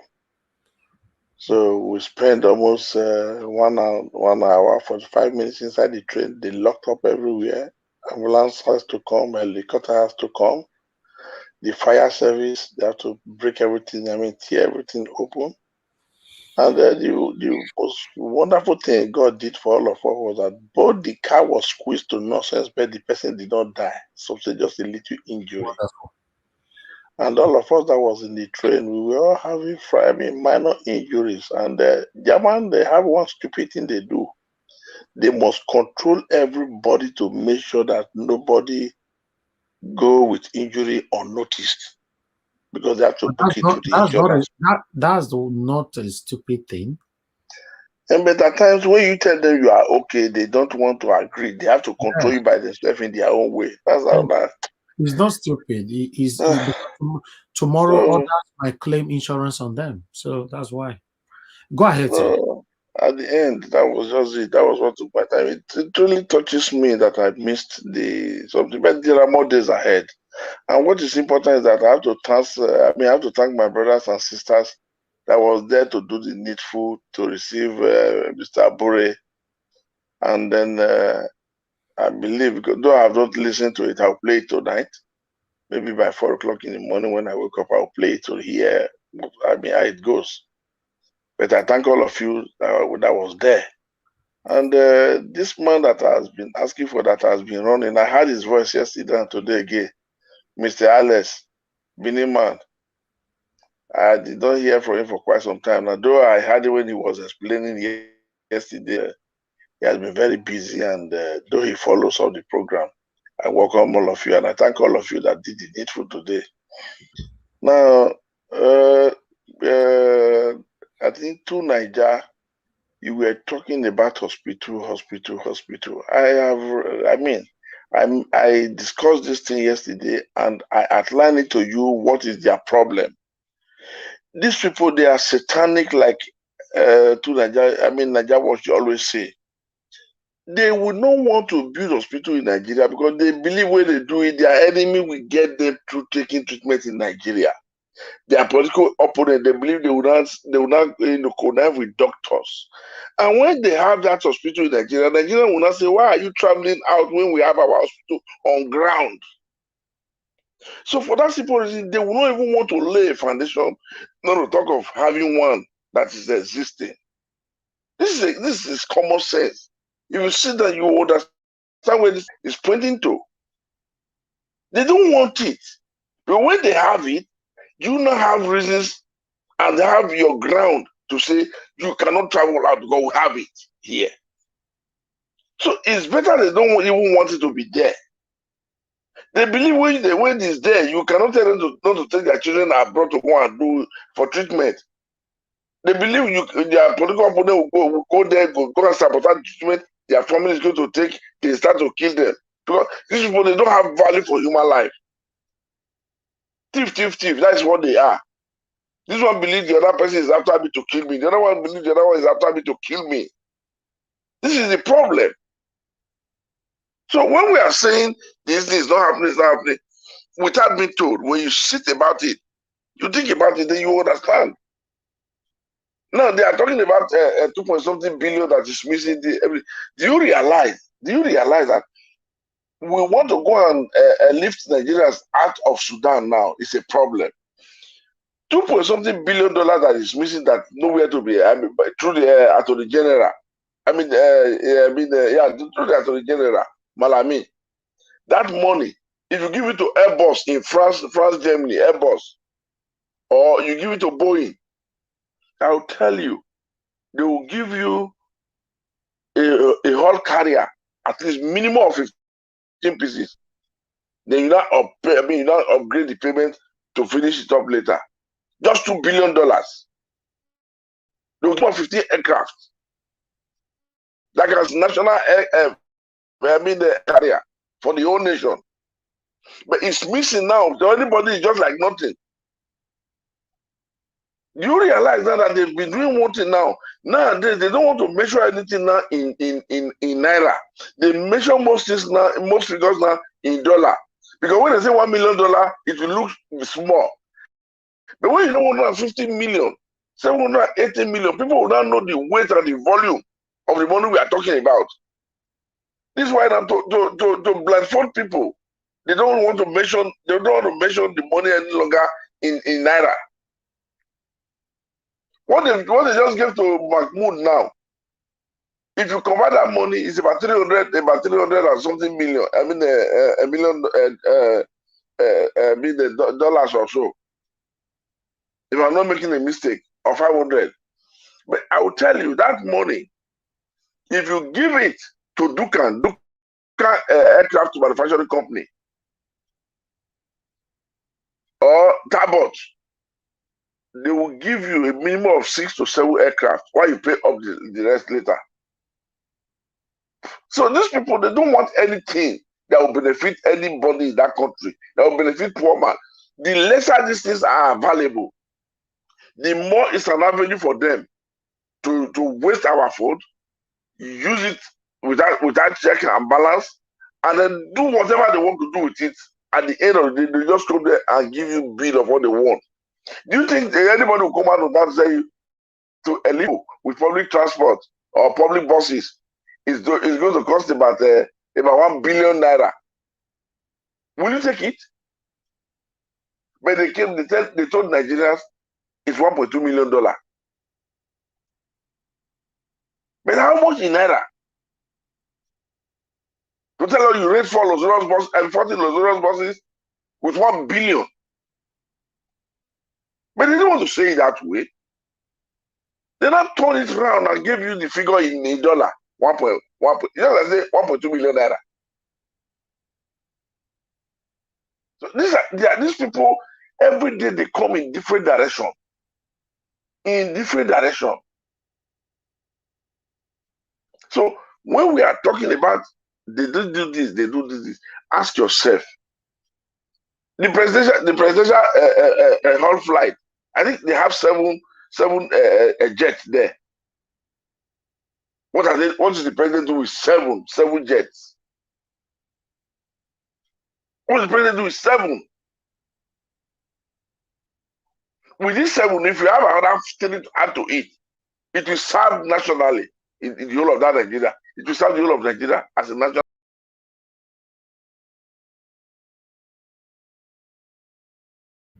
All right, we lost him there.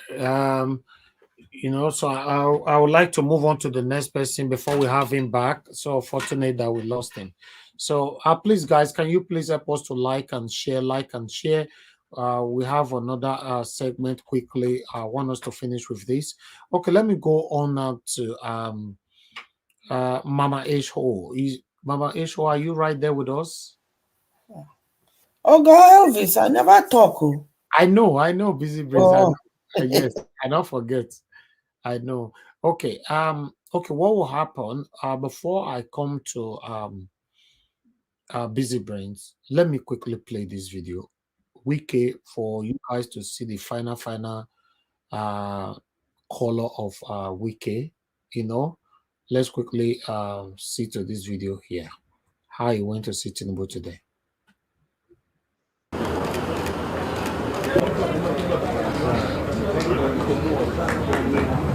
Thank you very much.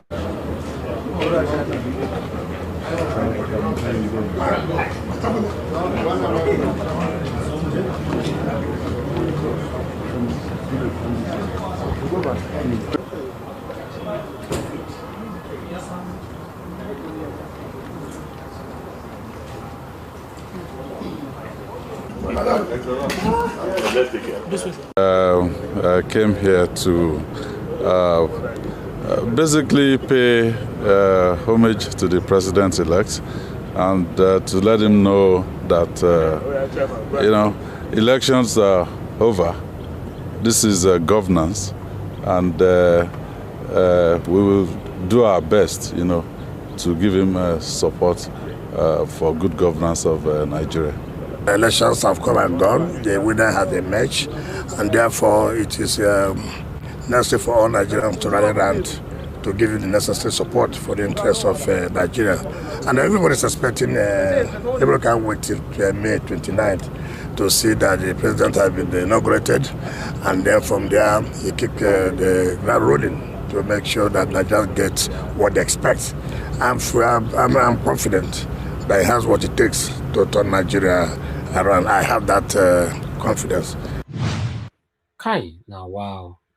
This is life for you guys. This is life. Level of impunity. Kai, this is life for you. Honestly, this is impunity of the highest order. I can't believe this. To be honest, I cannot just believe this. Madam Busy Brains, please talk to us. Nigeria, yeah? Nigeria is not a lost cause. I'm not giving up on Nigeria. Nigeria has gone into the dump. Like somebody say it's a shithole, isn't it? This is the reason why they say it's a shithole.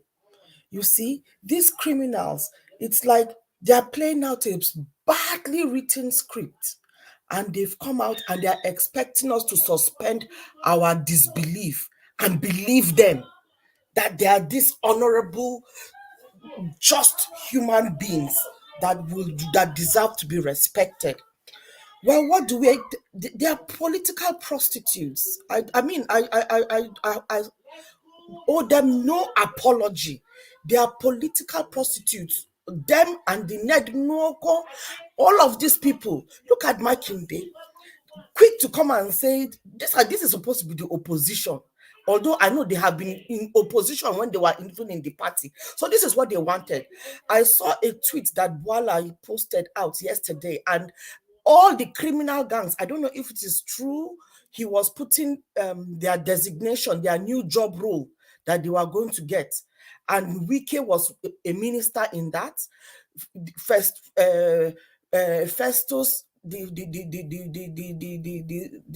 senior advocate of narcotics, was also on that list. So is also FF for food. He was also on that list. All this drama, even Onanuga, all these rogues were on that list that Boala posted out. I don't know how real that is, but you can just imagine. They've done their politicking, and this is all they can do.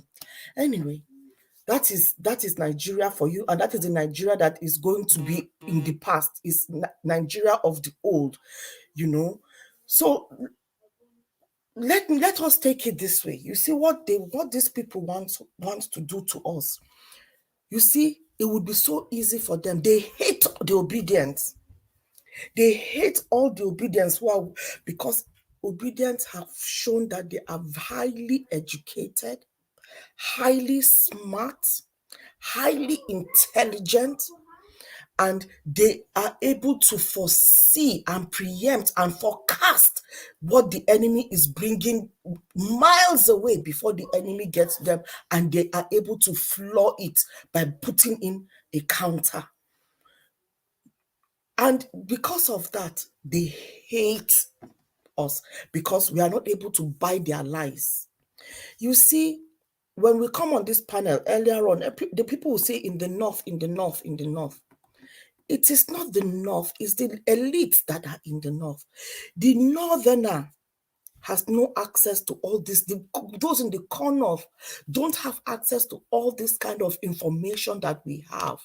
They are not encouraged to go to school, but to go to school of Almajiri. Those that have gone to school are the elites, and then the other second class, third class within them that end up going to school and have seen that there is more to this life than what is, preached to them. So without that education, you can see it is very difficult for them to be able to think out of the box, for them to be able to rise above and expect more. All they are doing is they are is such a what's the word, where you see where it's from. They see their elites like gods. You understand? So whatever crumbs that the elites throw at them, they are very appreciative, very docile. But it is just a matter of time.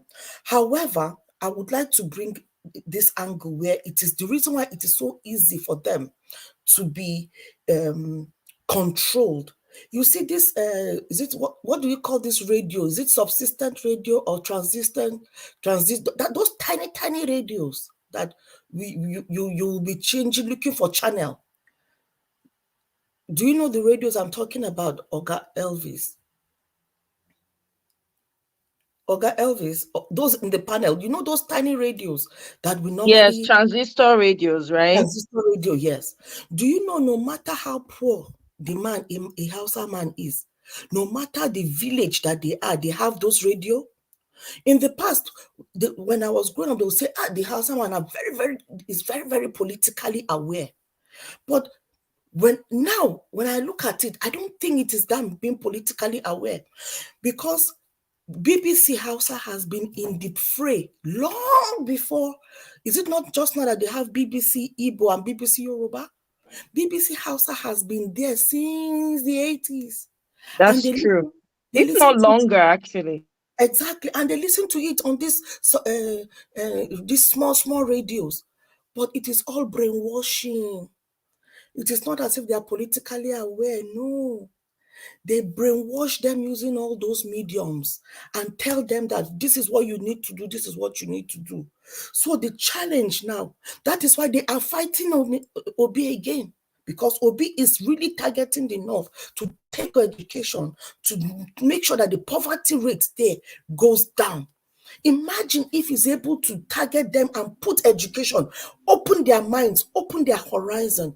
Imagine what is going to happen. Now, do you think, I came across somebody on Twitter, he's a Muslim, and the way he is fighting the obedient cause, he's from the North, core North, that people are now coming on his page and are insulting him, saying he's disguising. He should show them he really is. He said, look at, this is me, my name, his name is core name, you know. So for such a person has entered the four walls of a school. He has been enlightened. His horizon has opened. He has seen how the other parts live. Now, thank God for social media. Those that have phone right now amongst these northern elites, the northern, the downtrodden, they now have access to see the kind of lifestyle that the elites, the children of their elite live. You will be amazed. You will be shocked and stunned at the kind of lifestyle that those people live. And them, they cannot even afford 3 square meals. They have to carry their child to go and drop in Almajiri school because they can't afford to look after the child. So we are getting there. We are getting there, Nigerians. It is going to be, and I want to talk about the judges as well. The judiciary, we need to put in more pressure to encourage them to do the right thing. I don't know, those 5 lists of judges that were listed out, those judges, if you look at the breakdown, I think 3 of them are from the Middle Belt. One from Kano, one from, I think is from the South, I think. I'm not sure. In fact, no one Igbo person in there. Anyway, and the president of the the president of the Court of Appeal is the only female that is there, which is Justice Monica Dongbang Mansem. That lady is from Plateau State, and she comes from the same local authority, same local government, as well as tribe as the current APC governor of Plateau State. I'm not saying anything, I don't know anything, but I'm just putting it out there for us to think about it. I don't know. It's very possible. She came into the seat of the president of the Court of Appeal in 2020 after the death of the previous female president Court of Appeal judge. And the question now is, who nominated her? We know that the governor of Plateau State, the APC governor, is up the I don't know if he still is, was up the arse of Muhammadu Buhari. So, is she going there? Is she there to do our bidding or APC bidding? But I want to believe that as a mother and the other judges as fathers, we all live in the same Nigeria. Well, I don't, but my dearest, they live in there. So I live in there by extension, and I go there regularly. They see the country the way it is. They know how the country is. Her child died as a result of bad road, and it pained her. It hurt her. Okay. If we had good governance, if we have good government in place, all these things will not happen. So I'm just saying they should look at it, reason. They should use this opportunity to make themselves heroes rather than to be accursed, because 200 million people are cursing, and they are the ones that are making the supreme decision, and it will end up on them. Tinubu might go scot-free, but they would not go scot-free. Thank you. Thank you. Thank you very much, Madam Busy Bridge. You really tried today, though. You were on the road. You joined throughout to pass your submission to our national chairman, Mr. Julius Abure, and you are still here with us. So I really appreciate you. Thank you very much. Thank you. Thank yes. you. All right. Oga CM, he pay me sha, say your network messed up today. Kai. Anyway, Oga CM, talk to us. Good evening to you once again. Mr. Evans. Yes. Who's calling me? Oga CM is from UK, right?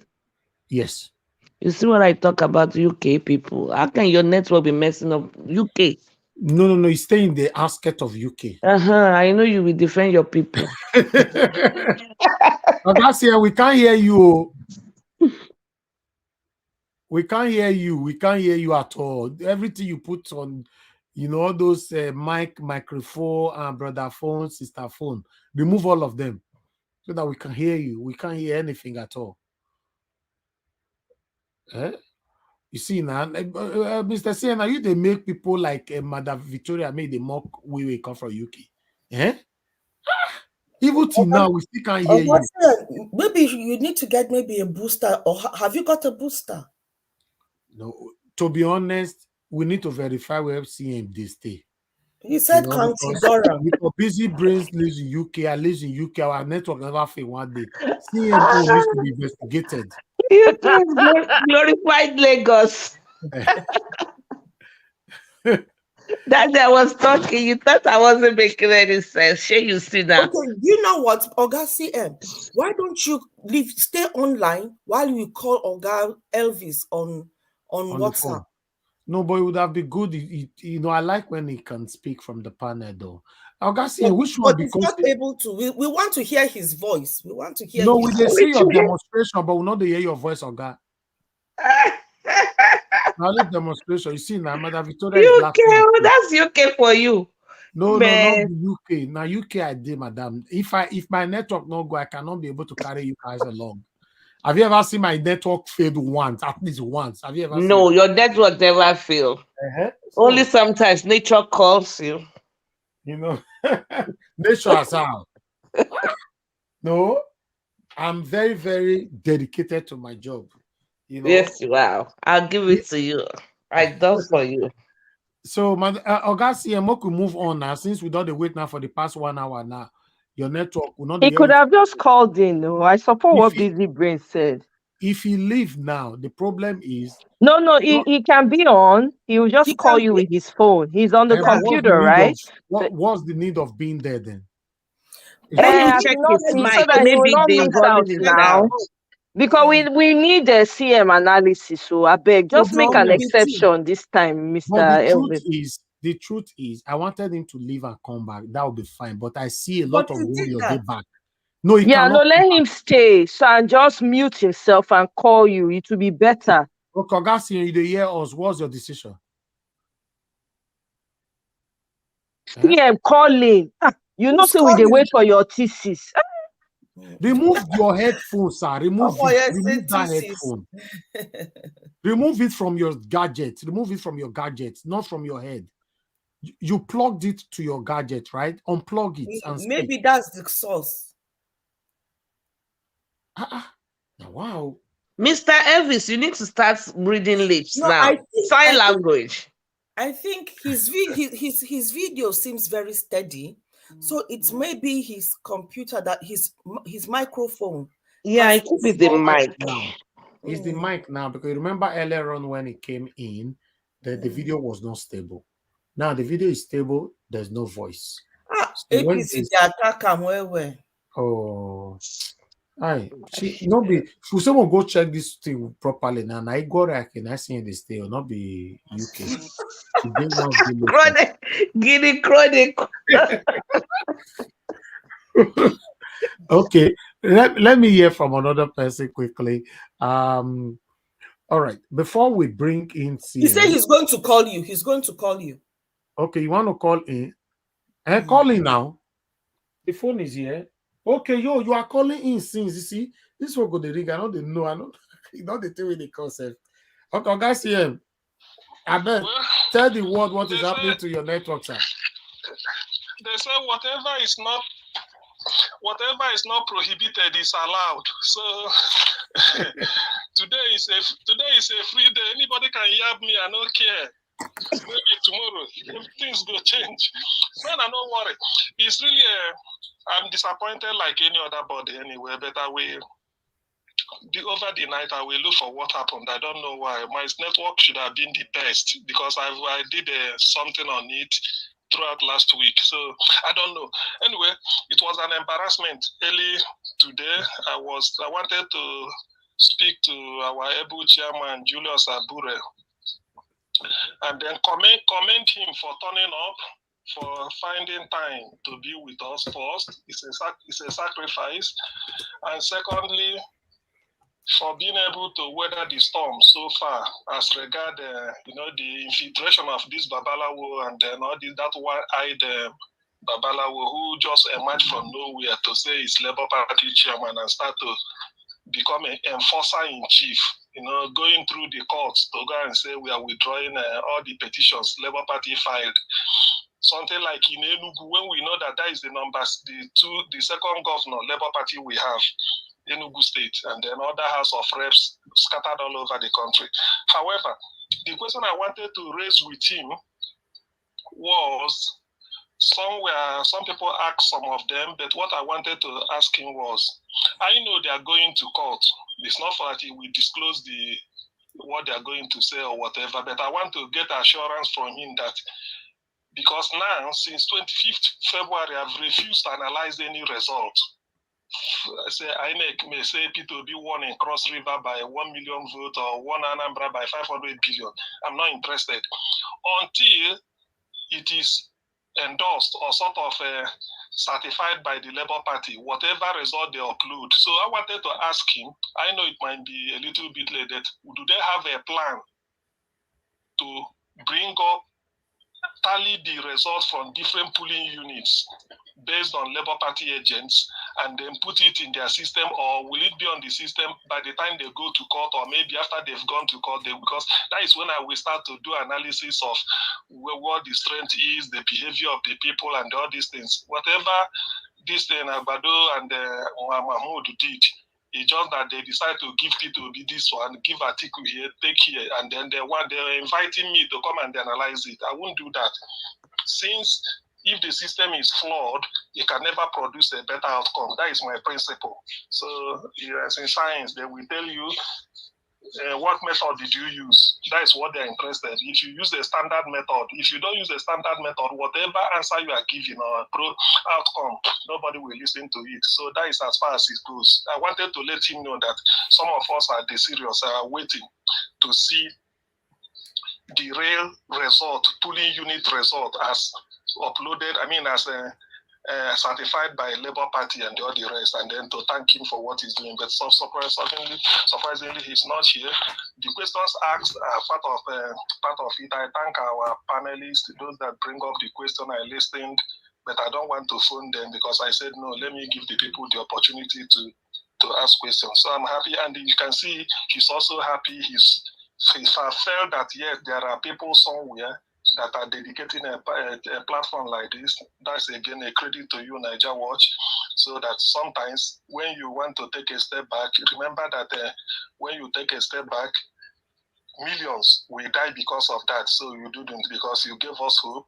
You saw what people did not see, particularly they didn't see it when you saw it, and then you stuck by it. So history will always have a place for you if everything works out the way we want, which I believe it will work out. Now, in a nutshell, I listened to a comment about this rescuing people from Sudan. You see, this is sometimes there's what they call a leader with compassion. Let's forget about whether you're educated, whether you are an illiterate, whether anything. That's what they call compassion. Are you telling me that Nigerian students, according to Abike Dabiri, you think he said 5,500 or something, and when you say students, let's just say all of them are within the age of say 18 to say 35 or even 50 or even 40, some may be doing postgraduate, I don't care. But definitely not 80 years or 70. Now, are you telling me that all the presidential jet parked in Aso Rock, why can't they release it? Even if it's going every day, they to and fro, let's say that is where they spend the money.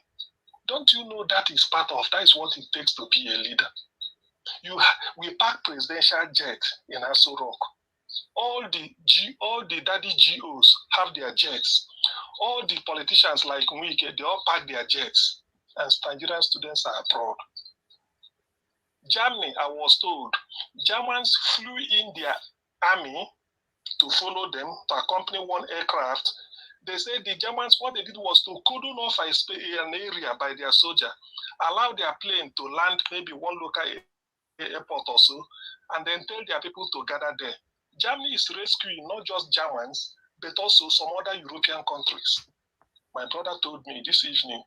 Now, Nigerians are expected to travel, to move from Sudan. It should have been Ethiopia, but Ethiopia refused. Maybe they're asking for visa or one thing. So that is part of diplomacy Nigeria do not know. So that is one. And the Ethiopian airline is flying into Nigeria, doing anyhow, though it is Enugu is their base. Now, by the time Nigerian students are expected to be ferried from Sudan to Egypt, which is in this case a friendly country for allowing Nigerian Airways to come in, how can Nigerians not value Allen Onyema, who will carry them, as I heard, free of charge from Egypt to Nigeria? Why your president with the jet are parked in Aso Rock? You see, this is part of leadership people should be thinking of. Sometimes you don't know a leader until in times of crisis. I remember when I used to read Time magazine, they said what Americans elect, they don't elect you for what is there. They feel that can this man at 2 a.m., you heard as a phone call regarding one crisis in the Middle East and they need you. Can you wake up? Can you take a decision? Can you handle? Because America knows that as much as they have friends all over the world, they also have enemies, particularly from the Arab world. So can this man be able to, because the test of your presidency is what happens, not really the record you carry before you get into office, but what you can do, your ability to analyze the situation and act in national interest. So this is exactly where our leaders are found wanting. What will it take for all these governors, including Rotimi, all of them, say they release their jet to go and carry Nigerians? Do you know what it means? Even if it's only 56, or maybe we cram into one jet or 50 or 40, it means a lot. But now, look at where we are. Even I think I had $1.something million was given to charter bus that were 40 buses or 50, I don't know, that will carry our students from Sudan to Egypt before they can now board the waiting aircraft from Allen Onyema of APs. The money and the video I saw, I think they showed it here, a student saying that the driver has to stop, say they've not paid all these things. Such things cannot. In desert, they frustrated them in desert. Exactly. So okay, that thing is scandal. You see, one thing, well, I'm coming to say we arrive now. We see, one thing is this. I know some of those of us abroad, we because of our place of abroad, we know the way things works. That's why we know the way, because we can use the Western world the way they are doing. What is even if you want to take bribe, must it be in this critical time? Even if, because I do not see why you should say this is the budget, this is the. I mean, all of us, we just like chartering a bus. We were students in Nigeria, students who are going on convention, you are going something, you go to, if you are going for Noga games, maybe you are from University of Lagos, you charter a connect with Chukwu is to Chukwu, they then take you to Akwa Ibom. They will bring maybe 20 buses if you want, or 10. You pay them. You still say this how much, and they will put the bus and then carry you there. It's a simple, it doesn't require so much science. It's just how much. Go and bring from A to B, a charter. We do it every day. Everybody does. We do it in Nigeria. How come at this critical time, I did something like that? Even there should have been a Nigerian official from the embassy following those things, following them. It's not just the student. Don't just say empire. Some people may say, let us follow one of the buses as we are going. Because at this point, they are between life and death. Everybody is running away. And look at the type of arrangement we are making. Even when the plane that we carried and they do the real bulk of the job, if it's possible for APs to come into Sudan, it wouldn't have involved Nigeria. It would have been a case of the normal charity models. Then we just came in there and carried them and go away. But now he said, come to a safer place in a nearby country, Egypt, just for Nigeria to play their own role between Sudan and the border with Egypt or cross over to Egypt. Nigeria is failing a country. While an individual is already saying, all I need to do is to get into Egypt and bring them home. As if Allen Onyema is going to bring his wife and kids. Say, let me go and bring, maybe for those of us, people that are, he said, oh, my people are coming there in the train station waiting for me. Let me go and pick them up. So this is exactly why you can never realize the importance of a man like P2B until a situation like this. I don't know if you said it to happen. I wish if P2B is the president now, Nigerians will see what is called a leader. A leader might not really be the person that will be wielding the gun. Thank you, Augustine. Somebody that. Okay. Thank you. I will come back to you. We'll use the same method again because of what you're talking about right now. I really need to expatiate on this. Let me show the earlier on what Rufai have to say about all this. Let us quickly see to this video, then we take the comment. God bless you all. Many Nigerians, home and abroad, outraged. It's a video with a video that got many Nigerians, home and abroad, outraged. It's a video that went viral on social media showing some of the students evacuated from the war-torn country Sudan, stranded in a desert after the buses provided by the federal government of Nigeria to transport the students to the Egyptian border, from where they would be eventually airlifted to Nigeria, suddenly stopped. Well, according to one of the students, the drivers of the buses refused to continue on the journey because they were not paid. The students were allegedly stranded in the desert with no security for over 5 hours. Before we started this journey, we have to go on several fighting. Can you imagine that we are stuck in this desert for 5 hours? Like we don't know the situation we have. We don't have water. Our money has finished. Can you imagine? And they said the vehicle drivers, they said they are not moving their bus. They said they are not moving their buses because they don't give them money. Which type of budget is this one? Look at this place. We're stuck in desert. We don't even have compass. We don't know the way we are. We don't know the place we are.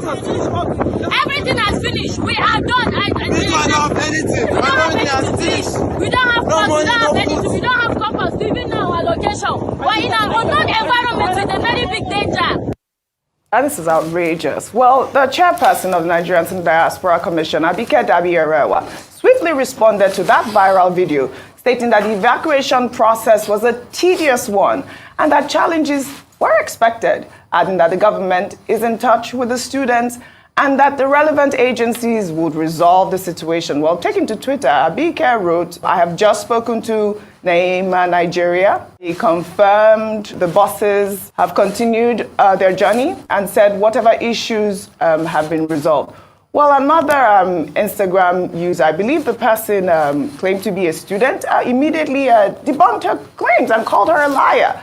He wrote, "You're a liar." They continued because the students gave their passports to the drivers until the payment has been made. I mean, Rufai, this is quite a... Well, we have seen evacuations across, you know, different countries. Why Nigeria? What is really going on here? That was ridiculous. I mean, at first I thought it was a joke. I didn't think it was a real video until she responded to that video. Why on earth would this happen? You see, yesterday, you were not around when this issue was raised. I remember what I said. I said it's not supposed to be a big deal, but because of the lack of trust and the public distrust the public has, we have a right to be able to question that $1.2 million. You see, like I was a prophet, I knew something was going to happen. You see, I don't know why Nigerian matter will always have K-leg. The leg is not always straight. This was not a big deal. It was just an evacuation. If you had contacted the transport company for the 40 buses, you should be able to negotiate with them. And then midway, the drivers held the people to ransom. That was holding to ransom. In the middle of nowhere, 4 to 5 hours, that was holding them to ransom. The other question you also asked, would like to ask Neymar, is the fact that in the first batch of buses, didn't they have representatives to follow them? So that in a case where the driver was going to do this, they were going to negotiate with them and say, keep going. How was the money spent? Who was the money given to? We will always mock ourselves one way or the other. Remember yesterday, we said the same thing. Yeah, we know evacuations are a big deal. But you see, the truth is, when you see a case of evacuation and it's something as petty as money and accountability that is causing the discrepancy, and it's very bad. To the extent that the driver had to get a shorty by collecting the passport, allegedly. By this person. And there was another student interviewed yesterday that said they are even making alternative arrangements, that at a point they couldn't even get the logistics right, and they were first saying state by state basis you enter the bus, but it got to a stage everything was survival of the fittest, quoting that student again, allegedly. Then you know it's all bad. Then the comparison in balancing what's happening in Britain. At least, Britain has dropped the ball too in its own evacuation. America dropped the ball in evacuation in Afghanistan. Yes. But at least we didn't hear that somebody was not paid money. So it is the pettiness of the Nigerian case. And we can't allow this national shame to continue. So we must ask questions. Who was the money given to? Who procured those buses? Who made the deal? Was the deal not finally sealed that it took the drivers to get midway before they endangered the lives of these people? It was a worse than anything could have happened. Absolutely. We talked about the amount. Wasn't it? They said $1.2 million. They said $1.2 million. We saw a voucher at which through Jais Bank where they paid $150 million. What happened? Exactly. We must be able to get to the root of this matter. This matter is not supposed to be a big, because what happened there is a national embarrassment. And you see, I'm happy that Madam Abike confirmed it, that it happened actually. Because some people will have quickly said, oh, the video is fake news. Some people, the enemies of government. And when we criticize, they say, hey, we want our country to do well. But the shame is already on us. All right. This is so disgraceful. Very. Were they targeting the Igbos? It seems like that to me. Yeah, that was also very obvious. These guys were paid $1.2 million. And remember, somebody said for a bus from Sudan to Egypt is about $5,000 to $6 point something thousand. With food and everything, we will push it to maybe $10,000. Then with corruption, let's give it a corruption, $14,000. So how did they spend 1.2? They've even bumped corruption into that for one bus, even with food and everything. I think they put security too. They said security too. Yeah, including security. That is giving everything for they are just praying for crisis to happen anywhere around the world, and Nigerians are stuck. they will just eat money. That's what they are doing, nothing So else. what did Dati Ahmed said that he didn't say well? What have they not abused in Nigeria? Exactly. $1.2 million. What It's have a they not lot of abused? money. About 900 million naira. Let's take it. Because Let's of take Boko it one Haram. by one. Let me Sorry. hear from everybody. Let's do. Let me just say this. I'll just keep quiet. That is why Okay, they have Boko 5 Haram. minutes, please. Fine, Can 5 you hear minutes. me now? Okay. Yeah, Oh, we can hear yes. you now. Good, wonderful. Oh, good. Okay, yeah, Okay, thank you. okay. Hold on, I'll come back to you, Gassian. Okay. Let Busy me just brain, say please use 5 minutes. Talk to. that's Talk why to. they have Boko Haram. Boko Haram is a money venture for them. While I understand it is not generated by Nigerians, but it is something that came from externally and with Nigerian Judases. Now, when you look at the budget, the national budget, it is astronomical in terms of civil security. Now, they are using the insecurity in Nigeria for them to kill Nigeria. So the budget that they give to fight these incumbents is its mind is crippling. So just like what I think it was Tunaja or is it Give Us Our Mandate said, they create problems. Then they will now come and say they want to solve it by bringing in money. Then they will now it's a means of getting money into their own pockets. Corruption to the core. Now, the thing is this, right? These people that are in Sudan, these young people that are in Sudan, it's just unfortunate because at the end of the day, these people, oh sugar, sorry, somebody's calling my phone. My train of thoughts. These people, the young people in Sudan right now, what is happening is that a lot of them were sent out there, and this person that is calling them that is asking them to give them state of origin. As far as I'm concerned, when I saw that, the first thing that came to my mind is they're trying to target the Igbos again. They're trying to identify who are the Igbos so that they can put them in the back of the queue. And that is totally wrong. And I want to hijack a point that Mr. CM said, that one of them, all these people have private jets. They have private jets. None of them could say, let me go and rescue these people. In the north, they have a lot of billionaires, the Indomies, the Dangotes, and what have you. Could none of them, we see them and their family on Instagram flying jets. So they cannot even give that jet to go and pick whatever they can pick, even if it's just one trip. Can you see? What I want to say to Nigerians is this. This is the moment of truth. What is happening now is to open our eyes, for us to shine our eyes, to know who the Judases are, so that when the time comes, they can be hanged. You see, countries like Egypt and I think Ghana followed suit. It took a cue from Egypt. During Anwar Sadat's reign, when he came into power, all the pashas, all the political bigwigs were rounded up in a plane and were thrown in the Red Sea. That is how they got stability. They enjoyed stability till the Arab Spring. And I think that is the same thing that happened too in Ghana. That needs to happen in Nigeria. There is no mercy because these are the people that end up making the polity rotten. If the head, they say fish spoils from the head. So if the head is rotten, then every part will be rotten. That is why you see a lot of Nigerians now going around without enterprise, and they want to, as they're aspiring to have a celeb life, they want to live it large. They want to steal money too and live the life to just enjoy life. They don't care how they do it. They go Olosho or they go for Yahoo, whichever route. If not desperation, have you not heard of Nigerians that are sleeping with animals for money? And this is all because our head is rotten.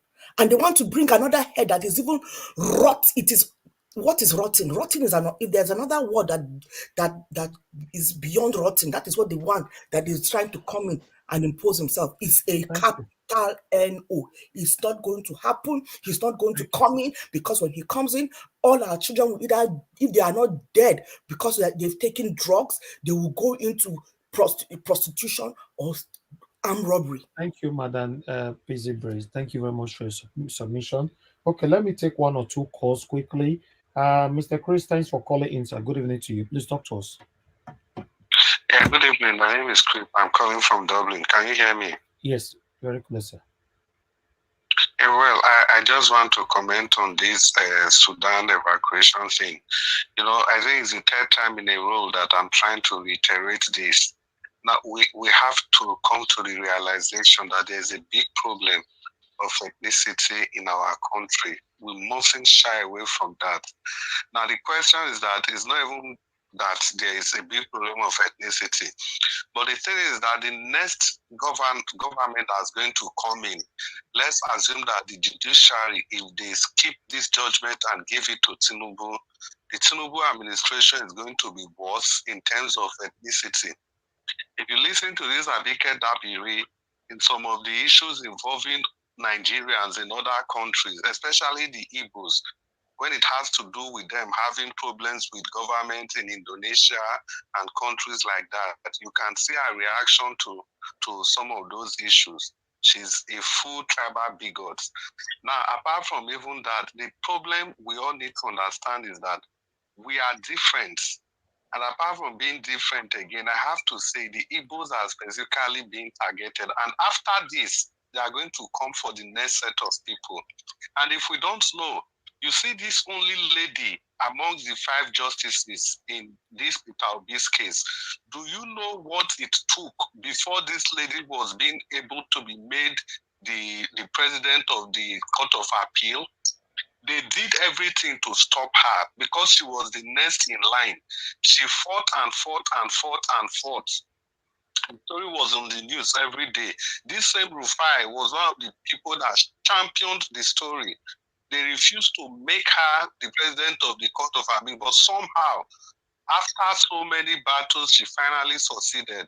That's just to tell us how this country is skewed to favor some people. We all have to keep on fighting, because what we have seen in the Buhari days is just a tip of the iceberg. These guys that are coming, they are more brutal, they are deadlier than any person can ever imagine. It's going to be a total clampdown on one set of people in this country. And if they finish with that set of people, they are going to come for the rest of us. Thank you very much. Thank you, Mr. Chris. Thank you, sir. I could have made an interjection. No. Just please. Okay. Just 1 1 minute. minute. Quick. You see, why I may not really go, or maybe why I may not really go along with this state of origin that they're targeting the Igbos. Probably there may be like in Sudan, but they should. But is that not stupid that you are targeting the Igbos in Sudan? The aircraft you are going to board in Egypt, who owns it? Thank you. The aircraft you are going to Egypt to board, to bring you to Nigeria. Oga, CM, they don't reason like that. That is the thing. They are very myopic. Exactly. So that is the thing. If supposing you do it and the phone call gets that they said no, they don't want because you left. You see, that's why sometimes when you are digging a hole for your enemy, you will succeed. But in the fact that your enemy fell into the hole, as you are rejoicing, you will forget that the hole is there and you will fall into. So this is stupidity. The Igbo man volunteered free of charge. Just let me go and bring them. They are my brothers. And you are there making profiling people, state of origin. Well, maybe there may be a reason for why they are doing it, but that is the worst place to practice state of origin. I don't have time. Time not there like that again, no. Yeah, but I don't see the drag. I don't see the drag this. Sorry, Mr. Elvis. Just to that caller. Yeah. So he said something that is so touching. But you know one thing, even though we think that they are profiling one set of the nation, there are some Yorubas also are being profiled because not all Yorubas support Tinubu. In fact, only little that are the Agberos are the one behind him. So the ones that will not support his legitimacy, also people like me, also are being profiled. So it's not a battle against just maybe in the long run, not a battle against even the Igbos alone, but even to the Yorubas that didn't support, that don't support their wickedness, they are being profiled too. Yeah, so but this is a kind of a fight. So because after this whole thing, the Sharia will not go down. It will not happen. But imagine if it happened in their dream. All of us clamoring for a new Nigeria that are not supporting this guy, that don't see his legitimacy, will be gone after. So in the big picture, I may say, okay, for the Igbos, but the Yoruba that didn't support the legitimacy of this guy, also we clamp down. You see, you are right. Though it's everybody that will be clamped down. We may say the Igbos in the big picture, but some people like me, especially me when they show my face against him, but he's not my president. I don't support him. He doesn't support my moral. And we have people like Ayo Adebanjo, people like Rufai Oseni, people like who again, Delefaro Timi. All of these guys will be people like Road Bible will be gone after. So we may be celebrating all of us in the social media that doesn't support them will be gone after. They'll bring, so Nigerians should better wake up. Nigerians need to wake up. This old man will come here every day and speak. Nigerians need to wake up. Don't just sit down here and be going to Davido's concert. I'm not against his concert, but now is when you need to think well. Your house is on fire. You are going to concert. Yeah. People will sit down here several hours deliberating for the nation. You guys are going to. That tells you they are not. They are not serious. You see Ukraine. They are not serious. Just say it how it is. They are so never so you may think it's Igbo in the but the people like me that don't support this wicked drug baron will be people like Madam Busy Brain that don't support she's from the north also. You think they will not come after her? All right. And we can't even go Nigeria. You know, yeah, obviously they'll target. Sorry, Mama, you can go to Nigeria, but one thing is when they see your other passports, and they know that you're always here talking against them. The only thing is that because you have your other passport, they cannot do anything. But one thing is people will be no. Don't say they can't. If you don't prepare yourself, they will. Yes, they are very satanic. They are very satanic. You're right. You have to have your people around you. If not, these people will intimidate you in Nigeria. It's not intimidating, it's killing. There's nothing like intimidation. Mommy Hetro, that your speaker, is too powerful. What happened? It's too powerful. It's like you're in my bedroom. Is it very loud? It's sound and authentic. Yeah. See, ask Madam Mommy Hetro where she gets her speaker. Yeah, may for help seeing that now down. All right. Let me hear from. I'll come to my HO shortly, and but let me get another view. I don't know if Engineer Ken is ready now, but I'm not sure. Okay, let me quickly go to Omoye. Omoye, are you there with us? Okay, she's not ready right now. Yeah, I am. I'm sorry. My mute thing, I think because I've been on this phone for God knows since you've been online. Yeah, but that's fine. So some people take time to come in like that, but that's fine. Yeah. What's your take on this? Our people in Sudan and the Omoye's corner. I'm waiting for your notification. I have not seen it. I want to come to your show again. Yeah, I'm gonna actually do it after. Show. Thank you, Mr. Alex, for stopping by. Really, after I wait till after I get off work. So usually at 5:15, which is like maybe past 1 a.m. your time. But if you're able to catch it, yeah, that's fine. I'll do till daybreak one day. Yeah, thank you so much, Mr. Alex, for stopping by. It was a real pleasure having you over. Thank you for the privilege. Thank you for the opportunity. Thank you. Thank you, sir. So, well, with regards to the Sudanese people, I mean, the people in Sudan, right? Isn't it ironic? And I'm just saying this for the heck of it, not trying to rub salt to their injury. But truth be told, most of those people, if you take a poll, you find out that most of them voted for these same people that are trying to force themselves on us. I empathize with their situation. I surely do.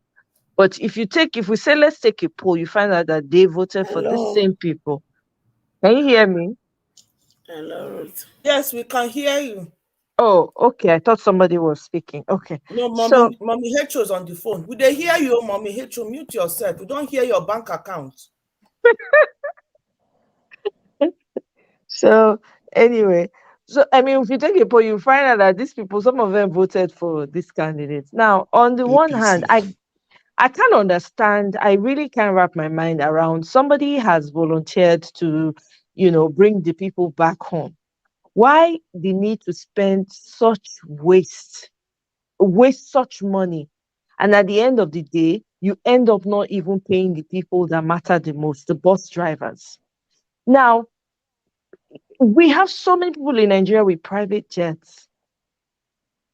We have so many people with private jets in Nigeria. I mean, I don't understand. Couldn't they use one of those?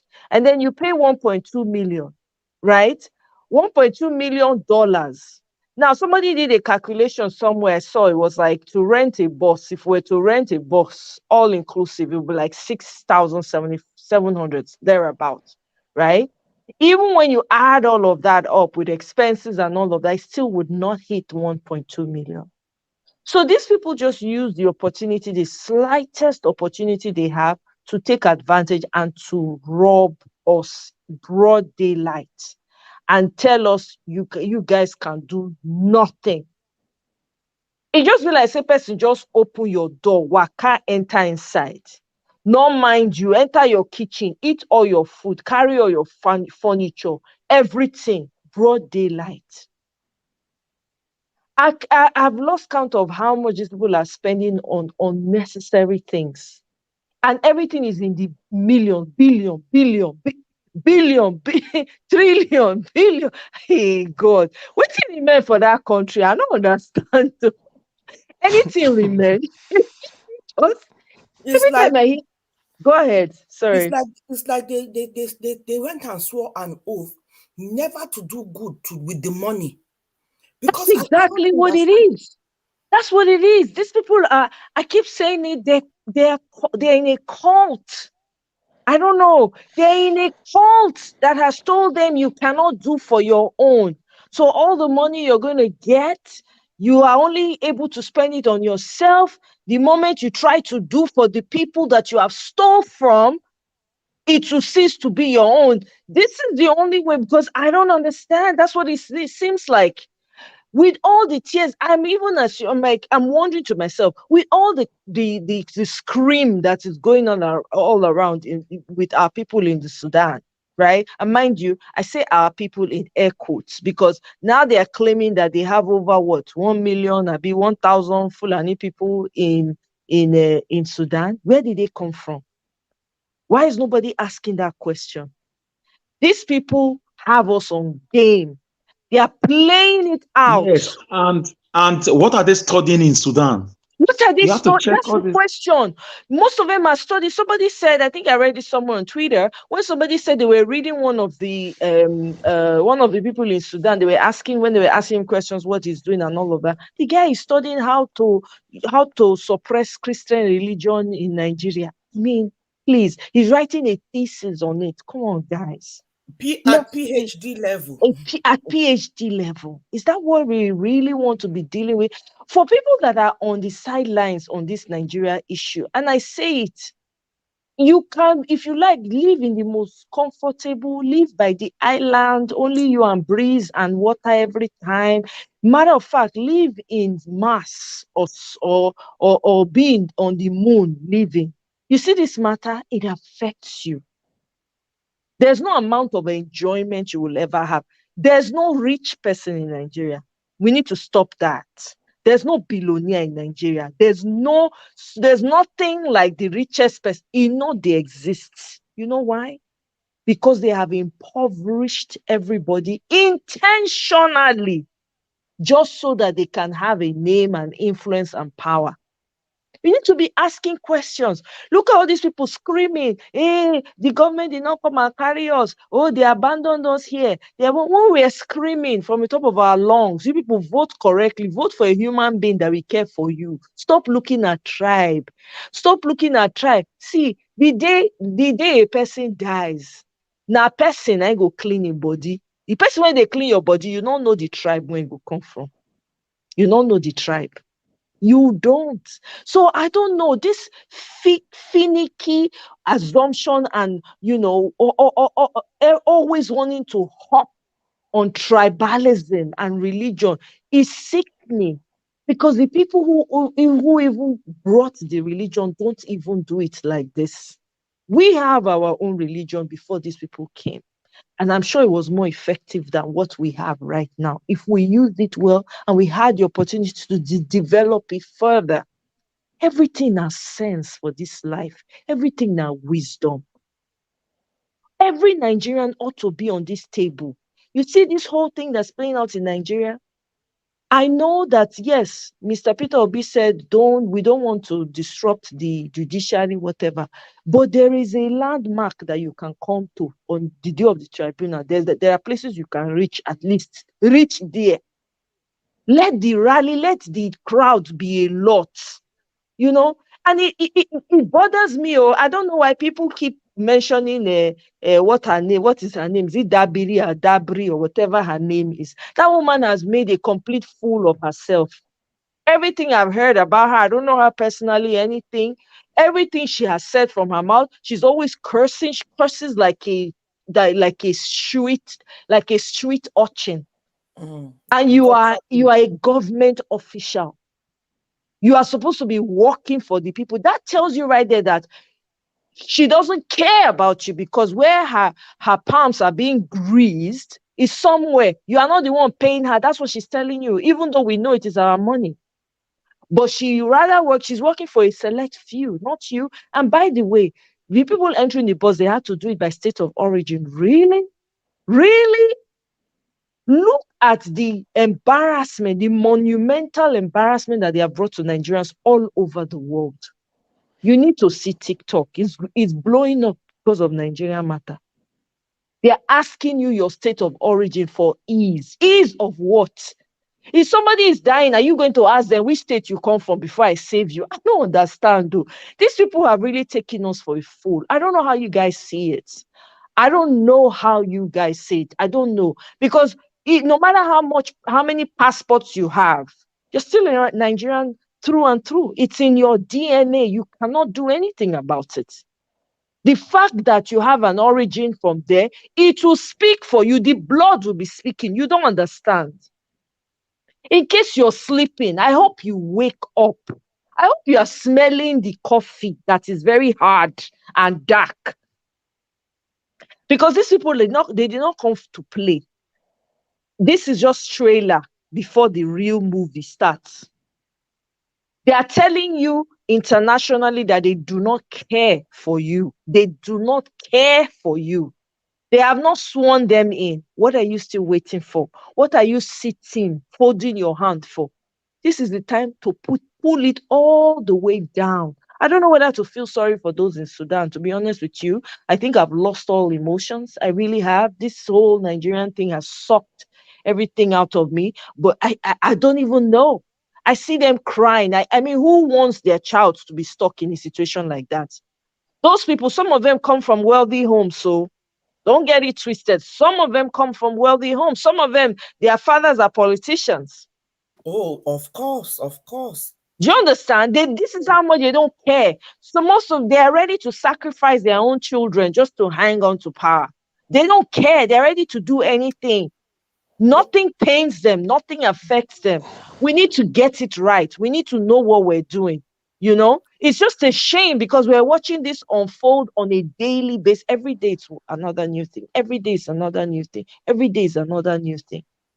come on to just carry, see people, other citizens of different parts of the world. Look at them picking up their citizens. Uganda came, went, sent their own aircraft to pick up. Come on, who wouldn't want to feel loved? Who did Nigeria we is sending offend in us. Nigeria? Hi. Who did we offend in Nigeria? Which crime did we commit as Nigerian citizens? Which crime? Was your father there? Was my own father there? Was my own father? Because I don't understand. My father was a man of integrity and a man. I see my father in Peter Obi, because that's how my dad was. Stubborn and always, it's all about you. Dare not tell him a lie. You tell him a lie, it is a greater punishment you get. I don't understand all of this. And I said this yesterday. Women in Nigeria, I don't understand. You keep taking less and less and less as a human being. There are no hospitals. You get pregnant. Your life is on a thin rope. You don't know whether you're going to come out of it. And yet you are getting married and having children that people will turn into kidnappers, terrorists, for crying out loud. What is going on? Can we start to think really deeply about how to solve this problem? Can women gather together and say, you know what, until our husbands provide security for us, we are not doing anymore. What is wrong with that? No, it's serious. We've gotten to this stage now because we're not going to have a country anymore. We're not going to have an ancestral home anymore. Where are the men that are supposed to protect? Where are they? And what is the women Abare riot? Not too far away in history. Oh, don't think it was too far. It was not too far away in history. They fought and they took down a colonialist during the colonial era. We read about it in books. What are the women doing? Oh, now they suffer pass. You marry, you mistake, marry man when no, you're not supposed to marry. You go chop serious suffering. On top of that one, will respect the children when you give them. And it go do you anyhow. There's nobody for you to go to. No protection. Zero for you as a woman. And you are folding your hand and you are sitting down. I would expect that the entire country will shut down with women crying all over Nigeria. Look at the north, 10, 12-year-olds getting married, getting kidnapped, and getting married off to Boko Haramis, and they are having children right now as we speak. And people like the pedophile in government. And they are celebrating it. Those children are going to grow up in future if we don't take care of this right now. And those are the ones that will be the problem tomorrow. To let you know how serious this is. There's just too many issues with our country, Nigeria. Too many, divided on every line. I don't get it. Sometimes I wonder, what the hell? Why was I born in Nigeria, for crying out loud? This is too much for a human being to bear. What is going on? What is going on? If we don't do it, if we don't get it right, my people, look, if we do not get it right, the suffering that is loading, your ancestors, your children that are coming after will not see mouth to speak of it. Matter of fact, you don't even know if they're already signing off slavery as we speak. You don't even know. Another type of slavery on top of our heads. You don't even know. We don't know because we're not in those rooms. And you don't have anybody who grows a conscience suddenly in the Nigerian political world and say, no, enough. I'm not doing this. I perish. Not one. Come on. What kind of human beings are we raising, for crying out loud? What kind of human beings? Look at you. I hate to compare. I don't like it when people compare, but I have to use it as an instance. Look at during Donald Trump's thing. There were people within the party that were speaking up. Even though they knew that everybody was going to go against it, they stood aside and they spoke. Look at what's this man's name? His daughter. I forget her name now. Not the McCain, the other guy, the Republican Party. He's old. Had 2 daughters. I think one is, oh my God, one used to be a senator. She lost her seat because of this whole Donald Trump thing. Just because she stood for the truth. Where are the people with a conscience? All of them have drank from the same cup of affliction. They have drank from it, so they dare not go against each other. But where is the conscience? Can somebody wake up and say, no, I'm not going to do this. Let me go and blow the whistle on all of these people? Even if you want to make shakara and oppress people, don't you need people to oppress? Would you not want people to be alive and around for you to oppress them? I don't understand. We really have a long way to go in Nigeria. Unfortunately, if we don't get it right, if Peter Obi does not come in, Peter Obi is just one person, for crying out loud. Ahmed Dati is just one person. You know, we need a lot more people like that so that our country can move forward. You know, and I have to quickly come back to what Mr. Elvis alluded to earlier. Mr. Elvis, sorry, when you were talking, when you were saying I was dancing round and round, it kind of threw me off. I didn't know how to respond when you said that. But then again, as you went along, I was like, what is he talking about, right? I personally, I've always stood for us coming together as a unified front as Nigerians. I don't care what tribe you come from. Your tribe has not done anything for me at all, in any way. Being an Ishan person hasn't changed anything for me in my life's journey. Being from Edo State I can't say this is something I gained from coming from Edo State or coming from Nigeria as a whole, as a matter of fact. So religion doesn't even play. I don't even think in terms of it. I don't even see myself like that. Thank God for the way I was raised. I never ever saw myself like that. So when people say, instead of us to come together as a unified front and really take down these people that are trying to squeeze the life out of us, we keep trying to divide ourselves. Who cares who rules you? Shouldn't you be more concerned that the person is able to put food on your table and give you the necessary things that will allow you to thrive and be the best version of yourself? Shouldn't that be the focus? Why should I care where the person comes from? If you come from Kafanchan, my question will I be able to eat peacefully? Do I have security in my house? Am I going to be okay? That's all I'm going to care about. All this tribe, it don't put us for deep pack trouble that it will take us, God, decades to get out of. We need to really stop with the rhetoric. For those that are perpetrating it, we really need to. We need to see ourselves first as Nigerians because that's what matters. I can tell you for free, it's not a Edo person that helped me along my way. There were other tribes. Matter of fact, Edo people hurt me more. They hurt me more. And every one of them I came across with, I was betrayal that you can't even begin to speak of. So let's just stop with this whole tribal nonsense. I heard other people from other tribes, Northerner, Yoruba. I have to give it to the Yoruba people. Yoruba people have been the kindest to me ever. In a strange land, when I didn't know anybody, Yoruba people came through. So please, I have a soft spot for all tribes. I grew up in Ibadan, for crying out loud. Most of my childhood was in Ibadan. So I understand the Yoruba culture to a great extent. And I have to say this, the Ibadan people are the most diverse people ever. But you don't hear that because they don't talk in terms of tribe. Once they hear that you grew up in Ibadan, they just embrace you. But you speak to an Edo person, well, where you come from? Now wow. So I'm just saying this to just rest this whole nonsense about tribe. It hasn't held water. Hausa person don't help me. Hausa, Yoruba, Igbo people, now you don't help me in my life's journey. So let's stop and let's fix this country, for crying out loud. Let's fix it so we can make sense of our lives. Do you know you're not living your best right now? You're not achieving your best as you are right now. You're not operating at the level you ought to be operating at. You are not. You cannot even begin to tap into that because your ancestral home is in devastation. There's an identity crisis that is coming like a tsunami. We don't even know that.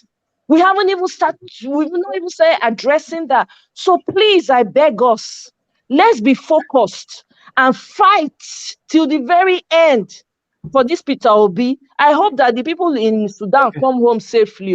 I mean, I hope that. But hey, Napito All be right. matter like concern me. Thank you very much, Mr. Thank you. Niger. Thank you.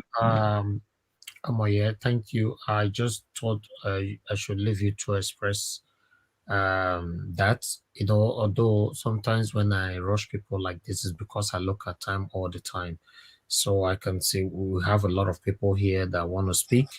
I've not said anything at all. So what I'm going to do, guys, I'm going to leave you guys here. When you are tired, you can just, so that you guys can have enough time to talk to yourself. But for me, I will be leaving. So it's good I have Mr. Alex here and see him here. And, so if you guys want to talk. Mr. Naja, watch, I'm still here. Okay. You'll be the next I will call now. Yeah. That's what I'm saying, you see. There's Okay, no no, just call them. Just call them, no problem. Okay, sir. Yeah, yes. whenever I'm ready, I'll just let you know. Okay, that's fine. That's fine. Somebody else is trying to say something? Oh, no, I'm just indicating that I'm also here. Yes. Tunaja, yeah, you guys are the reason why I want to leave the platform for you guys. Because if I have to give you 2 minutes now to talk. I'm also here. Oh God, Mukuna, hold on.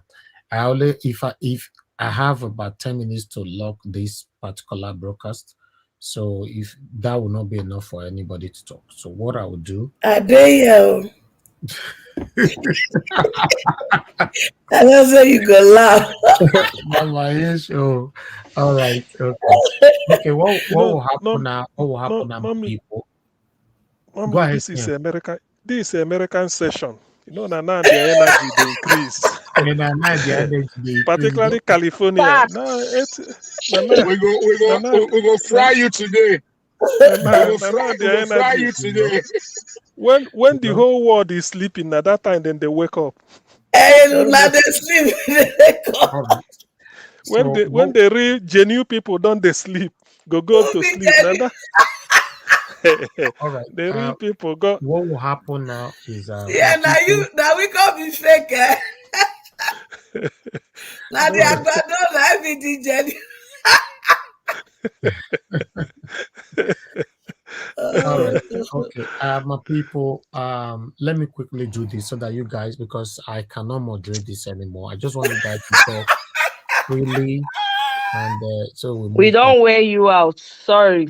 Oh God, can I just say this now? I beg everybody. Mama, it should be. I have to mute this woman.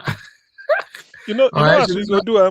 Mama Echi go moderate so that he go talk less. Mama Echi and I go moderate. Okay, what will happen now, my people? Oh God! So me not fit talk again, Abby. I never go to school of moderator, so. Okay, now the school of talking, I don't go. Hi. Now I'm going to cause all this one, so she don't talk for 300. If not starch and black soup, let me know. That's one of just a sec. That's one of our governor take rule Anambra State in Gige. He go on, he shall go carry the head of Agbero, bring him to government house, give him job, say no one here Pakame again, and everybody quiet. We need to go back. Yes. See him who you say you go put for government house. Ngige go bring the head of Agbero where they disturb for P-Wake furniture. That Ngige and Agbero himself now. Because he bring and come on government house for Oka, tell and say see moto van to patrol. You know when here say person they come they snatching handbag again furniture. He say if you hear him, you they go prison straight because he don't tell Obasanjo. The man quiet, the man shock. After that, I call meeting furniture, tell him, boy, say, look, everything. It's true. Ask anybody. Now, so Ngige take solve Agbero problem furniture. You don't know if you give thief something, you not the loss. You not go loss. You go keep up. All right. Okay. What will happen now, my people? I appreciate every one of you today. Today we had our national chairman here, Barrister Julius Abure. So I'm gonna be ending this broadcast right now, but everybody is still here. And for those of you that is watching us right now, what you just need to do is to refresh to join the new broadcast. But all our panelists remain here. So, but you need to refresh to join the new broadcasts after this break. Just refresh. You are watching from your TV. Log out, rather leave. I don't know how you do your refresh on TV though, but on your phone it's gonna be easy.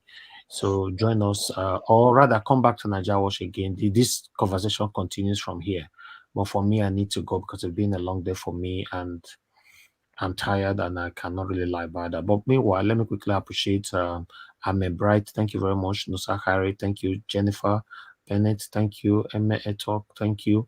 Appreciate every one of you right there. That's what chatted us. God bless you all. And those of you in the comment section, we are still together. So don't worry. But this particular one, you need to come back to Naija Watch again in the next, after this music break. So it's a continuous thing. God bless every one of you. Thank you, thank you, thank you. And I'll see you guys in the next 30 seconds. You are the pillar that holds my life. You are the pillar that